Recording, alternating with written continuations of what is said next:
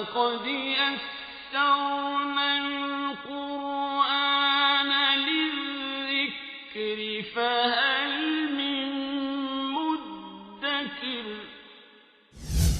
و به راستی که قرآن را برای پند گرفتن آسان نمودیم، پس آیا پند پذیری هست؟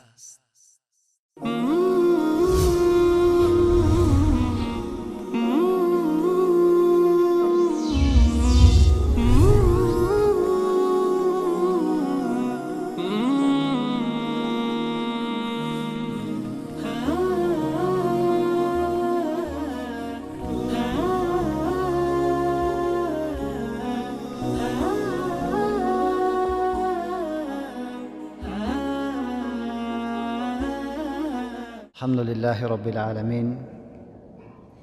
الحمد لله نحمده ونستعينه ونستغفر الله من شرور أنفسنا وسيئات أعمالنا. من يهده الله فلا مضل له ومن يضلله فلا هادي له. وأشهد أن لا إله إلا الله وحده لا شريك له وأشهد أن محمدا عبده ورسوله. ان تمسسکم حسنه، اگر برسد برای شما نیکیه، تسؤهم، ناخوش کندشان را. هر نیکی که به مسلمان برسد خوششان نمیاد. و ان تصبکم سیئه یفرحوا بها، و اگر برسد برای شما بدیه خوش میشوند به آن، به او خوش میشود.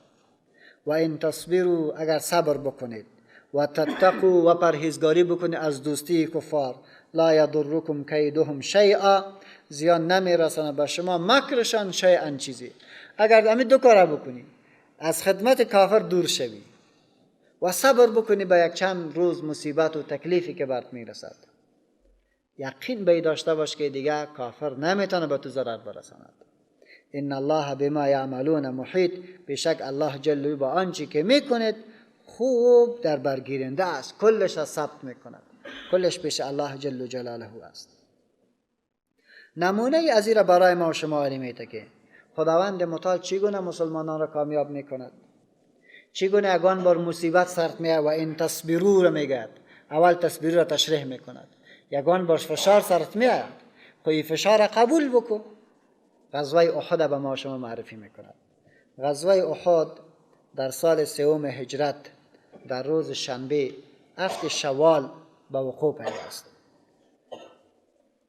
این غزوه وقتی که پیغمبر خدا علیه السلام خبر شد که مشرکین به طرف مدینه منوره می آید، صبحگاه بود که پیغمبر خدا از خانه بیرون شد و بعد در مسجد با صحابه مشورت کرد. نماز پیشین خواند، بعد از او با چی کرد؟ به طرف احد حرکت کرد. قرآن او تعبیرش بر ما میگه که اگر صبر کردید این به منفعتتان است. ایت یگان مشکلات خو می آید. و اذ غدوت من اهلک، و آنگاه که صبح بیرون آمدی، من اهلک، از منزل خودت، از خانه حضرت عایشه رضی الله عنها بر آمدی. تبوئ المؤمنین مقاعد للقتال، مهیا میکردی برای مسلمانان مقاعد للقتال، جاهای برای جنگ را. در کجا بکنیم؟ داخل مدینه، بیرون از مدینه. والله سمیع علیم، الله نیک شنوا و دانا بود، میشنوید که چی میگونی و میدید.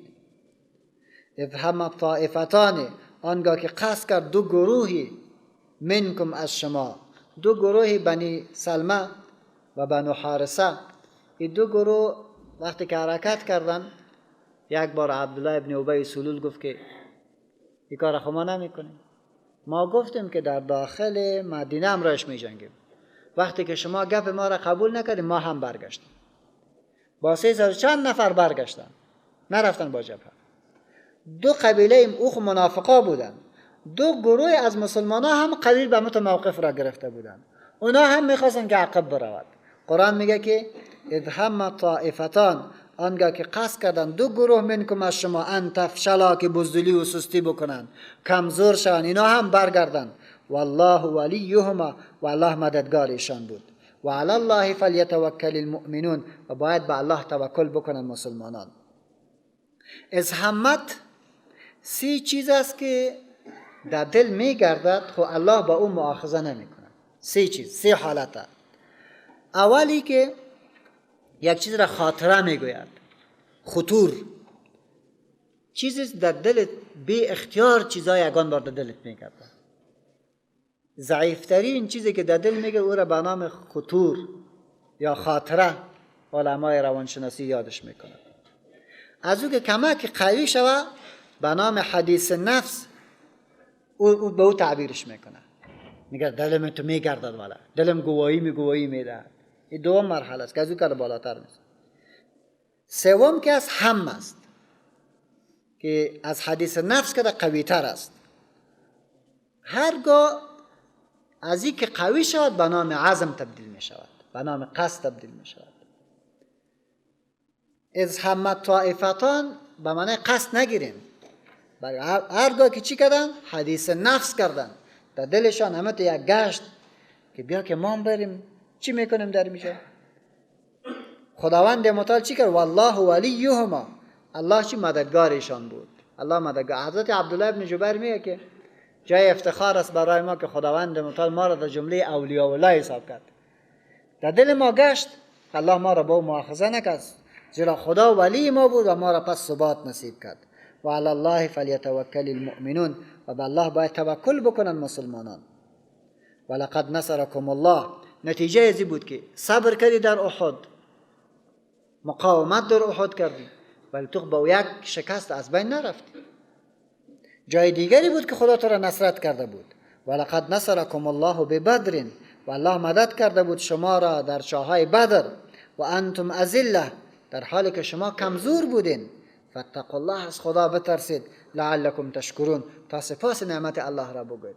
هیچگاه نگوید که ما کم هستیم، بنان کم هستیم خلاف حکم خدا عمل میکنیم. استقول للمؤمنین، چون میگفتی برای مسلمانان، الان یکفیکم، آیا کفایت نمی کند شما را، ان یمدکم، که نصرت کند شما را ربکم پروردگارتان، بثلاثه آلاف من الملائکه منزلین، به 3000 از ملائکه منزلیت فرود آورده شدگان. این را برش نمی گفتی؟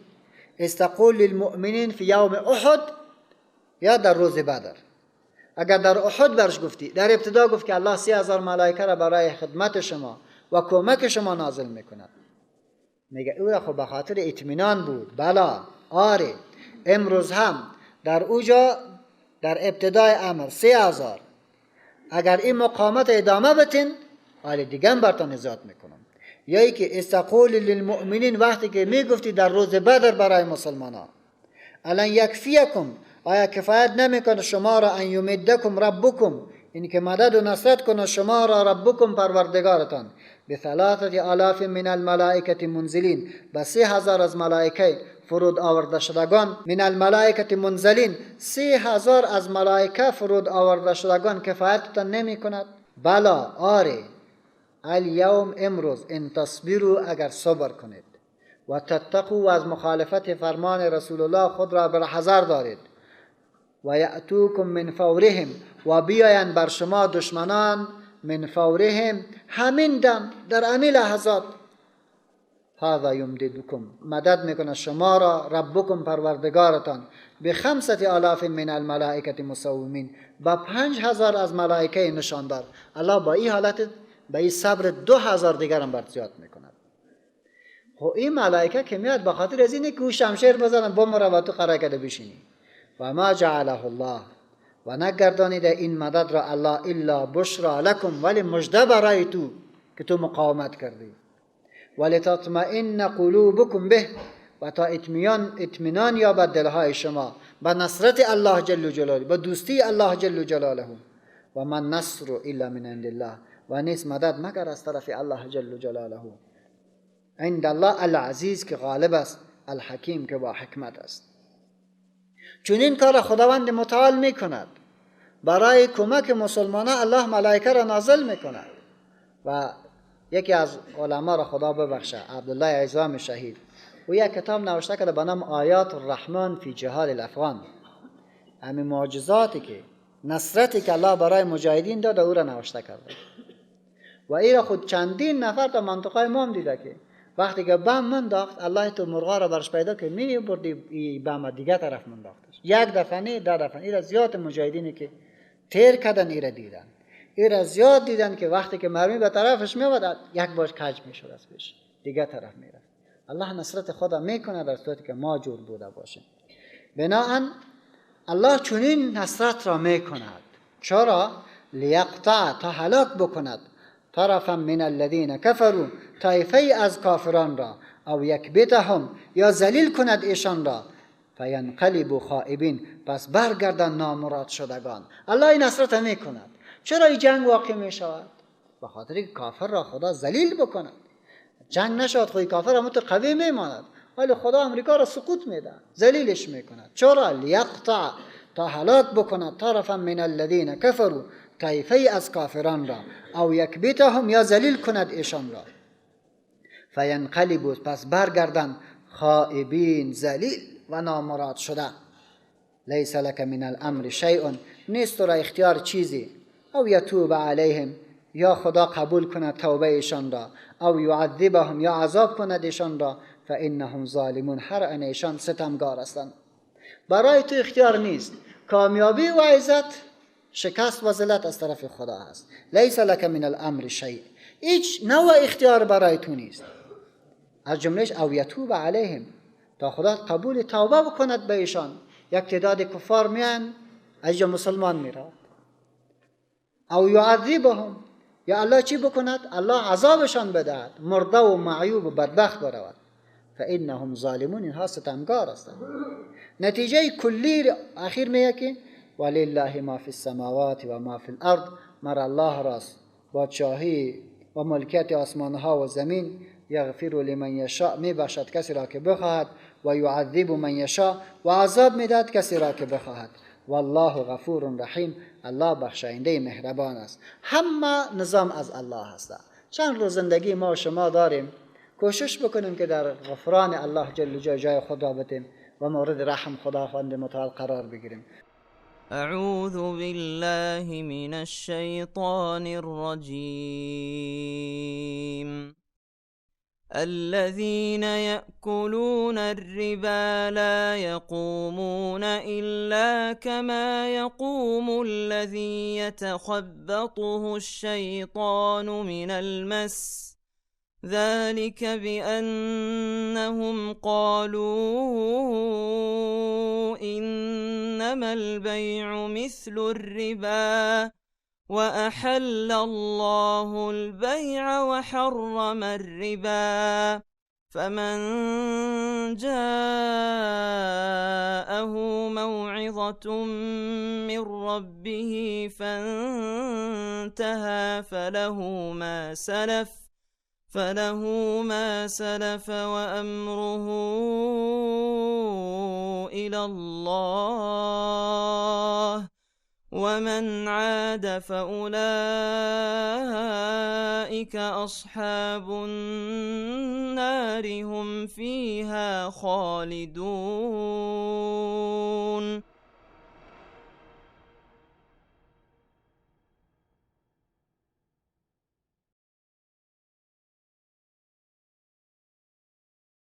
یکی از عوامل سقوط معاملات مسلمان است.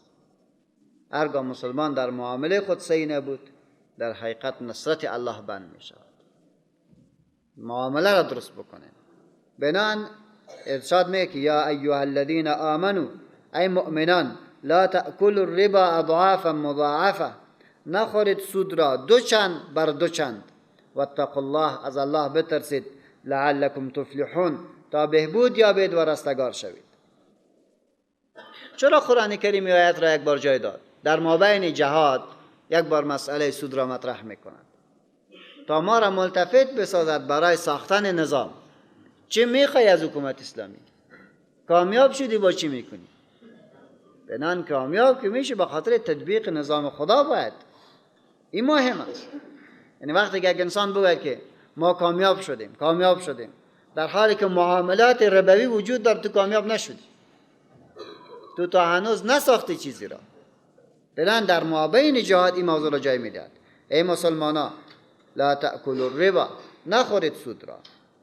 حکم تحریم ربا در قرآن کریم در 4 مرحله بر ما شما ذکر میکند و این توضیح را هم داده بودیم که در قرآن کریم بعضی احکام به اساس تدرج پیش می رود.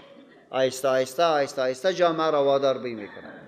شرابخوری در جامعه عربی زیاد بود، او را هم در 4 مرحله برش چی کرد؟ برش ختم کرد. عین شکلش رباخوری و سودخوری در جامعه عرب بسیار زیاد بود، این هم در 4 مرحله قرآن کریم چی کرد؟ این را ختم میکند.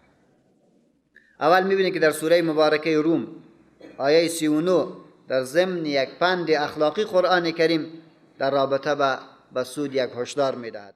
وما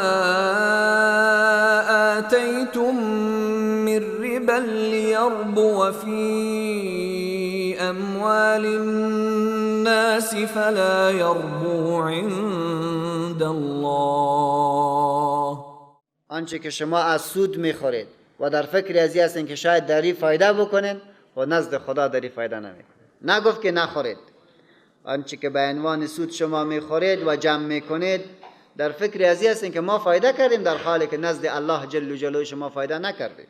بعد میبینی که در سوره مبارکه نساء در ضمن انتقاد از رسوم غلط یهود اونا را بر ما بررسی میکند. و اخذهم الربا وقد نهوا عنه، یکی از بدبختی اهل کتاب خوردن سود بود، در حالی که از اون منع شده بودن باز همینا خوردن.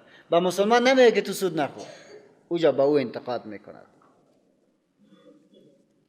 در آیه مورد بحث قرآن کریم سود دوچند بر دوچند را حرام کرد. یک دفعه سود میگرفت که تو مبلغ اینقدر پول بر ما ماهانه بده، هرگاه تعیین میشد اون وقت باز پول داده نمیتونست، باز مرش میگه که آلی سوده قبلا 2 روپه میده، آلی 4 روپه بده، این را تضاعف میداد. الله در این آیت گفت که یا ایها الذین آمنوا لا تأکلوا الربا اضعافا مضاعفه، ای مسلمان نخورید سود را 2 چند مضاعفتا بر 2 چند. یک دفعه سود خوردی بازو را بیشتر دیگم بکن. واتقوا الله لعلکم تفلحون، از الله بترسید تا رستگار شوید. و مرحله 4 در سوره مبارکه بقره گذشت در آیه 275 تا آخرش تشریح کرد که هر کسی که سود میخورد در حقیقت در مقابله الله و پیغمبرش ایستاده است، در حقیقت در جنگ با خدا و پیغمبر برآمده است. واتقوا النار التي اعدت للكافرین، بترسید از آتشی که آماده شده است برای کافران. از او آتش بترسید که برای کفار آماده شده. راه نجات از آتش و راه نجات از سقوط در پرتگاه ذلت و اطیع الله، اطاعت بکنه از الله و رسول و از پیغمبرش. ببینین که الله میگه که این عملی که برتان تعیین شده که باید اطاعت از خدا و پیغمبر بکنید. چرا؟ لعلکم ترحمون، تا مورد رحم قرار بگیرید. از الله و پیغمبرش اطاعت بکنید بدون چون چرا، تا مورد رحم قرار بگیرید. و سارعوا الی مغفرة من ربکم، و بر یکدیگر سبقت بجویید برای رسیدن به آمرزش من ربکم از طرف پروردگارتان. و جنت، و بر یکدیگر سبقت بجویید به دست آوردن جنت عرضها السماوات والارض، که وسعت آن زمین و آسمان هاست. اعدت للمتقین، آماده شده برای پرهیزگاران. در روشنی اطاعت قرآن و حدیث چی بکنین؟ و سارعوا الی مغفرة، بر یکدیگر سبقت بکنید، بر یکدیگر سبقت بکنید. الی مغفرة، برای رسیدن به آمرزش. من ربکم، که مهیا شده از طرف پروردگارتان. الی مغفرة من ربکم، حضرت عبدالله ابن عباس میفرمایند که هو الاسلام. و سابقوا الی مغفرة من ربکم، بر یکدیگر پیشی بگیرید در قبول اسلام، که این اسلام وسیله آمرزشتان است از طرف پروردگارتان. تفسیر دیگه داریم که امام الضحاک میگه که و سارعوا الی مغفرة من ربکم، بر یکدیگر سبقت بجویید به طرف صفوف جهاد، که وسیله مغفرتتان است از طرف پروردگارتان. بروید. و جنت، و بسوی جنتی که عرضها وسعت آن السماوات والارض، آسمان ها و زمین است. طبیعیست که وقتی که قرآن کریم می فرماید که وسعت، مراد از وسعت در ایجا امو عرضی نیست که در مقابل طول قرار دارد، بلکه در اینجا به معنای مطلق وسعت است. به جنت بشتابید که وسعت آن آسمان ها و زمین است. یعنی وقتی که الله جل جلاله به یک مؤمن در جنت باغ‌های میدهد، هر قدر که چشمش کار میکنه سرزمینی از اوست، باغی از اوست. از این خاطر حدیثی از رسول الله صلی الله علیه و سلم میخوانیم که یک بنده گناهگاری که در دوزخ می باشد، بعد به تضرع و نیایش شروع می کند و می گوید که پروردگارا گناهگار خو هستم، کاری خوبی خو نکردم، بدبخت خو هستم، ولی با تو خو شریک نآورده بودم، رسالت رسول الله و شریعت خو قبول کردم ولی نافرمانی کردم، پروردگار مرا خو با کافرها در میجا نپرد، یا کمک گوشم بکو تا تفاوت ما خو با اینا بیاید، دیگه هیچ چیزم نمیخوایم. الله همون تو دعایش قبول میکنه و کنارش میکنه، بسیار خوش میشود یک چند وقت. بعد میبینه که در کنار دوزخ یک درخت بسیار پربرگی است، سایه است، و الله میگه که پروردگارا تو خود رحیم است، مهربان هستی، مرا در اون زیر درخت که جای بودی، نه جنت هم میخوایم هیچ چیز دیگه نمیخوایم، اونجا یک بار مرا ببر. پروردگاری دعایش هم قبول میکنه و این تعهد هم میده. در زیر از درخت که میراد بسیار خوش میباشد، زیر از آتش خلاص، همه چیز در اونجا است. بازم اون مشام عطرگین از جنت بر سویش میآید و وقتی که میگیریش پس میگه یه عطر از کدام طرف است؟ میگه از جنت است. و به الله میگه که پروردگارا روی سیاه هستم، گناهگار هستم، بدبخت هستم، ولی یک بار مرا جنت بر نشانم بده که چی رقم است، پس مبرایم. و الله جل جلاله این دعایش قبول میگه، داخل جنتش میکنه. بعد که میرود چون میگه که ما خو مبرایم، میگه وحشی واره سعی میکنه، گاهی طرف سعی میکنه که خوبی را میگه این طرف شوه، باز نشوه که این طرف بانه، با این طرف میدود، این طرف که میبینه و میگه یا الله ای از کدام بنده نکبختت خواهد بود؟ و الله برش میگه که ای از تو است. اما قدر که چشمت کار میکنه برای توست و ایره در مقابل کلمه توحید برات میده، لا اله الا الله محمد رسول الله، که جز الله کس دیگر را عبادت نکرد. میگه چقدر که چشمت کار میکنه الله ایره برای تو داده است. بسارعوا، مسارعت بکنین، کوشش بکنین، بر یک دیگری پیشی بگیرین، الی مغفرت من ربکم، به سوی مغفرتی که از طرف پروردگارتان برتان آماده شده است. هر صبح پروردگار عالم برات میگه که کسی است که از ما بخشش بخواه و ما او را ببخشم. حدیث دیگری داریم که امام احمد روایت میکنه، میگه یک بنده گناه میکند، وقتی که گناه میکند باز از گناه که خلاص باز میگه یا الله مرا ببخش، تو غفور رحیم هستی. الله باز میگه که بندیم مرا میشناسد که من بخشم گناه ها را و همین رقم مؤاخذه میکنم، به نام بندیم بخشیدم. باز گناه میکنه، باز میگه خدای مرا ببخش. الله باز میگه که بندیم مرا میشناسه که هم میبخشم و هم مؤاخذه میکنم، بخشیدمش. هر قدر که گناه بکنه و باز بگه که پروردگار مرا ببخش، الله باز میبخشد. بنان این کلش وقتش بسیار محدود است، تا وقتی که ما در دنیا هستیم. بنان نمیدانیم که چه وقت میمریم، میشه که دفعتاً بمریم. هر لحظه باید استغفار بکنیم، هر لحظه باید به الله برگردیم. و سارعوا الی مغفرة من ربکم، بر یک دیگر سبقت بجویید برای رسیدن به آمرزشی که از طرف پروردگارتان در حیات دنیا بر تعیین شده است، آماده شده است.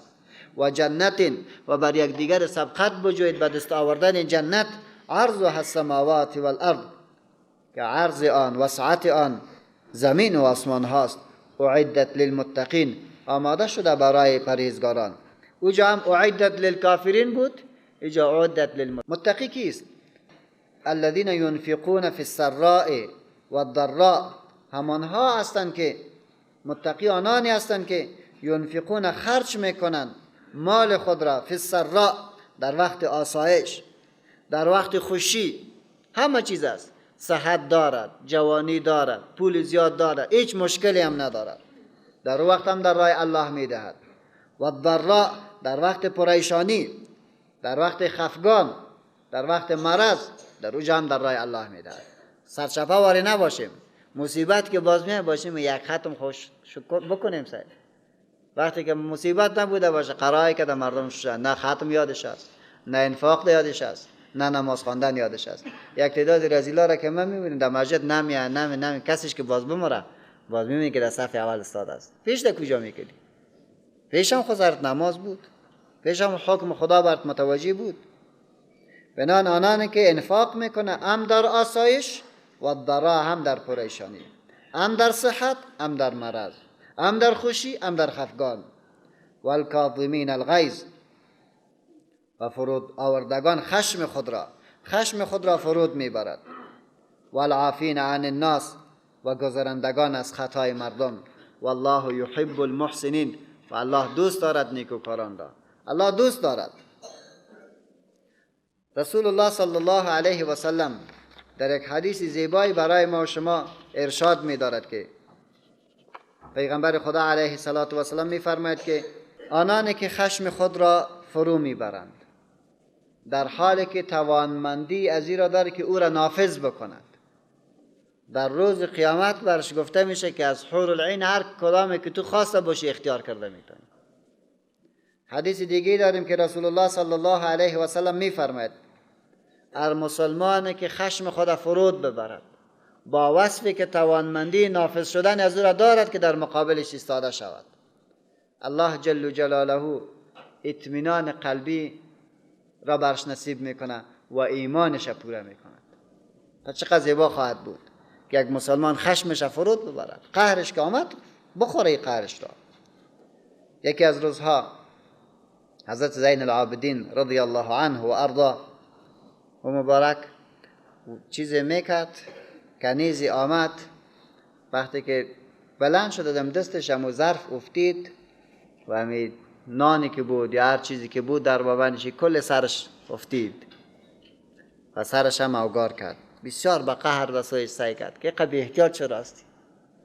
و او بسیار چالاک بود، فوراً گفت والکاظمین الغیظ، ایرا گفت برش، فوراً گفت که خشم خود گرفتم، فوراً برش گفت که، بعد برش گفت که والعافین عن الناس، گفت بخشیدمت، والله یحب المحسنین، ایرا برش گفت برو در راه الله آزادم هستی. دیگه بازی سیوم بگرد، گفت در راه خدا آزاد هستی. یعنی مردمی بودن در مقابل آیات خدا که این برش گفته میشد فوراً در تطبیقش مبرآمدن. وقتی گفت والکاظمین الغیظ، گفت خشم خدا خوردم، دیگه قهر سرت نمی کنم. والعافین عن الناس، گفت بخشیدمت. والله یحب المحسنین، در راه الله آزاد است، آزاد است در راه الله. بدن صحابه و دوستای خدا وقاف سخت در مقابل که قرآن حدیث برش میگوست جای بجای استاد میشد. والعافین عن الناس، و گذرندگان از خطای مردم. والله یحب المحسنین، و الله جل جلاله دوست دارد احسان را. امام ثوری رحمت الله علیه احسان تشریح میکنه، میگه احسان چی است؟ ان تحسن الی مسیء، تو خوبی با کی بکنی؟ با کسی خرابی همراهیت کرده، کسی همراه جفا کرده است. چرا؟ فان الاحسان الی محسن تجارت، احسان با کسایی که خوب هستن و کسایی که تو همراه از خوب میکنی و تو خود تجارت است. احسان والله یحب المحسنین، که کسی با تو بدی بکنه تو همراهش نیکی بکن، اصلا معنی است. ورنه کسی که با تو خوبی میکنه تو طبیعتا همراهش خوبی میکنی، یک مشکلی نداره. والذین اذا فعلوا فاحشه، در آنانی که بکنن عمل فاحشه را، عمل فاحشه را به معنای زنا است، او ظلموا انفسهم، یا ظلم بکنن به گناههای دیگری بر خود، ذکر الله، عظمت الله به یادش بیاید، فاستغفروا، و طلب آمرزش بخوان، لذنوبهم، برای گناهانشان. یا فاحشه به معنای گناه کبیره بگیرین، و ظلموا انفسهم به معنای گناه صغیره بگیرین. آنانی که چون بکنن فاحشتن، یک عمل گناه کبیره را، او ظلموا انفسهم، یا به گناه های صغیره ظلم بر خود بکند، ذکر الله، فورا عظمت الله را به یاد بیارن، یاد بکنن الله جل جلاله را، فاستغفروا لذنوبهم، پس طلب آمرزش بخوان برای گناهایشان. و من یغفر الذنوب، و کیست که بیامرزد گناه را، الا الله، جز الله جل جلاله. و من یغفر الذنوب، و کیست که بیامرزد گناه را؟ هیچ کسی نیست الا الله، جز الله جل جلاله.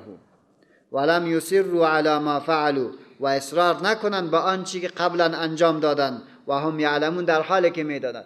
دانسته باز گناه را نکند، دانسته گناه را نکند. یک دفعه که کردی توبه کردی، باز میفهمی، باز دیگه نکن، دیگه خدا دور بکی از گناه.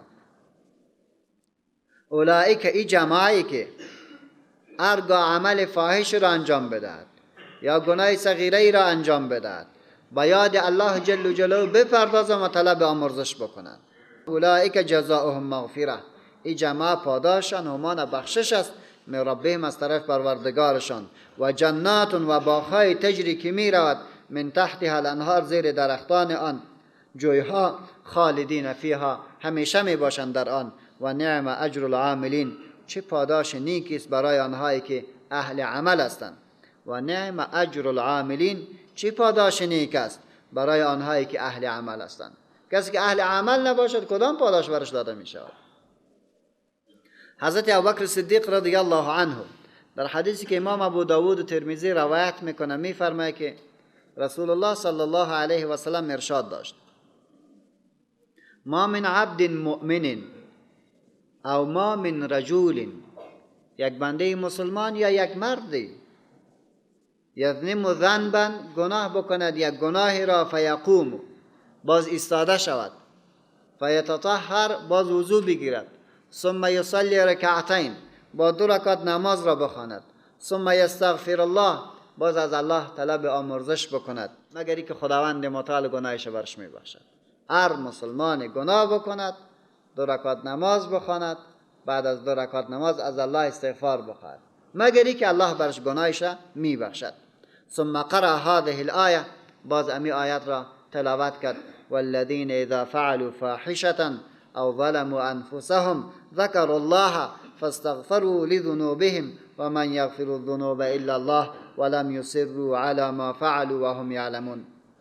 اولئك جزاؤهم مغفرة من ربهم وجنات تجري من تحتها الانهار خالدین فیها و نعم اجر العاملین، چه پاداش نیکو برای آنانی که اهل عمل هستند. قرآن کریم علما شما را به یک منبع بزرگ راهنمایی میکند، منبع بزرگی از تفکر.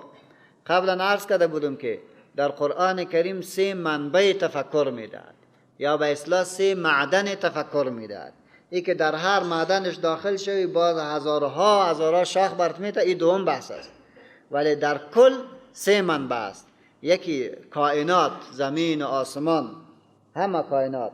دوم وجود خودت. سومش تاریخ است.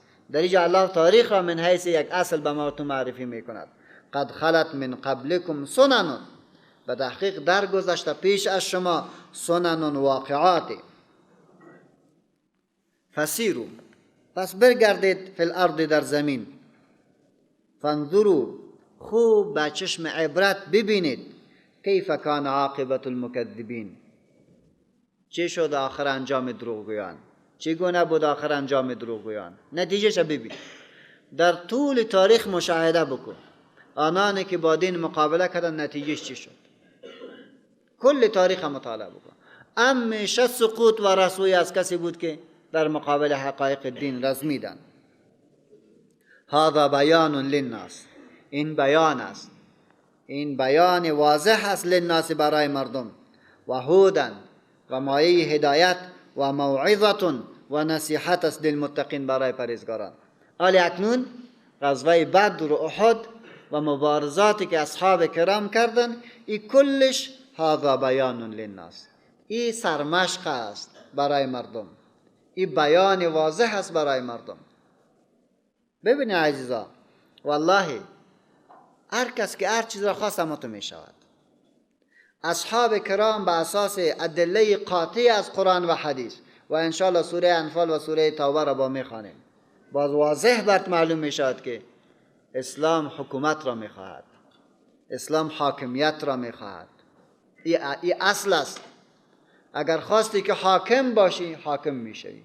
باز عساکر تو در آمریکا میکردند، باز تو نوشته میکنی که امن، ما امن را قائم میکنیم. باز تو در کشورهای کفری غربی و دیگرها با تو عسکرت میرود، در اوجا باز امن نافذ میکنه، در اوجا از عزت و وقار مردم و از حیثیتش باز دفاع میکنه. چرا؟ حاکمیت خواستی. صحابه حاکمیت خواستن، از این خاطر میرفتن. و محمد بن قاسم رحمه الله وقتی که اسبش در این بحر پایش گذاشته میشد میگه که خدایا اگر میفهمیدین که او طرف هم انسان است آب مانع من نمیشد و داخلش مدر آمدم. با اونو حیثیت مبارزه کردن، نیم کره زمین را بیشترش در زیر سلطه حکومت اسلام آوردن. ما که کوچک شدیم و گفتیم خیر است خواب بکنیم سید، باز اما تا الله ذلیل ما میکنه. دیگرها از دیگر قاره میآید در اینجا سر ما حکومت میکنه. بناهن سرنوشت اصحاب کرام و عظمتی که اونها داشتن و تاریخی که اونها ساختن، این در حقیقت بیان للناس، شیء واضح است برای مردم و هودن و مایه هدایت و موعظه للمتقین و نصیحت است برای متقین. هذا این قرآن و این آیات هایی که تو خواندیش بیان للناس، بیان واضح است برای مردم و هودن و مایه هدایت و موعظه للمتقین و نصیحت است برای پرهیزگاران. کسی که پرهیزگار است همین ارزشش است. بناهن به این چند روزه‌ای که مشکل دارین فکرتان بگیرین که ضعیف نشوین. ولا تهینو از ماده وهن در لغت به معنی هر نوع سستی که در جسم یا در روح انسان پیدا شود. ولا تهینو، سست مشوید ای مسلمان، ولا که حال دیگه از دست ما خود چیزی نمی شود. ایتو نگو. ولا تحزنو، غمم نخورید که چند دفعه شکست خورده، ایتون فکر نکنید. و انتم الاعلون ان کنتم مؤمنین، شما دست بالایی دارید. و انتم الاعلون، شما برترید. ان کنتم مؤمنین، اگر هستی مسلمان. اگر مسلمان هستی برتر هستی. بنان این شکست های ظاهری که یگان دفعه میخوری، این را فکر بگی که این تو را سست نکند. ولا تهینو، سست نشو. زیرا استغفر الله، شما فکر بکن عجیب است. در یکی از تلویزیون ها سه نفر بودن، یک نفر مسلمان، یک نفر هندو، یک نفر مسیحی. هر سهشان پروفسورا و کلان علما. مورد سوال یکی،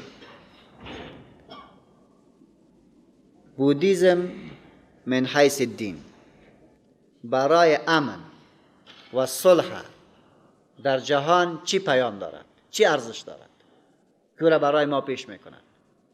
مسیحیت من حیث الدین برای امن، صلح و رفاه مردم چی ارزش پیش میکنه و چی پلان خود دارد؟ اسلام من حیث الدین برای صلح و امن برای مردم چی پیام دارد و چی ارزش را پیش میکند؟ یک سوال بر سه علمای مذاهب داده شد. اول مسیحی گپ زد، تقریبا 40-45 دقیقه تشریح کرد که ما تو میخوانیم. یک چیز نصیحتی بود، کلش نصیحت بود. این نکنین. به مو رقم تیر شد. هرگاه که نوبت مسلمان رسید و در رابطه به این موضوع تفسیر داد در ضمنش که پیام‌های اخلاقی میداد، سیستم معرفی کرد. اگر این تو کردی این تویت میکنم، سیستم داد. وقتی که نوبت برای پروفسور هندو رسید، او گفت اشهد ان لا اله الا الله و اشهد ان محمدا عبده و رسوله. جای بجای مسلمان شد. دیگر نمیتونم در مقابل از این دین، این پیام و این قوتی که داشت، ما چطور میکنم بگیم ما هم یک چیزی داریم؟ پیام واضح شد. دیگه دین خدا نباشه با این رقم سیستم ناممکن است کسی که چی بکنه.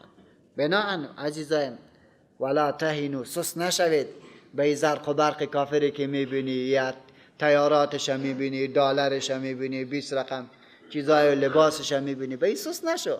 قسم به خدا سه بی غیرت هستن که 2 فیر سرش با چیق میزنن، ایرا دیدن غرپور میکنه که ایران بون. سر بی غیرت هستن. سست نشو. ولا تحزنو، غمم نخور که شهید دادی، بندی دادی، مشکل دیدی، تکلیف دیدی، چیزا میاد در ایران. و انتم الاعلون، شما برترید این کنتم مؤمنین، اگر مسلمان هستید برتر هستید. بالاخره چی خواهد کرد؟ بالاخره چی خواهد بود؟ احد الحسنیین، یکی از دو نیکی، یا در راه خدا شهید میشه بازم قوت است دوست، و یا کامیاب میشه به حیث انسانهای مغرور با افتخار زندگی خواهد کرد. این یمسسکم قرح، الله این دستورها را میره برای مسلمان ها. چی میگی؟ خیر است که در غزوه احد مشکلات دیدین، خب فکرتان سست نشوید، یک غذا شکست بخورید دیگه باز گپ پیدا بودی.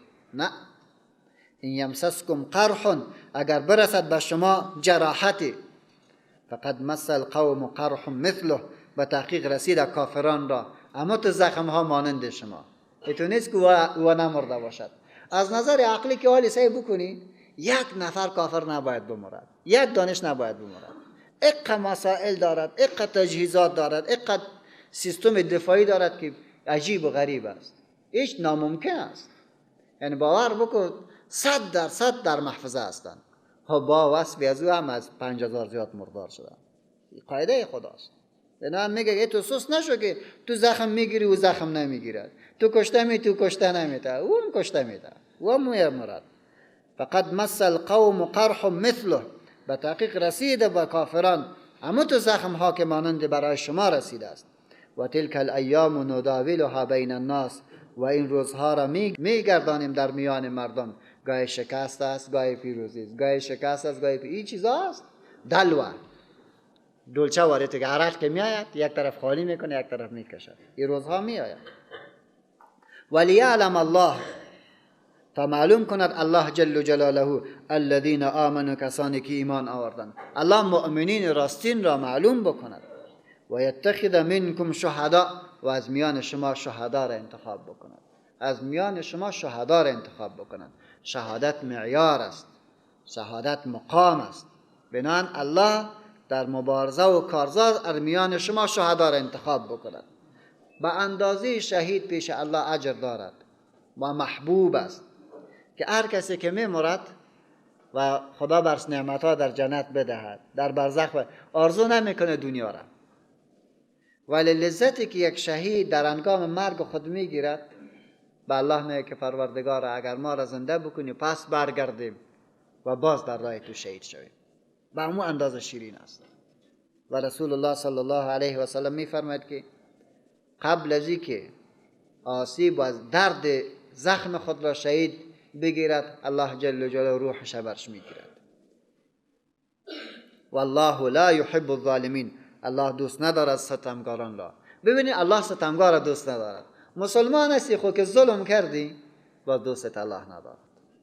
مسلمان هستی مجاهد هستی که ظلم کردی، الله دوستت ندارد.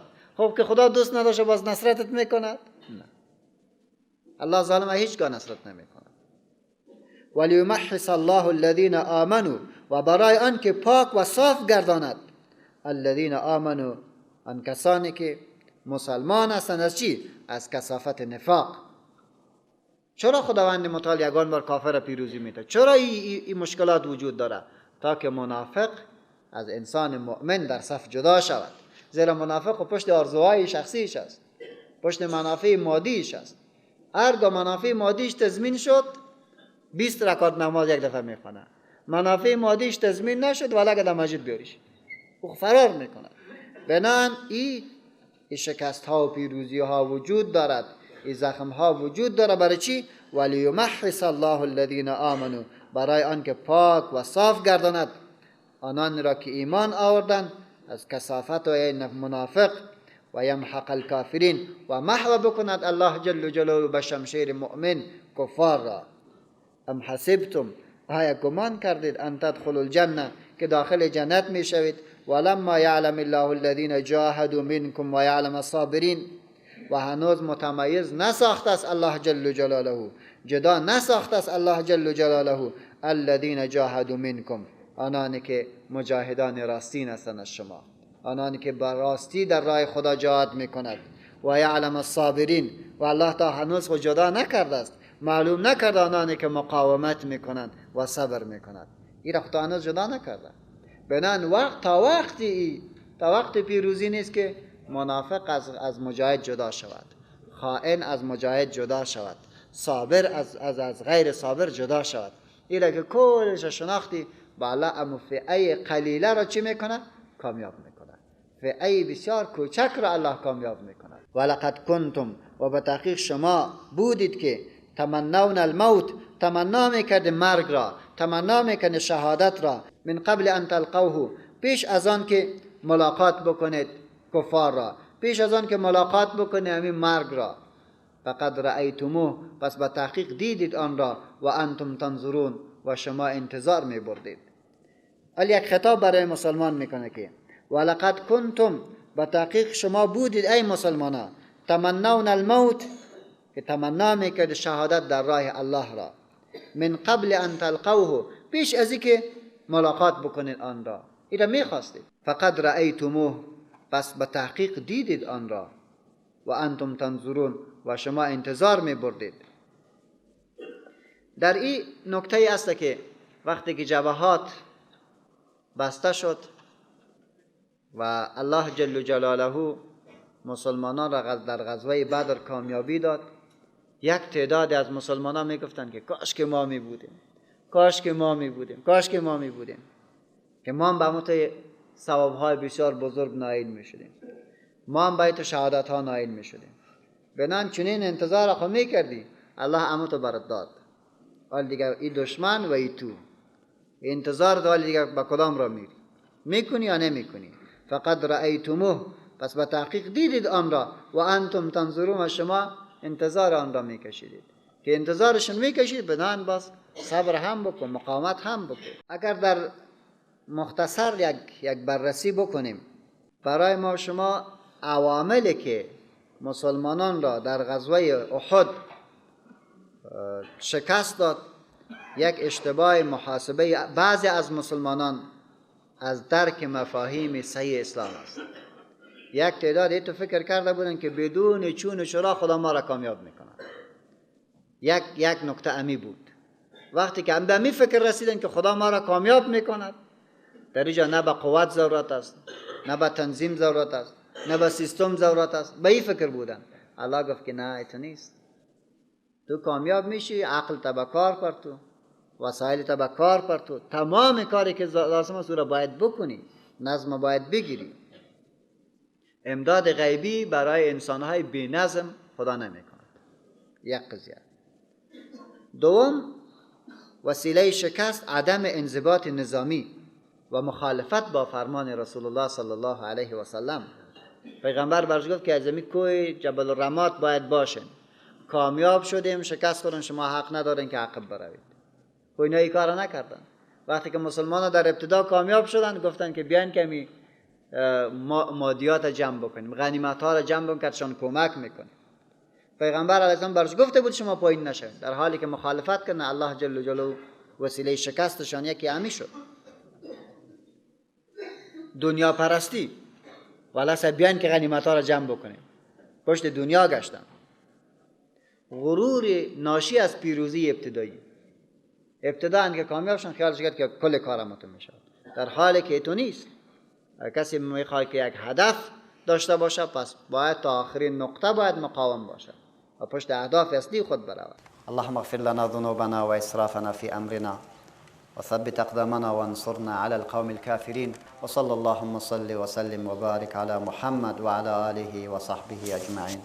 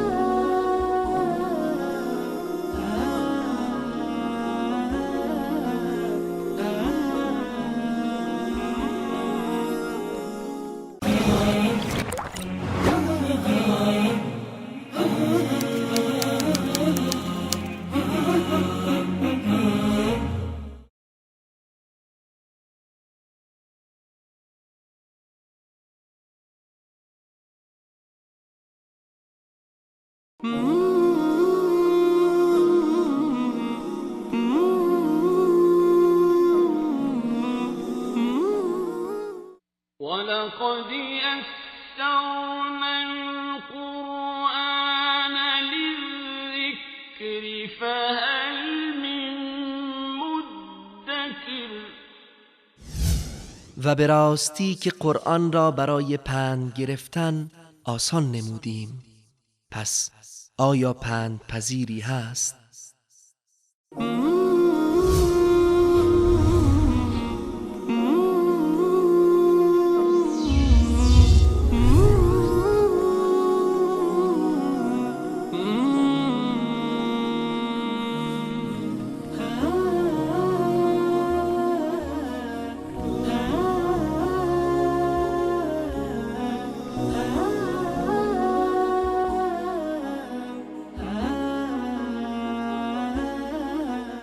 السلام عليكم ورحمة الله وبركاته.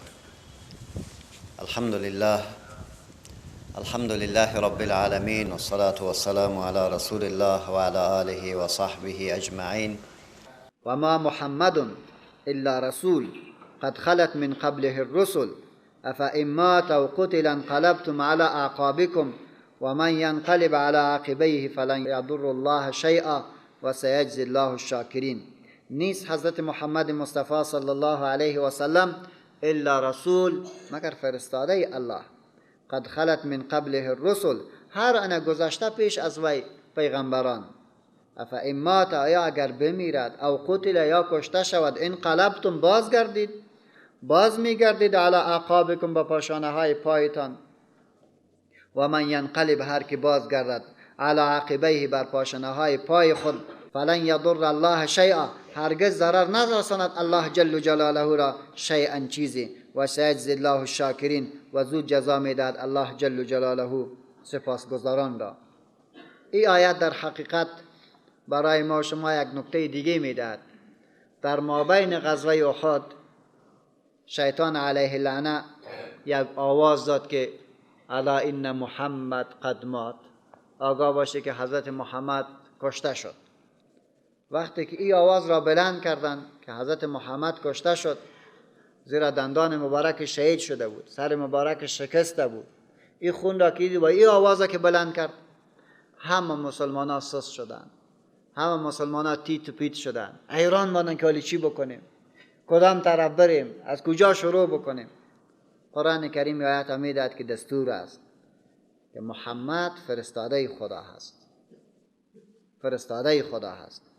قد خلت من قبله الرسل، هر آینه گذشته پیش از وی الرسل پیغمبران، پیش از او پیغمبران گذشته است. پیغمبر آمد، وظیفه خود داد، برای تو دین تبلیغ کرد، حق و از ناحق را شناختی. اگر بمیرد یا کشته شود شما با دین اعلام میکنین؟ در فکر ازی هستین که کجا بگردی و چی کار برای خود بسازی؟ هر کی از اسلام عقب رفت در حقیقت به الله هیچ ضرری را نمیتونه برساند، و هر کس با ثبات با دین ماند، خداوند متعال پاداش انسانای سپاسگزار را الله میدهد. حضرت رسول الله صلی الله علیه و سلم یعنی در این شک نیست که وفات میکرد، ولی اگر یک بار بدون از این آیت رسول الله صلی الله علیه و سلم و بدون کدام مقدمه قبلی وفات میکرد، یقینا صحابه بسیار در یک مشکلات عجیبی گیر می آمدند. پیغمبر ما صلی الله علیه و سلم روز دوشنبه دنیای فانی را لبیک گفت، و در او روز حضرت عمر رضی الله عنه اقا گیج شده بود که شمشیر گرفت که هر کس گفت که محمد وفات کرده، کشته شده، اما گردنش میزنه. حضرت عثمان رضی الله عنه گنگوار شده بود، هیچ نمیفهمید که چی بگوید، زبانش خلاص نمیشد. حضرت علی کرم الله وجهه در خانه خود پت کرد و بیرون نمی‌آمد. کل چی شود؟ مسجد پر است از مردم، هیچ کس نمیفهمه که چی بکند، راه چی است و کدام طرف برود. حضرت ابوبکر صدیق رضی الله عنه و ارضاه، او مبارک خانهش دورتر بود از خود مسجد نبوی، در او جا رفته بود. وقتی که برگشت در خانه حضرت رسول الله صلی الله علیه و سلم داخل شد، که پیغمبر علیه السلام تکه سرش است و مبارک تکه را برداشت و میبینه که قبض روح شده.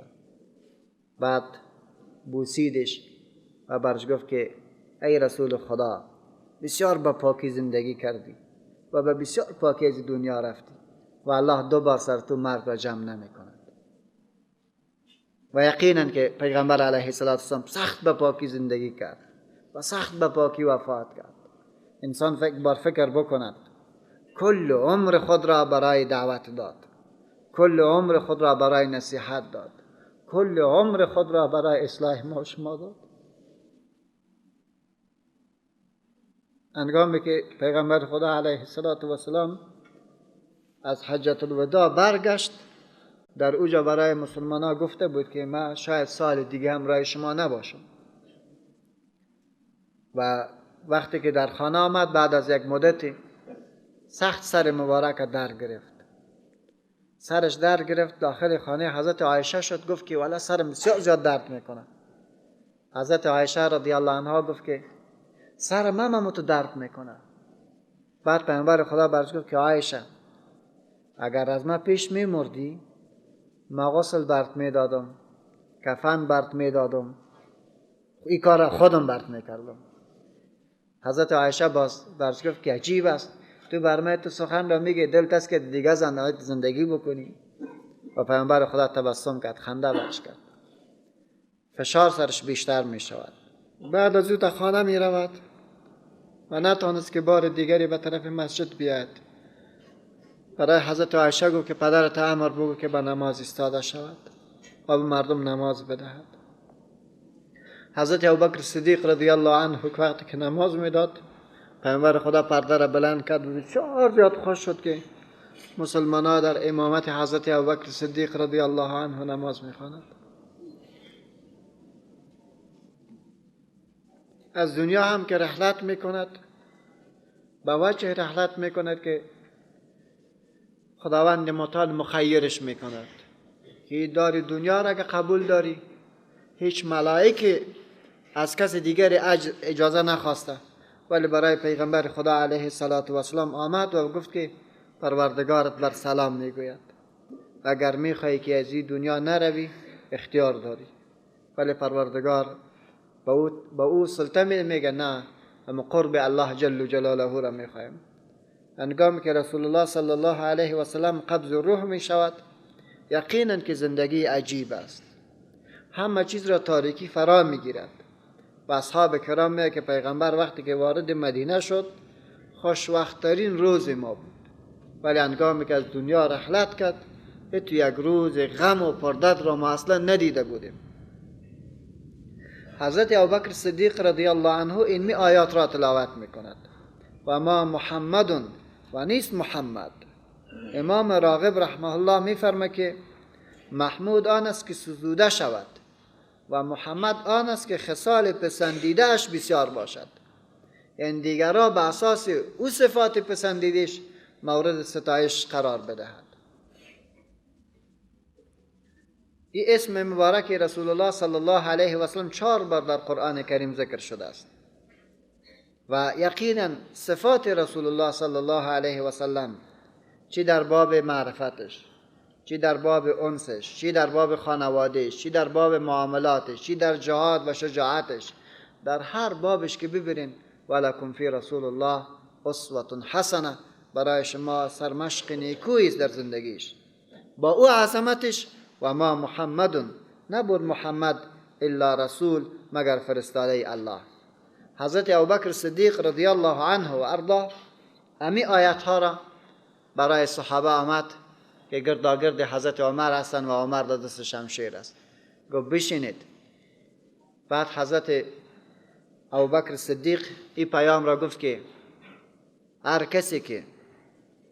کسی که محمد را پرستش میکنه فإن محمد قد مات، محمد وفات کرده است. و هر کسی که معبود و الله را پرستش میکند، معبود بر حق و خدای محمد را پرستش میکند، فإنه حی لا یموت، او زنده است و نمی میرد. بعد این آیت را تلاوت کرد که ما محمد الا رسول نیست محمد مگر فرستاده الله، قد خلت من قبله الرسل، هر آنه گذشته از پیش از وی پیغمبران. افا این مات، آیا اگر بمیرد، او قتل یا کشته شود، انقلبتم باز میگردید علی اعقابکم به پاشنه های پایتان، آیا دین اعلام میکنید؟ و من ینقلب، هر که بازگردد علی عقبه بر پاشنه های پایش، فلن یضر الله شیئا، هرگز ضرر نرساند الله جل جلاله را چیزی. و سیجزی الله الشاکرین، و زود جزا میدهد الله جل جلاله سپاسگزاران و شاکران را. این آیت که حضرت ابوبکر تلاوت کرد، همگی حواس خودش تجدید شد، یک روحی در وجود مردم داد آمد. حضرت عمر میگه که من تو فکر کن که آیت نو نازل شده، در فکرش نبود. بعد از او فهمیدن که محمد صلی الله علیه و سلم از دنیا می رود. سوره مبارکه اذا جاء نصر الله والفتح وقتی که نازل شد، بسم الله الرحمن الرحیم إذا جاء نصر الله والفتح ورأيت الناس يدخلون في دين الله أفواجا فسبح بحمد ربك واستغفره إنه كان توابا. همگی خوش شدن. ابوبکر صدیق رضی الله عنه گریان کرد. کسی برش گفت که چرا گریان کردی؟ گفت زنگ بر زد که رسول الله صلی الله علیه و سلم می رود.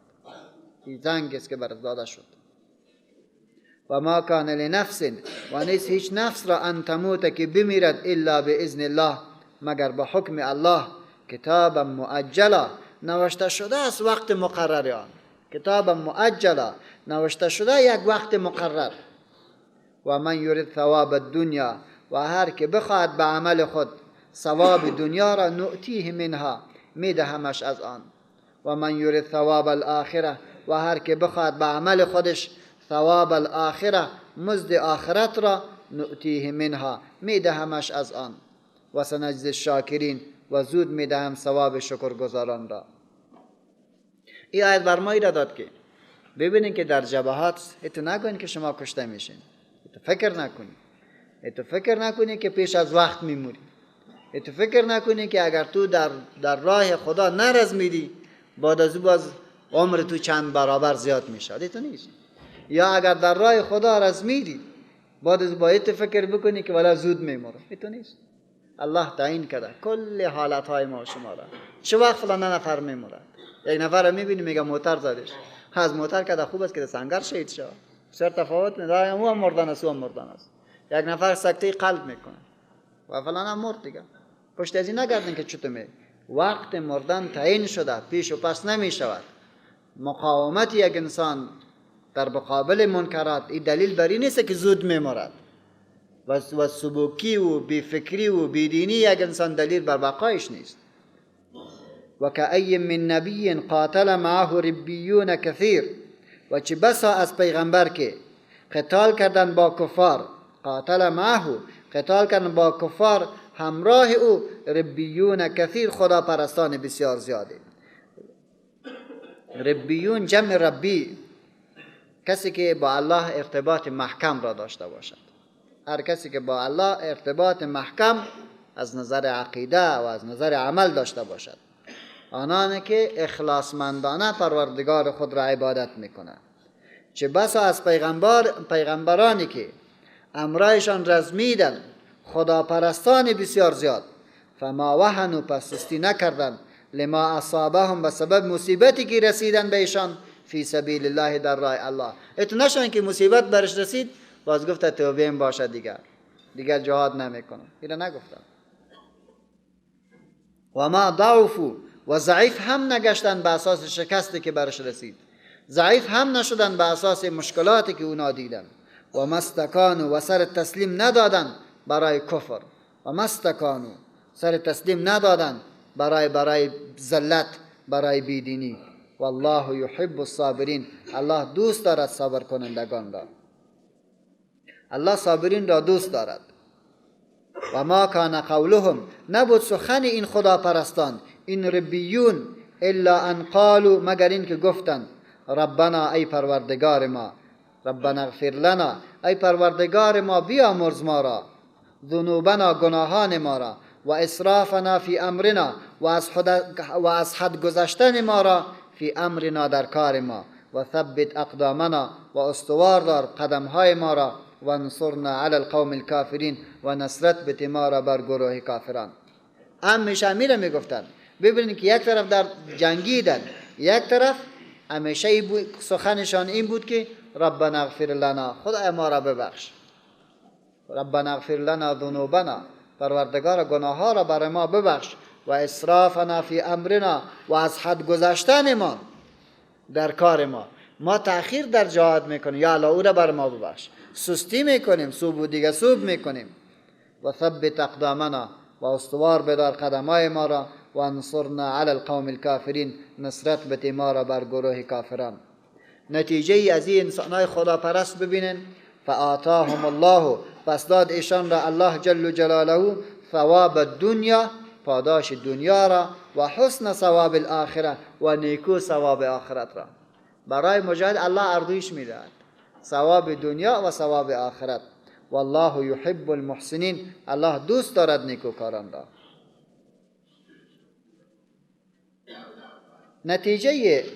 نتیجه از این آیاتی که از 130 تا به 148 ما بخوانیم، اول حرمت اکل ربا و سودخوری و لزوم ترس از الله جل جلاله و تعجیل به توبه جهت اخذ نعمتهای وسیع که الله جل جلاله در جنت برای یک مسلمان آماده ساخته است. فضیلت گذشت و عفو از مردم و لزوم استغفار، زیرا در آیات متبرکه قرآن کریم بر ما این داده شده که اگر چنین صفات را در خود جای بتین، در حقیقت به راه خوب رفتین و در حقیقت پند خوبی را گرفتین و بیان شافی برای شما در این داستان ها بود. تمام مشکلات مادی و معنوی که به انسان ها با او روبرو می شود، در حقیقت اساسش، بیخش و سببش معصیت و نافرمانی از خدا و پیغمبرش است. نکته دومی که تقریر رسالت رسول الله صلی الله علیه و سلم و ثبوت رسالت رسول الله صلی الله علیه و سلم در اینجا تسجیل یافت، و این رقم تسجیل یافت که پیغمبر کار خود را پورا کرد، مسئولیت را عالی در ذمه ما و تو گذاشته است. دیگه پیغمبری نمی آید، کار پیغمبرا را ما و تو باید بکنیم. کار پیغمبرا چی بود؟ دعوت به سوی دین، دفاع از دین و تطبیق دین. این کار پیغمبرا بود. دیگه پیغمبر نمیاد، این کار کی میکند؟ این کار غیر از ما و تو دیگه کس نمیکند. هیچ کس نمیتونه خود از جا فریب برد که والا صاحب ما خواهی تو کار داریم، ما خواهی تو کار داریم. نه، کار پیغمبران فعلا امتش باید بکند. الله مسلمانان را ابتلا میکند، هم به ثوابش که کار خوبی برد، همگی برد آماده میشد. یگان باش به شکست ها الله چی میکند؟ بنده هایش را امتحان میکند و نتیجه از او معلومه تا راستگو از دروغگو جدا شود. مهم نکته ای که ترغیب میدهد ما را برای صلحا، با الگو گرفتن از صحابه، با الگو گرفتن از رسول الله صلی الله علیه و سلم. اونا آرام ننشستن، ما هم باید آرام ننشیم. اونا حاکمیت دین خاص ما باید بخوایم. اونا به گوشه گوشه دنیا دین رساندن، شما هم باید برسانید. و اهمیت دعا در رفع شدائد و مشکلات. مشکل سرت آمد، صحابه که برش قرآن نشان داد، اما تو دعا میکردن. شما هم دعا بکنید و ایرا بگن اللهم اغفر لنا ذنوبنا و اسرافنا فی امرنا و ثبت اقدامنا و انصرنا علی القوم الکافرین. اگر هر قدر دعا کردیم، الله خوبی دنیا و آخرت به ما میده. با الله ارتباط خوب داشته باشین، عزت دنیا و آخرت از شماست. یا ایها الذین آمنوا، ای مؤمنان، ان تطیعوا الذین کفروا، اگر فرمان برید از آنانی که کفر اختیار کردن، تو فرمان از اونا بگیری، یردوکم علی اعقابکم، بازگرداند شما را با پاشنه‌های پایتان، فتنقلبوا خاسرین، پس بگردید مردمای تاوانی و زیانکار. اگر اطاعت را از کافر کردی، فرمان را از کافر گرفتی، بفهم که زیانکار است. بفهم که زیانکار است. چرا؟ چی ضرورت داری؟ تو باید فرمان بدی، او باید بپذیرد. و سرشپه کار شروع کردی. بل الله مولاکم، بلکه الله کارساز شماست. و هو خیر الناصرین، و او بهترین مددگاران است. الله کارساز شماست و او بهترین مددگاران است. سنلقی فی قلوب الذین کفروا الرعب، اکنون به اساس از این استقامتت، به این پایداریت، زود است که بیاندازیم فی قلوب الذین کفروا، در دلهای کفار، الرعب ترس را، بما اشرکوا بالله، به سبب شرکی که با الله جل جلاله آوردن. ایتو شرکی که ما لم ینزل به سلطانا، چیزی را فرود نیاورده الله جل جلاله با حجت بودن آن، با دلیل بودن آن. با الله شرک را قائل میشن در حالی که الله هیچ نوع دلیل را بر آن نفرستاده است. و مأواهم النار، و جایگاهشان آتش است، و بئس مثوى الظالمین، و بد اقامتگاه است برای ستمگاران، امی دوزخ. رسول الله صلی الله علیه و سلم میفرماید که به ما چند چیز داده شده است. از جملهش میگه که دشمن از پیشم یک ماه را دورتر از پیشم میترسد. رسول الله و مسلمان ها ایجا باشد، یک ماه که فاصله سفر بکنی، اگر در اوجا برسی، در اموجا هم دشمن از تو میترسد. الله ایقا ذلیلش میکنه. همیشه ترس در دل کافر است، ولو که همه چیز داشته باشه، همه نیرو داشته باشه. ما یک روز به یک وفد آمریکایی بود، آمده بود، بر ما گفت چی میگی در رابطه با صلح؟ ما گفتم دین ما دین صلح است، دینی که ما با او گرویدیم دین صلح است. و جالب خویی است که گفتم یک کسی بود، یک مطلب قبلا ما میخواندیم، حال ما حالی تطبیقش کردم. مردی بود که خانهش دزدی شده بود. وقتی که خیست که خانهش دزدی شده، خیست گفت که حالا دزده بگیرین. ایره که آواز بلند کرد، دزدم چالاکی کرد، او هم گفت دزده بگیرین. دزدم میگفت دزده بگیرین و صاحب خانه بیچاره هم میگفت که دزده بگیرین. ما گفتم جنگ خود شما شروع کردین، خب الحمدلله که ولی شما گپ صلح میزنید. جنگ خود شما در این دنیا در دارین، این دنیا را خود شما بدبخت ساختین، و حالی شما میگین که صلح. اگر هر وقتی که شما صلح را بگوین، اسلام دین صلح است و صلح خیر، صلح بهتر است. ولی صلحی که در او ذلت بوده باشد، مسلمان او را نمیپذیرد. این را یقین داشته باش. یک چند کوتاه و بوتاه اگر بپذیرد، و مؤمن نمیپذیرش. این را باور بی داشته باش. سوم نکته عرض میکنم، دل ما گفتم بسیار سری هم امریکایای مظلوم میسوزد از دست سیاستمدارای ظالمشان. ببینین که چقدر بدبختی را برشان بار آورده. امروز آمریکایی در کل دنیا مسئول نیست، نه در خود آمریکا و نه در هیچ نقطه از زمین، در حالی که مسئولیت دولتی است که برای مردمش امن بدهد، در حالی که شما امن برش ندادین، بلکه شما ناامنی را برای ملتتان آوردین. دوم، مسئولیت یک حکومت ای است که برای مردمش اقتصاد و رفاه بدهد، و شما به این جنگی که علیه اسلام شروع کردین کمرتان شکستاندین، این ملتتان بدبخت ساختین، تا گلو قرضش دادین. این یقین داشته باشین. و سومی که هر ملت و هر حکومت و سیاستمدار مسئولیت دارد که برای مردمش عزت بدهد. شما به این جنجالی که شروع کردین ذلیل‌ترین مردم هستین در روی زمین. هیچ انسان من حیث انسان شما را اهمیت قائل نیست. تمام مردم کافر، مسلمان، یهودی، هندو از پیش پرسان بکن، میگه گروه وحشی هستند. اینا معیارا را در نظر نمیگیرند. پس ببینید ذلیل هم هستین. و با تاسف گفتم که این نقطه برات میگم و یک واقعیتی است. ولی تو باید ببینید. بنان از جنگ دست بردارید. بگذارین که مردم به سرنوشت خود عمل بکنن. تمام رو جنجال ایجاد میکنه و تمام رو جنجال کرده. این کار نکنین. باور بکنم تا ایران من باز گفت تشکر که بسیار صاف برام گپ زدی. گفتم مصوم تشکر خدا کنه که گپ درست بگیری. یک واقعیتی است.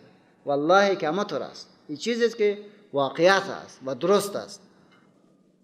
الله میگه که ببینین که سنلقی فی قلوب الذین کفروا الرعب، اکنون به اساس و استقامت تو می اندازیم در دلهای کافران الرعب ترس را بما اشرکوا بالله به سبب شرکی که با الله آوردن ما لم ینزل به سلطانا که الله نازل نکرد با آن هیچ دلیل حجت را و مأواهم النار و جایگاهشان هم آتش است و بئس مثوى الظالمین و بد اقامتگاه از دوزخ برای ستمگاران. ولقد صدقكم الله وعده الله راست کرد در حق شما ای مسلمانان وعده خود را استحسونهم باذنه وقتی که میکشید کفار را به حکم الله جل جلاله. تحسون در اصل از حس گرفته شده اما جاهای رگایش که به شمشیر قطع میکردی الله در اوجا خوب شما را تسلط بر آنها داد. حتی اذا فشلتم تا ای که سستی و بزدلی کردید و تنازعتم فی الامر و سستی کردید در کار دین که امان اطاعت از پیغمبر بود و عصیتم و نافرمانی کردید من بعد ما اراکم ما تحبون بعد از آن که نمودار شد برای آنچه که شما میخواستید. منکم بعضی از شما من کسی بود که یرید الدنیا میخواست مال دنیا و عزت دنیا را و منکم من یرید الاخره و بعضی از شما کسایی بودن که ثواب آخرت را کار داشت.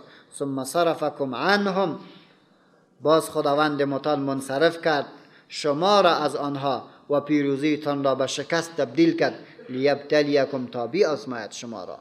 ولقد عفا عنکم و الله درگذشت از شما والله ذو الفضل علی المؤمنین الله صاحب فضل بزرگ است بر مؤمنان. در این آیت ببین خلاصه نتیجه گیری میکند چرا خداوند متعال ولقد صدقكم الله وعده الله وعده خود را پورا کرد در حق شما. اما تو که او آیت قبلی را بخوانیم که 3000 ملائکه باز 5000 ملائکه ایره الله برای شما فرستاده بود. استحسونهم باذنه وقتی که میکشتید به حکم او. وقتی که جنگ احد شروع شد ابتداء کی کامیاب شد؟ مسلمان‌ها کامیاب شد. و حتی اذا فشلتم تا ای که سست شدید کمزور شدید سستی کردید. چی رقم سستی کردید؟ و تنازعتم فی الامر در کار شما مشکلات را ایجاد کردید منازعه و اختلاف کردید. یک تعدادی گفتن که پایین میشیم تعداد دیگه گفتن که نه پایین نشین که پیامبر به ما گفت اگر ما کامیاب شدیم و یا شکست خوردیم شما این نقطه را اعلان نمیکنید. دیگه گفت خود درست بود که اما تو گفت خالی خود جنگ خلاص شد اون مشرکین فرار کردن دیگه بیان که پایین شویم.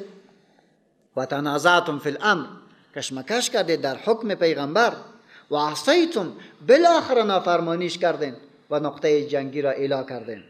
من بعد ما اراکم ما تحبون بعد از آن که نمودار شد برای آنچه که شما او را میخواستید دیدی که والا مال غنیمت شد دیگه کفار کشته شد دیگه بیاین که بریم سرش. منکم من یرید الدنیا کسی بود از شما که اراده امی غنیمت ها را داشت و رفت به طرفش. و منکم من یرید الاخره و کسی بود از شما که اراده آخرت داشت از سنگر پایین نشد و با تمام قوتش در موجا قائم ماند. ثم صرفکم عنهم آنقدر شکست دقیقی بود برای مسلمانان که میتونست کفار دیگه هم پیش بیاید. الله جل جلاله با لطف کرم خودش ثم صرفکم عنهم باز الله جل جلاله منصرف کرد شما را از آنها و پیروزی قطعی که در ابتدا بود او را الله با شکست برای شما تبدیل کرد. چرا؟ لیبتلیکم تا که شما را بیازماید. ولقد عفا عنکم و الله درگذشت از شما و الله صاحب فضل بزرگ است بس مسلمانان. استصعدون وقتی که بالا شده دور می گریختید. تصعدون از ماده صاد به معنای راه رفتن به طرف بالا هست. زیرا اصحابه وقتی که فرار کردن به طرف کوه پناه بردن. ولا تلوون علی احد و هیچ یکیتان را هم با پشت سر متوجه نبودن با پشت خود هم نگاه نمی کردین. و الرسول یدعوکم و پیغمبر می خواند شما را فی اخراکم در جماعتی که پشت سر شماست. فاصابکم غما بغم پس جزا داد الله شما را غم بر بالای غم. یک غم خود شکست بود غم دوم برتان داده شد که شیطان گفت که الا ان محمد قد قتل آگاه باشین که محمد هم کشته شد. یک غم دیگه بر بالای شما آمد. چرا این دوم غم شد؟ چرا خداوند متعال چونین آوازی از شیطان خارج شد و او را سلطه داد که آواز را پخش بکند؟ لکی لا تحزنوا علی ما فاتکم تا غمگین نشوید با آنچه که از دستشان دادید. غم ها متفاوت است. از این خاطر رسول الله صلی الله علیه و سلم میفرمایند که هرگاه مصیبتی به یک شما رسید باز بگین که خدایا خوب است که از این بزرگتر به ما ندادی. حضرت عمر رضی الله عنه میفرماید هرگاه مصیبتی به شما داد فوراً بگو که پروردگار شکر که از او بالاتر ندادی. یک شکست خوردم، در بابین شکست دیگه آواز داده شد که محمد صلی الله علیه و سلم کشته شد. این آواز از شکست که خطرناکتر بود. هرگاه دروغ برآمد این آوازه دوم، این شکست برای شما در حقیقت پس کامیابی به تبدیل شد. از این خاطر الله میگه که فاثابکم غما بغم، پس جزا داد شما را غم بر بالای غم. چرا؟ لکی لا تحزنوا، تا غمگین نشوید، علی ما فاتکم، آنچه که از دست دادید، ولا ما اصابکم، با او زخم هایی که به شما رسیده است. لکی لا لام زائد است، کی تحزنوا، والله خبیر بما تعملون، الله خبیر است با آنچه که میکنید. هر آنچه که میگه الله چی است؟ با او خبیر است و با او علم دارد. ثم انزل علیکم من بعد الغم، بعد نازل کرد بر بالای شما من بعد الغم، بعد از غم، امانتا ایمنیه، نعاسا پینگی بود، یغشا طائفتا منکم، در پیچید گروهی از شما، در پیچید گروهی را از شما، و طائفتون قد اهمتهم انفسهم، و گروه دیگری بود که در اندیشه انداخته بود نجات جانهایشان را، نجات نفسهایشان را در فکرشان بود. ولی چی کنیم؟ بریم که کسی ائتلاف بکنیم، بریم به کسی خود تسلیم بکنیم؟ در این فکر بود. گروه دیگر را الله در مابین جنگ به خواب بردش. قد اهمتهم انفسهم، در اندیشه انداخته بود نجات نفسهایشان. یظنون بالله، گمان میکردن به الله جل جلاله غیر الحق، گمان ناحق، ظن الجاهلیه، زن جاهلیت، زن امو بدبختی کفر. در فکر ازی شاید رسیده باشه که حالا چی کنیم؟ پس اسلام ترک بکنیم، با کنونه که پناه ببریم، با کافر در زیر چتر ازو زندگی بکنیم.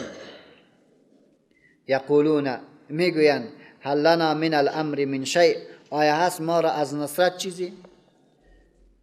هنگامی که عبدالله ابن ابی سلول از شکست خبر شد که مسلمان ها شکست خوردن، دیگه در فکر ازی رفته بود که حالی کتکی ائتلاف بکند، کتکی نظام جور بکند. وقت نقشه ها را کشیدن.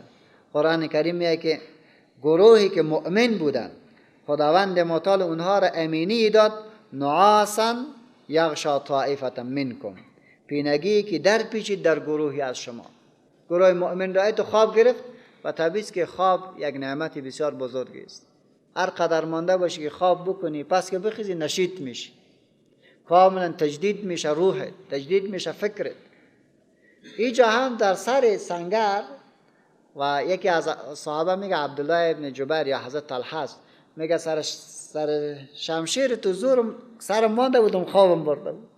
شمشیر در زمین زده بود و بر بالای شمشیر خوابش برده بود. الله ایچی میکند؟ در اوت یک حالت کسی را خواب میبرد؟ نه. ولی چرا چنین شد؟ تا تجدید بکنن روحشان به الله. گروه دیگری که منافق بودن، اونا وقتی که در مدینه منوره بر خود پلان ساختن که ولی با کدام طرف بریم و چی کاری بکنیم. یقولون، میگوین هل لنا من الامر من شیء، آیا است ما را از نصرت چیزی؟ کدام نصرت این بر ما خواد بوده باشد؟ قل بگو ان الامر كله لله، بگو همه کارها از جملهش نصرت از آن الله هست. نصرت و پیروزی از آن الله هست همیشه. یخفون فی انفسهم، میپوشند در سینه های خود، ما لا یبدون لک، آنچه را که آشکار نمیکنند برای تو. شکست احد، عبدالله ابن ابی سلول میگفت که اگر گپ برای ما می بود ما توضیح داده بودیم که در داخل مدینه می جنگیم. گپ ما را که نپذیرفتین ما هم امرای شما نرفتیم. در ظاهر این را پیشکش کرد. بناهن اگر گپ ما می شد امیر رقم نمی شد. یک قضیه را پیش می کرد. دوم قضیه اصلا یخفون فی انفسهم ما لا یبدون لک، در سینه هایشان پت می کردن آنچه را که ظاهر نمی کردن برای تو. چرا؟ ایران به خاطر ازی که اصل خوبی بود که کاش که از بین می رفتی، کاش که مشکل حل می شد. همین رقم می گفتن. یقولون، میگوین لو کان لنا، اگر می بود برای ما من الامر از اختیار شیء، اون چیزی ما قتلنا ها هنا، اینجا کشته نمی شدیم. یک نفر از دست نمیدادیم. ایره همیشه آواز کرد گپ ما را کسی نمیپذیرد و قال مقال کده و قال مقال کده ای گپ ها را داده رفت. قل بگو ای پیغمبر لو کنتم فی بیوتکم، اگر می بودید در خانه هایتان، لبرز الذین کتب علیهم القتل، هر آن بیرون می آمد کسانی که مقدر شده بر ایشان القتل کشته شدن، الی مضاجعهم، به سوی کشتگان خود، الی مضاجعهم، به سوی کشتارگاه هایی که اگرچه در خانهشان بود اموجه برش می رسید. لبرز الذین، هر آن بیرون می آمدند، الذین آنانی که کتب مقدر شده بود علیهم بر ایشان القتل کشته شدن، مضاجعهم، به سوی کشتگاه های خود. امو کس به کشتگاه های خود ولو که در سنگر نبود خامخا برش می آمد. ایتو نمیشد که در خانه تو نجات پیدا بکنی. ولیبتلی الله ما فی صدورکم، این شکست ها به خاطری است که تا خداوند متعال امتحان بکند آنچه که در سینه های شماست. ولیبتلی، تا بیرون بکند خداوند متعال آنچه که در سینه های شماست از نفاق. ولیمحص ما فی قلوبکم، تا خالص کردن الله جل جلاله آنچه که در دلهای شماست از ایمان. این شکست ها و پیروزی امیر نتیجه میدهد. منافق را از انسانهای صالح دور میکند. والله علیم بذات الصدور، الله داناست با آنچه که در سینه هاست. ان الذين تولوا منکم، هر آنانی که رو گردانیدند منکم از شما، یوم التقى الجمعان، در روزی که روبرو شدند دو گروه، کافر و مسلمان. انما استزلهم الشیطان، جزی نیست که لغزانید ایشان را شیطان، به بعد ما کسبوا، به شومی بعضی از اعمالی که کردند. آنانی که رو گردانیدن منکم از شما، یوم التقى الجمعان، در روزی که دو گروه با هم روبرو شدند. انما جزی نیست که استزلهم الشیطان، لغزانید ایشان را شیطان، به بعد ما کسبوا، و شومی بعضی از گناهی از اعمالی که کردند. ولقد عفا الله عنهم، والله درگذشت ایشان. یک تعدادی از مسلمانان که عقب رفتن در قاط مردمای منافق خیال میکنن که گپی راست است، اونا هم رفتن، الله از اونها درگذشت. ولی آنانی که اصلا شکست دادن بودن و صفوف را شکستاندن، اون منافقا در فکر ازیستن که چطور پیغمبر از بین برود، چطور دین از بین برود.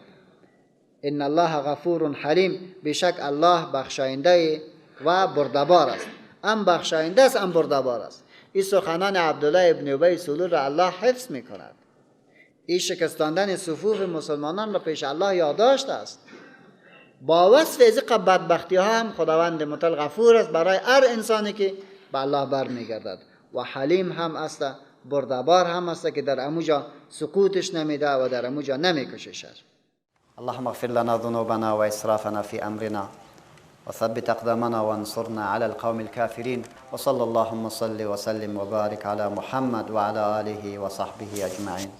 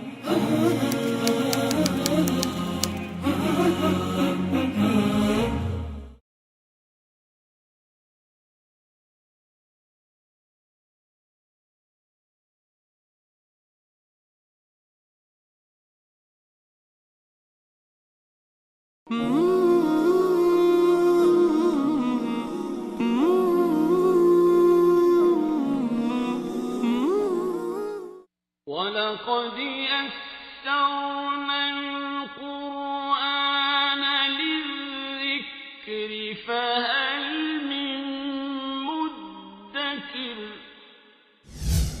و به راستی که قرآن را برای پند گرفتن آسان نمودیم، پس آیا پند پذیری هست؟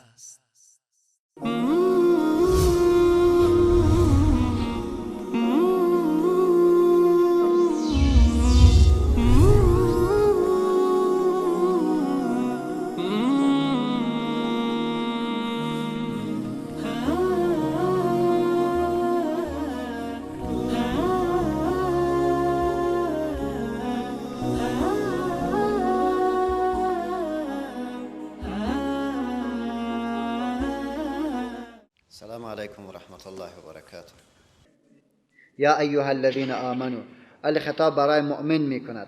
لا تکونوا مشوید کالذین، مانند آنانی که کفروا کافر شدند و قالوا گفتند لاخوانهم در حق برادران خود، اذا ضربوا فی الارض، وقتی که سفر کنند در زمین، او کانوا غزا، یا باشند غازیان در راه خدا باشد، لو کانوا عندنا، اگر می بودن نزد ما ماتوا و ما قتلوا، نمی مردن و نه هم کشته می شدن.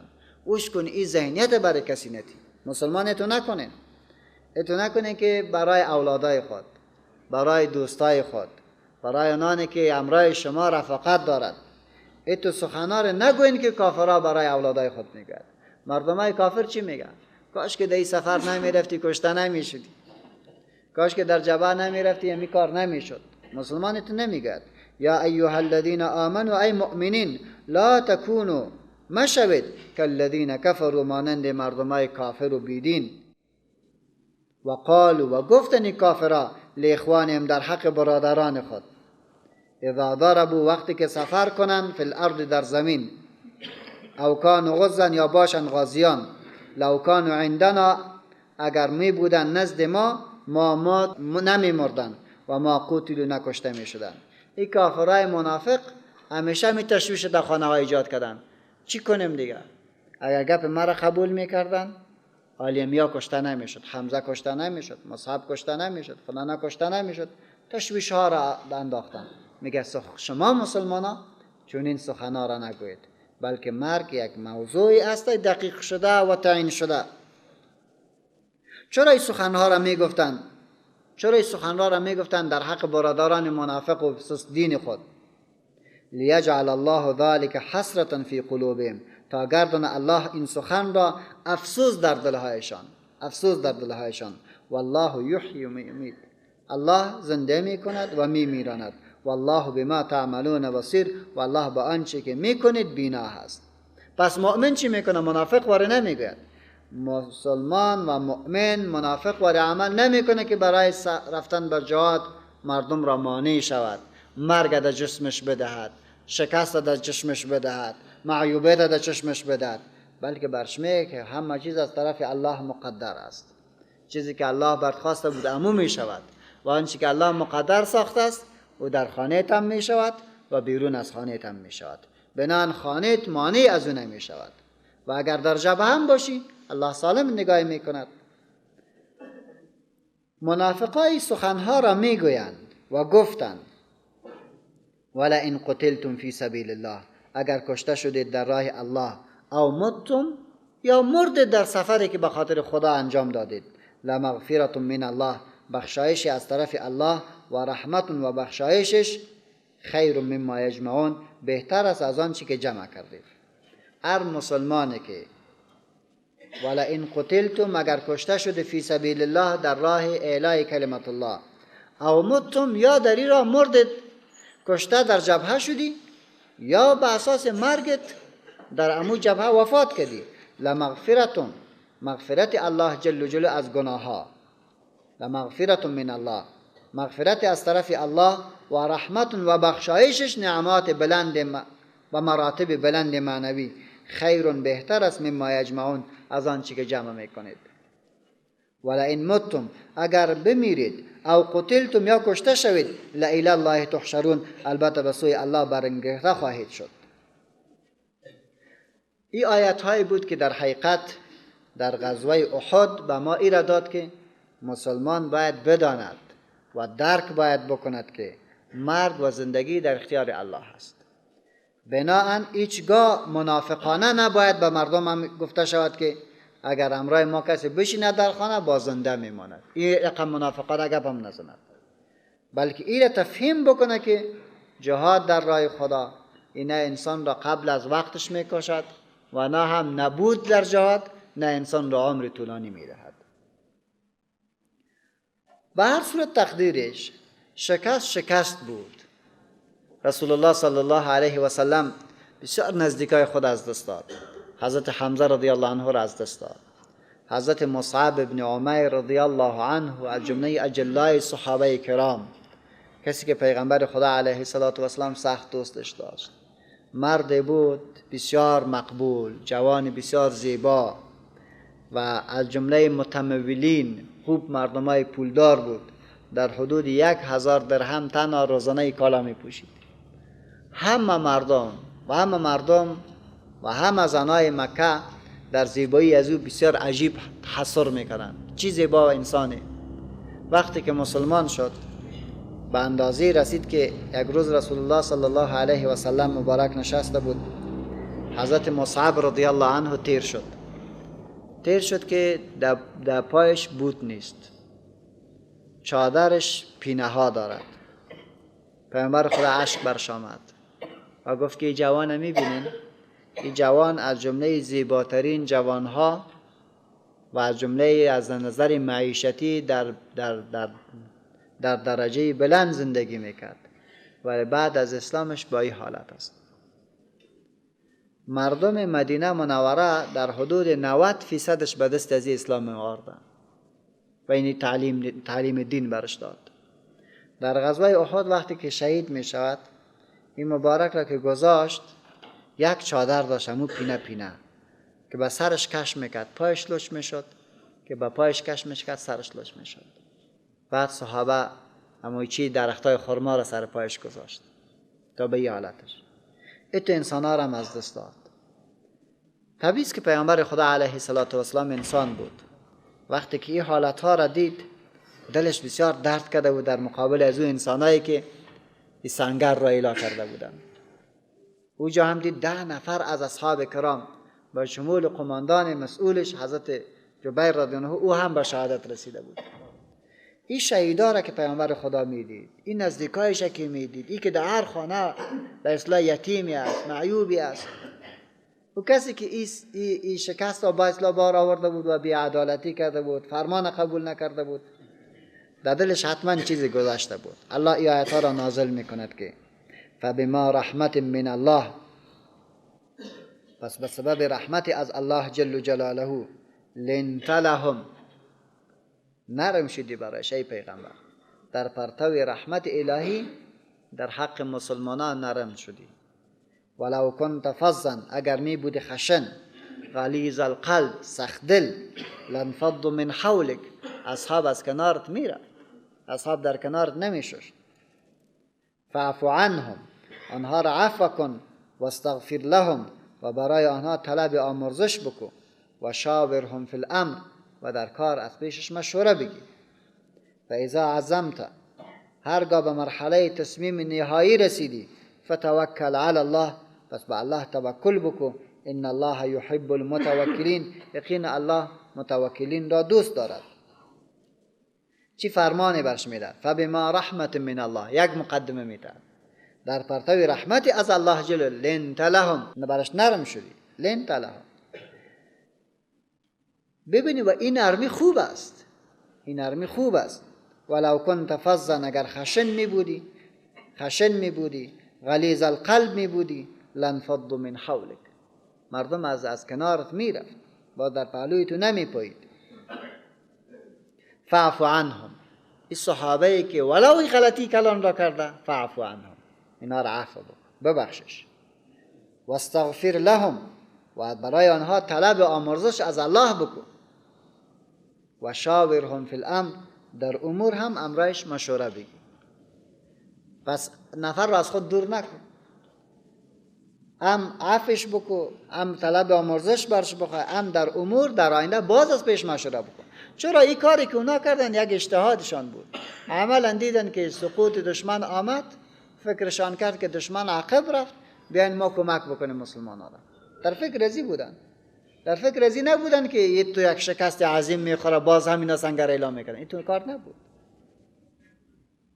فاز در لغت به معنای کسی که سخنانش تند و خشن است، و غلیظ القلب به معنای سنگدل که انعطاف را از خود نشان نمیدهد.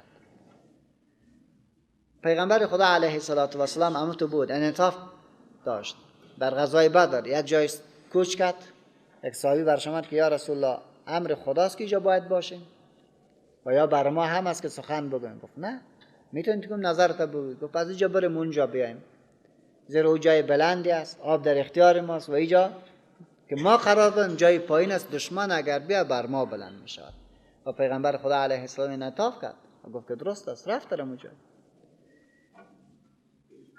مراد از امر و شاورهم فی الامر، در کار از پیشان مشوره بگی. در رابطه به امر، در اجرای تطبیق شریعت خدا از اصحاب چی بگی؟ مشوره بگی، نه در تشریع. این تفاوت میکنه. این گپ بسیار دقیق است. پیغمبر علیه السلام در دادن حکم کسی مشوره نمیکرد. احکام کی صادر میکرد؟ الله جل جلاله. خود در تطبیق احکام مشاوره میکرد. و شاورهم فی الامر، در تطبیق شریعت چی بکن؟ امرای صحابه مشوره بکن. و این گپ بسیار زیباست. مشوره ها اصل است و در اسلام چند نکته است.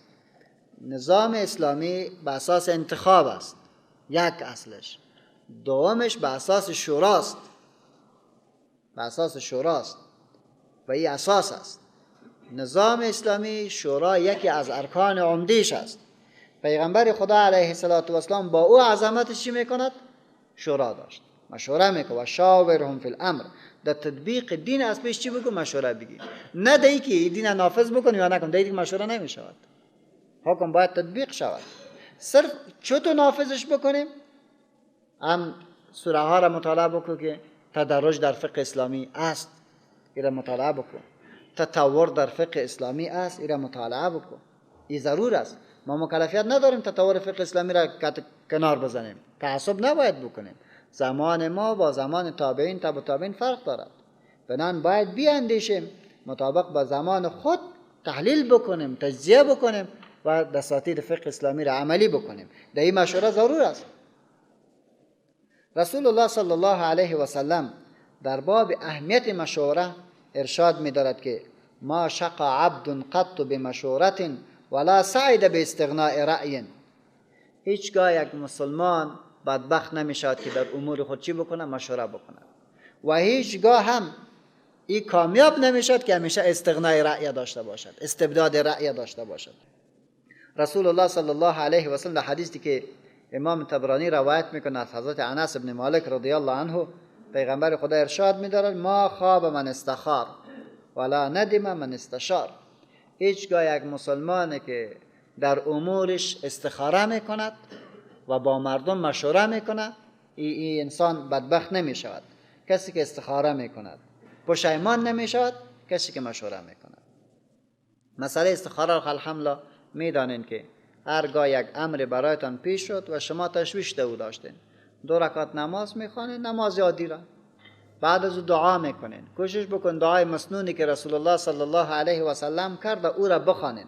اللهم انی استخیرک بعلمک و استقدرک بقدرتک، و تا آخری را بخوانین و بگو پروردگار اللهم ان کان هذا الامر، در دلت بگردان این میکار اگر خیر است برای دنیای ما و آخرت ما، پس مرا کمک بکن در این باب، مرا کامیاب بگردان در این کار. و اگر شر است در امر دین و دنیایم، پروردگار مرا از اون منصرف بگردان. و رسول الله صلی الله علیه و سلم دعای استخاره را برای صحابه ایتو تعلیم میداد، مثل که یک آیه از قرآن کریم است. این را باید هر کدام ما حفظ بکنیم و این را باید بخوانیم. هرگاه استخاره کردیم پیغمبر ما خواب من استخار. به اصلا بدبخت نمی شود کسی که استخاره میکنه. باز استخاره که کردی ایتو نیست که بعضی مردم از جان خود کشیدن. بعضی مردم از جان خود کارا را میکشن. میگه هر کسی که استخاره که کردی باز خواب میبینی. خواب سوز چی است، خواب سیاه چی است، خواب فلانه چی است. این در حدیث نیامده که خواب ببین. در حدیث آمده که تو 2 رکعت نماز بخوان، باز خواب بکو، خدا کنه که هیچ خواب نبینی، خدا کنه که هر قدر خواب دیدی، فقط صبح فیصله بکن میکنم نمیکنم. اگر کردی هم خیرت است، اگر نکردیم خیرت است. یعنی هر کاری که صبح تو کرده بدون خواب اصلا در نظر نگی. خواب در حدیث نیامده. خواب بر ما پیغمبر نگه که خواب دیدی تو بگو، خواب دیدی تو بگو. پیغمبر به ما گفته 2 رکعت نماز بخوان، دعای استخاره بخوان. بعد هر تصمیمی که گرفتی همون صحیح است. حتی یک تعداد از علما میگه خوابش اصلا نیست، اصلا خواب نیست. 2 رکعت نماز بخوان، دعا بکو، در اخیر فیصله بکن، بخی فیصله بکن. امی استخاره است. بعد از 2 رکعت نماز و خواندن از این دعا، هر تصمیمی که تو میگیری الله امو تصمیم با او راضی است. الله هم زبانت و فکرت هم جور میکنه. ضرورت به خواب اصلا نیست. اگر بالفرض خواب کردی، در حقیقت یک وسیله تشویقی خواهد برایت بود، یک اطمینان برای خواب بود. مشوره خو اصل است. پیغمبر مشوره کرده و داستانهای رسول الله صلی الله علیه و سلم از مشوره پر است. در بدر مشوره کرد، در احد مشوره کرد، در تبوک مشوره کرد، در نظام فامیلی خودش مشوره میکرد و تشویق به مشوره کرده. ولی با کی مشوره میکنیم؟ مشوره با کی؟ اول اصحاب مشاور نباید اشخاص بخیل باشد. هیچگاه با بخیل مشوره نکنید، زیرا او کل فکرش همه قصد که پولش مصرف نشود. وقتی با بخیل مشوره که در حقیقت خوب مشوره را برای تو نمیده. که بخیل مشوره نکن. دوم که ترسو و جبون مشوره نکنی. انسانای جبون و ترسو همیشه منفیگرا هستند. به عوضی که بحث مثبت را در نظر بگیره، منفی را در نظر میگیره. تو یک قلم داری، او را که میخری تو میکنه این رنگش کم است، از بالا حساب میکنه. یه رنگی که در پایین است در حساب در نظر نمیگیرد. با جبون مشوره نکنین که شما را خوب مشوره نمیدهد. سوم با حریص مشوره نکنید.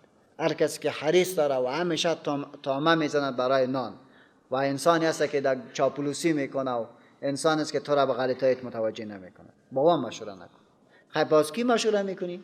با یک عالم و دانشمند، با یک فقیه، با یک خدا ترس، با انسان شجاع، با انسانی که غنی است و دست باز دارد، با انسانی که جبون نیست، با انسانی که در تمام موضوع امانتکار است. با اون پیشی کو مشوره بکن.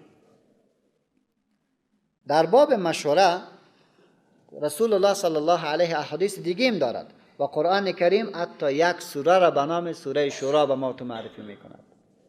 میگه و امرهم شورا بینهم. از مواصفات اجتماع اسلامی چی هستن؟ یکی هم کار کردنشان است به اساس شورا، پیش بردن امورشان است به اساس شورا. خب این شورا را که و شاورهم فی الامر، در کل امور امرایش مشوره بکن در تطبیق شریعت. فاذا عزمت، هرگاه به مرحله نهایی و تصمیم رسیدی، فتوکل علی الله، باز به الله اعتماد بکن. باز به الله اعتماد بکن. ان الله یحب المتوکلین، یقین الله دوست دارد متوکلین را. هر کسی توکل کرده الله اونا را دوست دارد. با اساس از این ما این نکته را دریافتیم که من حیث مسلمان وقتی که مشوره لازمی شد، این مشوره در خانه هم شروع، در فامیل مشوره بکن. ولو که بسیار چیز کوچک را میخری استبداد رأی نکن، این ناروا هست. حتی یک جور کالا را میاری امور به اشخاص مشوره بیار، در خیر است. در بیرون در مسجد هم شورا بکن، در نظام هم شورا بکن. این اساس است. اگر به اساس شورا پیش رفتی خداوند متعال عزت دنیا و آخرت را نصیب میکند. و رسول الله صلی الله علیه و سلم میفرمه که مسلمانا هیچگاه به فسق، به فجور و به گناه اتحاد نمی کند. مشوره که کردی هیچ ناممکن است که به گناه تو را مردم سوق بدهند.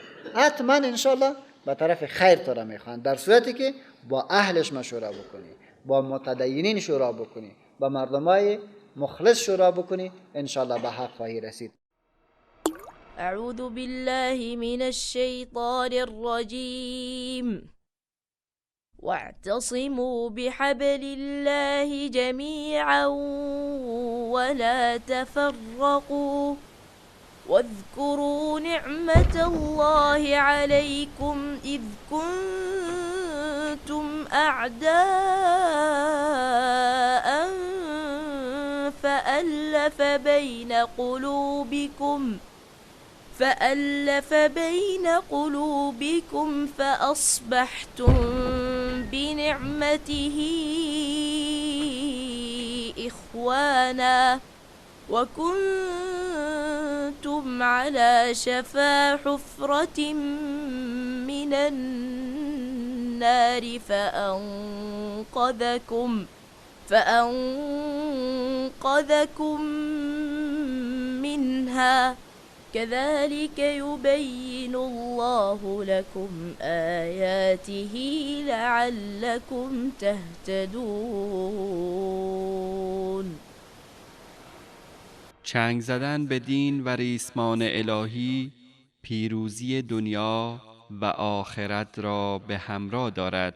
الله جل جلاله در آیات گذشته بعد از اینکه عوامل سقوط و شکست را در لابلای غزوه احد برای ما شما تشریح کرد، برای پیغمبر علیه السلام دستور داده شد که در حقیقت دستور برای تمام بزرگان و کلانای امت اسلامی است که باید نرم دل باشند، از خشونت دست بردارند و تابع شورا شوند. این شورا در دو بعد پیش می رود. یکی شوراست معلم و یک شورا الزامی است. در ادوار گذشته شورا فقط یک وجهه مشورتی برای امیر داشت، یعنی امیر مسلمانان که به اساس رأی مسلمانان و بیعت مسلمانان تعیین شده بود، مشوره میگیرد، ابعاد گسترده موضوع را مورد بحث قرار میدهد و در اخیر برش پیشنهاد میکند. اگر این تو کار شود کار نیک خود. امیر مسلمانان او را میبیند، با طبیعت خودش یکی را انتخاب میکند و انتخاب از امیر است. در اینجا بحث از روی اکثریت و اقلیت، بحث روی از این که کدام کار امیر باید الزامی بکنه نبود. امیر صلاحیت انتخاب داشت و صلاحیت از این را داشت که شورا را قبول بکنه در اون امر و یا شورا را قبول نکنه.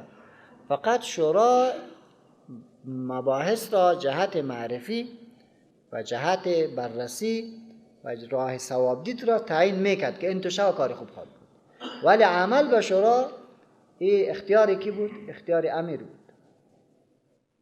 بعد علمای متأخرین در حرکت اسلامی ای را تغییر دادن و میگن که امو تقوا، امو ریاضت، امو تعهد، امو فهم که در امتهای مردمای گذشته اسلامی بود با تأسف که امروز دیده نمی شود، روی این اساس هم در تعیین شورا دقت به خرج میتن و هم شورا را الزامی میدانند. یعنی دو کار میکنند. از یک طرف با تمام قواعد و جزئیات را به کار میبندند که کسی که در شورا میاد باید اهلش باشد و شروط 12 گانه را برای یک نفری که در شورا میاد باید داشته باشد. این اساس است. بعد از اینکه مردمای واقعاً درست و مشاورین صحیح و با فهم در سر کار آمدن، باز امیر حق از این را ندارد که فیصله شورا را بشکناند، بلکه امیر مطابق با فیصله شورا چی باید بکنه؟ عمل بکنه. این چیزی است که انشاءالله فعلا خوب است و نیک است و شورا امروز الزامی است در دعوت، نه مشورتی. فقط شورا میکنه، با قاطعیت اکثریت باید امیر عمل بکنه، نه ای که از جان خود فرامین شورا را بشکناند. نمونه از این که خداوند متعال ما شما را در دنیا آفریده و روزایی که سپری میکنیم، کامیابی و عزت، شکست و قوت، این کلش از طرف الله است. هرگاه با خدا بوده باشیم الله ما شما را چی میکنه؟ همیشه کامیاب میکند. این ینصرکم الله نتیجه توکل را برای ما تو بیان میکند. فاذا عزمت فتوکل علی الله، هرگاه تصمیم نهایی گرفتی ای پیغمبر بعد از مشورت، پس اعتماد به الله بکو، زیرا الله مردمای متوکلین را دوست دارد. نتیجه توکل، نتیجه اعتماد به الله جل جلاله چی می شود؟ این ینصرکم الله، اگر الله شما را کمک بکند، فلا غالب لکم، پس هیچ کس غالب نخواهد بود بر بالای شما، هیچ کس تسلط نخواهد داشت بر شما. اگر الله کمکت بکنه کسی دیگری بر شما غالب نمی شود. و این یخذلکم، و اگر مدد نکند با شما و از وقت خوردتان بکند، شکست برتان بدهد، فمن ذا الذی، پس کیست که ینصرکم مدد دهد شما را من بعده، بعد از الله جل جلاله. اگر الله کامیابتان بکنه بدانین که کسی دیگری سر شما غالب نمی شود. و اگر الله شکست براتان بدهد، اما ذاتی که قدرتی که شما را بعد از شکست کامیابی میدهد کیست؟ طبیعی است که هیچ کسی نیست. فمن ذا الذی، پس کیست آن که ینصرکم، کمک کند شما را، مدد دهد شما را، من بعد از الله جل جلاله. و علی الله فلیتوکل المؤمنون. پس در این صورت تنها و تنها به الله باید اعتماد بکنند مسلمانان، مؤمنین به الله اعتماد بکنند. شورام شد، وسایل هم تثبیت شد، اقدام هم شد، نتیجه را به کی بسپار؟ به الله بسپار. پس توکل چی را میگوید؟ توکل اما حدیثی از رسول الله صلی الله علیه و سلم باید تطبیق شود. مرد داخل مسجد نبوی می شود و شطورش در پیش دروازه مسجد اعلام میکنه. پیامبر خدا برش گفت که شطورش شد که گفت صاحب به الله الهش کردم. عاقلها ثم توکل علی الله. اول بستیش بکن، باز به الله توکل بکن. یعنی معنای توکل چیست؟ استخدام کردن تمام وسایل، تجهیزات و امکانات دست داشته، کلش استعمال کن. نتیجه را به کی بسپار؟ به الله جل جلاله. این که الله با تو چی میکنه او دوم بحث است. و این را بدان که کامیابی و شکست از آن الله است. الله میدهد این ینصرکم فلا غالب لکم و این یخذلکم فمن ذا الذی ینصرکم من بعده و علی الله فلیتوکل المؤمنون. پس باید به الله توکل بکنن مؤمنان. یک تعداد از مسلمانان یگان بعد از چیز موضوع درست آگاهی ندارد، با یک گپ بسیار کوچک او را انلاج میده، کلانش میکنه. یا به تعبیر دیگه تو عرض بکنم، بس اوقات ما شما از یک گپ خبر میشیم بدون از اینکه با او محمل پیدا بکنیم او را کلان کرده میریم، در حالی که این عمل زشت است، این صحیح نیست. یک نفر را میبینین که اعتماد سرش داریم، 10,000 خوبی هایش دیدین، در هر مورد قربانی هایش دیدین. یک مورد به شما کس قصه میکنه والا فلانه جای یک چند رفع همراهش بود نمیفهمم مورد چی کرد، بخیالم که خوردش، واسطه دیگه هر جا برو قصه کرده برو، بخیالم که خوردش، بخیالم که خورد. آنان که دیدی که از او که بیشترتر را خراب نکرده، 1,000 روپیه تو را خب باز نمیخورد، او را حتما کدام جای دقیقتر و خوبتر استفاده کرده باشد. یک شالی بود در غنیمت های بدر، اما گم شد. که گم شد وقتی که حساب میکنی کی گرفت، یک گفت که والا بخن پیغمبر خدا علیه السلام گرفتش.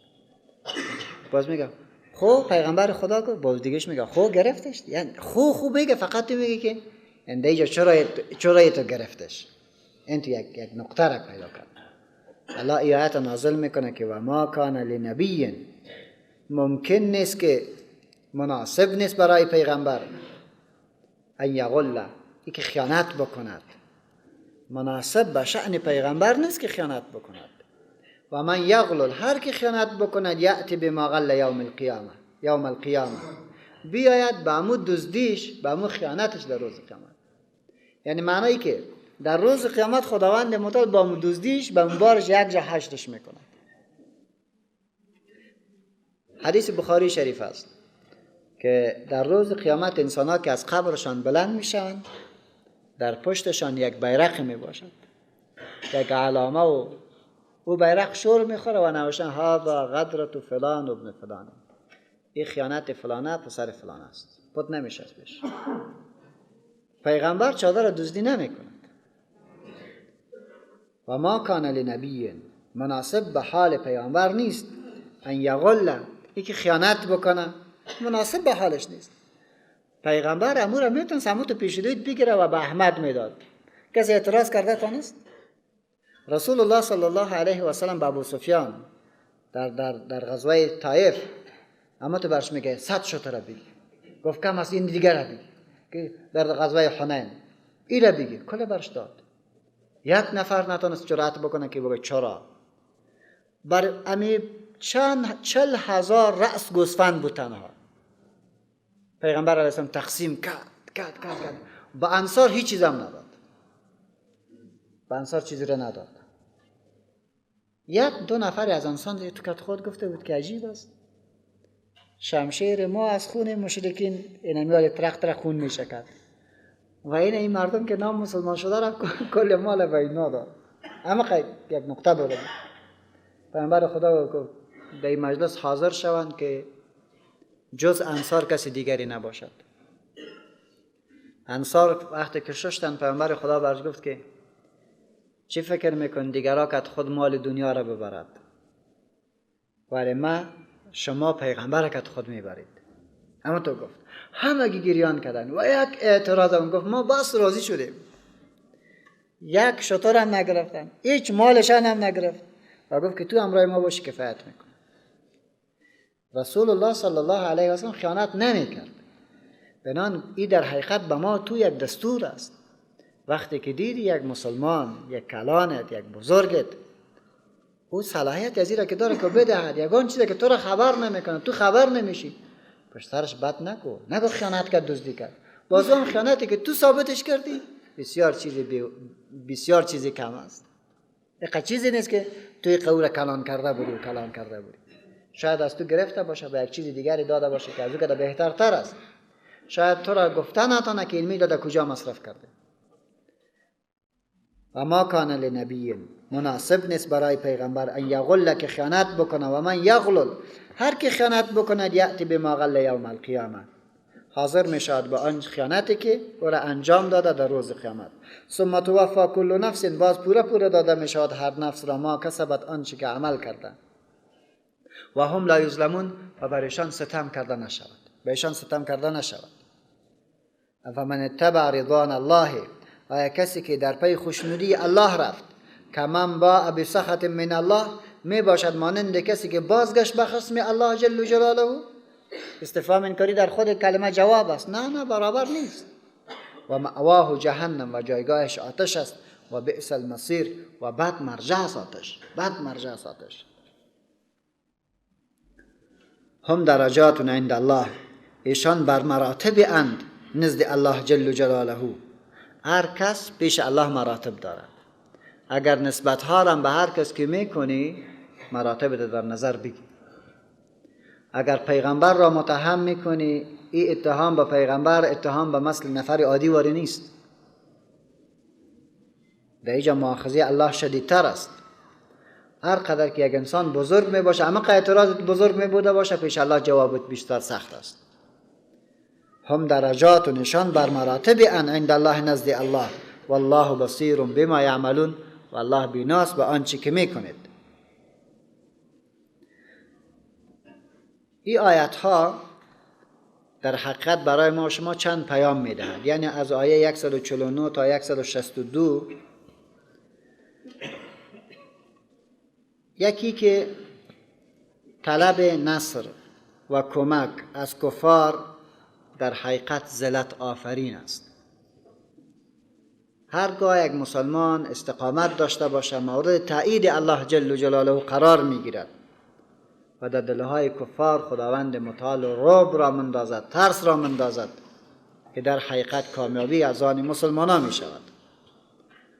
دوم مخالفت از امر قائد و تنازع در صفوف مسلمانان شکست آفرین است و هرگاه مصیبت برای مسلمان می رسد در حقیقت داری فکر بکنه که در کجا فرمان را نقض کرده، در کجا نقشه را غلط تطبیق کرده و هر گناه مصیبت آفرین است. هر گناه مصیبت را بار میارد.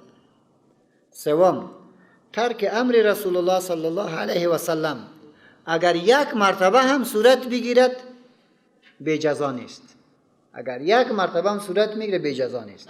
و در احد دیدیم که یک مرتبه صورت گرفت و جزا و مصیبت را بار آورد. اکرام اولیاء الله چهارم موضوعی است که در این آیات ها گفته شد و ای که خداوند متعال بر مؤمنین بر دوستایش انزال سکینه می کند، اطمینان را بر دلشان نازل می کند و دوستای خداوند متعال در روزی که مردم در جنجال می باشد، در تشویش می باشد، اینا را خداوند متعال اطمینان نصیب می کند. و در پهلوی از این برای ما و شما درس داده شد که همه امور وفق قضا و قدر الله جل جلاله به پیش می برد. هیچ امر در این دنیا نیست مگر که به مقدرات الله تعلق دارد. پنجم موضوع اهمیت شهادت در راه الله جل جلاله، که کسایی که در راه خداوند متعال کشته میشن جایگاهی از اونها، بنابراین وقتی که کشته میشد و یتخذ منکم شهدا، الله از میان شما شهدا را انتخاب میکند. بنابراین این مایه تحسر نیست بلکه بشارت است که خداوند متعال برای یک مؤمن میدهد. ششم موضوع اهمیت اخلاق نیکو و روابط درست در بین امیر و در بین رعیت. این حائز اهمیت است و رسول الله صلی الله علیه و سلم با این محبت در میان لشکر خود، در میان امت خود زندگی داشت. در ضمن تقبیح میکنه اعمال و اخلاق رذیلانه را که او چی است؟ متکبر زندگی بکنی، خودفروشی بکنی و در پهلوی از او که دیگران را کوچک بشماری و تحذیر از خیانت ولو که کم بوده باشد. هر کسی که خیانت میکنه در روز قیامت با اون خیانتش حشر میشود، با اون خیانتش حشر میشود و پات نمیشود. پروردگار امانت را نصیب ما شما بکند و الله جل جلاله ما شما را از خیانت و از غلطی در امور و معاملات دور نگاه بکند و محفوظ ما بدارد. اولی الله جل جلاله ارشاد می‌دارد که این موضوع را اتو فکر نکنن که قرآن کریم اینجا دساتیر جنگ به ما شما داد، دساتیر مبارزه را به ما تو داد. چرا خداوند متعال از صلح گپ نزد؟ یک تعدادی کاری میگوید. چرا خداوند متعال بر ما شما همیشه همین موضوع جهاد جهاد جهاد چرا میگوید؟ چرا بر ما میگه که همیشه دین باید تطبیق بکنی؟ بزرگترین احسان خدا بر بالای توست که تو مشرک نشدی، کافر نشدی. ای که کافر نیستی، نمیالی در پیش قرآن ششتی. ای در حقیقت سپاس بگو او صحابی که در شهدای صالحین مدفون است. سپاس بگو کسی که شاید شمشیره برش میگوی. او خون خدا داد، آل موت اینجا مسلمان است. چی فکر میکنی که اگر اونها اینجا نمی آمدن، جهاد نمی کردن، تلاش نمی کردن، خون نمی دادن، آل موت مسلمان می بودیم؟ باور بکنی مشکل است. جواب واضح است. پس عین قاعده است لقد من الله علی المؤمنین، و تحقیق احسان کرد الله جل جلاله علی المؤمنین بر مؤمنان، اذ بعث فیهم رسولا، آن که مبعوث کرد در میانشان پیغمبری را، من انفسهم، از خانواده خودشان، از نسل خودشان، یتلو علیهم، میخواند برشان آیات الله را، و یزکیهم، و پاکشان می‌سازد الله از شرک و خرافات، و یعلمهم الکتاب و الحکمه، و تعلیمشان میدهد الکتاب قرآن و الحکمت، سخنان زیبایی که تفسیر قرآن کریم است. الله احسان کرده بر مؤمنین، اذ بعث فیهم رسولا، هنگامی که مبعوث کرد در میانشان پیغمبری را، من انفسهم، از خوبترین ایشان، از نفیسترین ایشان. و رسول الله صلی الله علیه و سلم همتون که خداوند متعال در کل قبایل انسانها بهترین قبیله را انتخاب کرد و در بهترین قبیله بهترین خانه را انتخاب کرد و در بهترین خانه خداوند متعال ما را به دنیا آورده. یقین است. من انفسهم، یتلو میخواند علیهم برشان آیات الله را، و یزکیهم، پاکشان میکند از چی؟ از گناه، پاکشان میکنه از خرافات، پاکشان میکنه از چیزی که نباید به او تعلق بگیرن. و یعلمهم الکتاب، و تعلیمشان میدهد قرآن را، و الحکمت، و سخنان سودمندی که همان احادیث رسول الله صلی الله علیه و سلم است. و این کانوا من قبل لفی ضلال مبین، هر نبودن پیش از نزول قرآن کریم و بعثت رسول الله صلی الله علیه و سلم در گمراهی روشن به سر می بردن. بناهن وقتی که اتو یک چیزی گرانمایه بر شما داده شد، پس در گسترشی از این خود باید تلاش بکنی، در تطبیق از این خود باید تلاش بکنی. اللهم اغفر لنا ذنوبنا وإسرافنا في أمرنا وثبت أقدامنا وانصرنا على القوم الكافرين وصلى اللهم صل وسلم وبارك على محمد وعلى آله وصحبه أجمعين.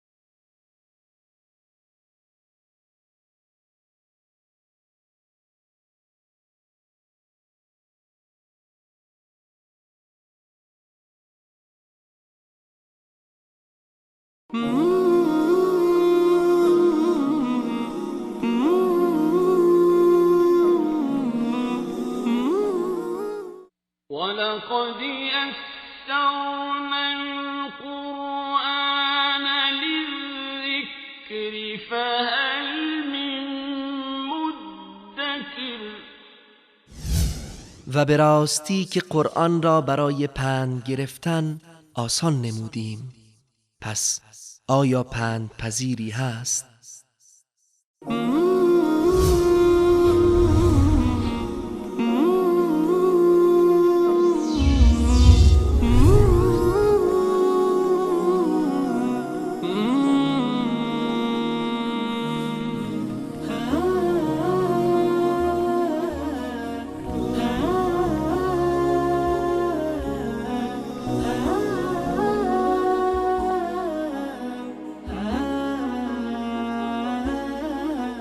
السلام علیکم و رحمت الله و برکاته. اولما اصابتکم، آیا وقتی که رسید به شما مصیبت رنجی قد اصبتم مثلیها، رسانید دو چند آن را برای دشمنتان. آیا وقتی که بر یک تکلیفی رسید در روز احد دو چندش برای دشمن دادی؟ تو 70 نفر اسیر کرده بودی در بدر، 70 نفر را کشته بودی. در روز احد که 70 نفر کشته شد، خب بازم دو دسته بالا داری، او را از یادت رفت.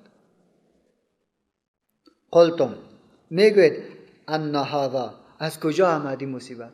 ان هذا، حالی که شکست خوردی باز میگی چرا تو شد؟ قل هو من عند انفسکم، بگوی پیغمبری شکست از وجود خودتان است. من عند انفسکم، از طرف نفسهایتان است. پیغمبر برای شما گفت که خداوند متعال 3000 ملائکه و در مرتبه دوم به خاطر اطمینان دل شما 5000 ملائکه را به ما وعده میکند. ولی چه رقم جزافی؟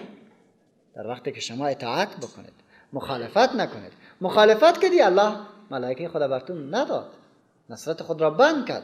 من عند انفسکم، از طرف خود شماست. ادعالی فکر بکنید، ما عجیب مردم هستیم. خب وقتی که بگوییم که چرا ما افغانستان خراب کردیم، 60,000 انسان کشتیم، اسلام بدبخت ساختیم، اسلام بدنام کردیم، جهاد بدنام کردیم، مردم خدا دلش از جهاد سیاه کردیم، ولی سب دشمن در میان ما کار کرد، کمانستا کار کرد، فلانه کار کرد، دستانه کار، خوب بانه را تلاش کرد. یک تنور پاکی است، دست پاکی که همین شور بخوره، گاهی به او خارجی بزن، گاهی به او خارجی بزن، گاهی بر سرزه کمانست بزن، در خود هیچ متوجه نیستیم.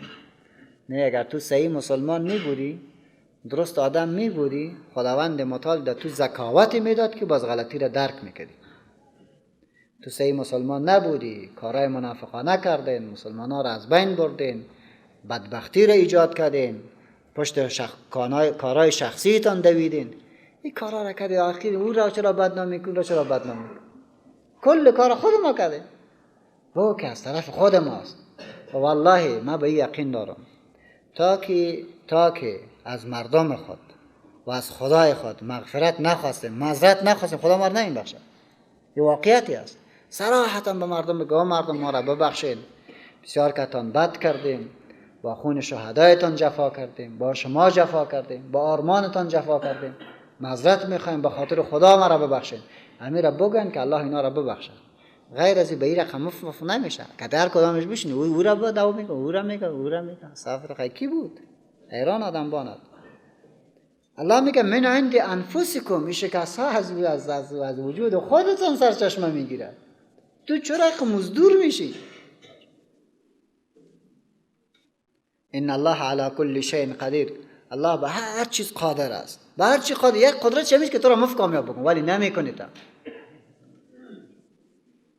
و ما اصابکم، و آنچه که رسید به شما یوم التقى الجمعان، روزی که به هم آمدن دو گروه که به هم آمدن، فباذن الله، پس به حکم الله بود.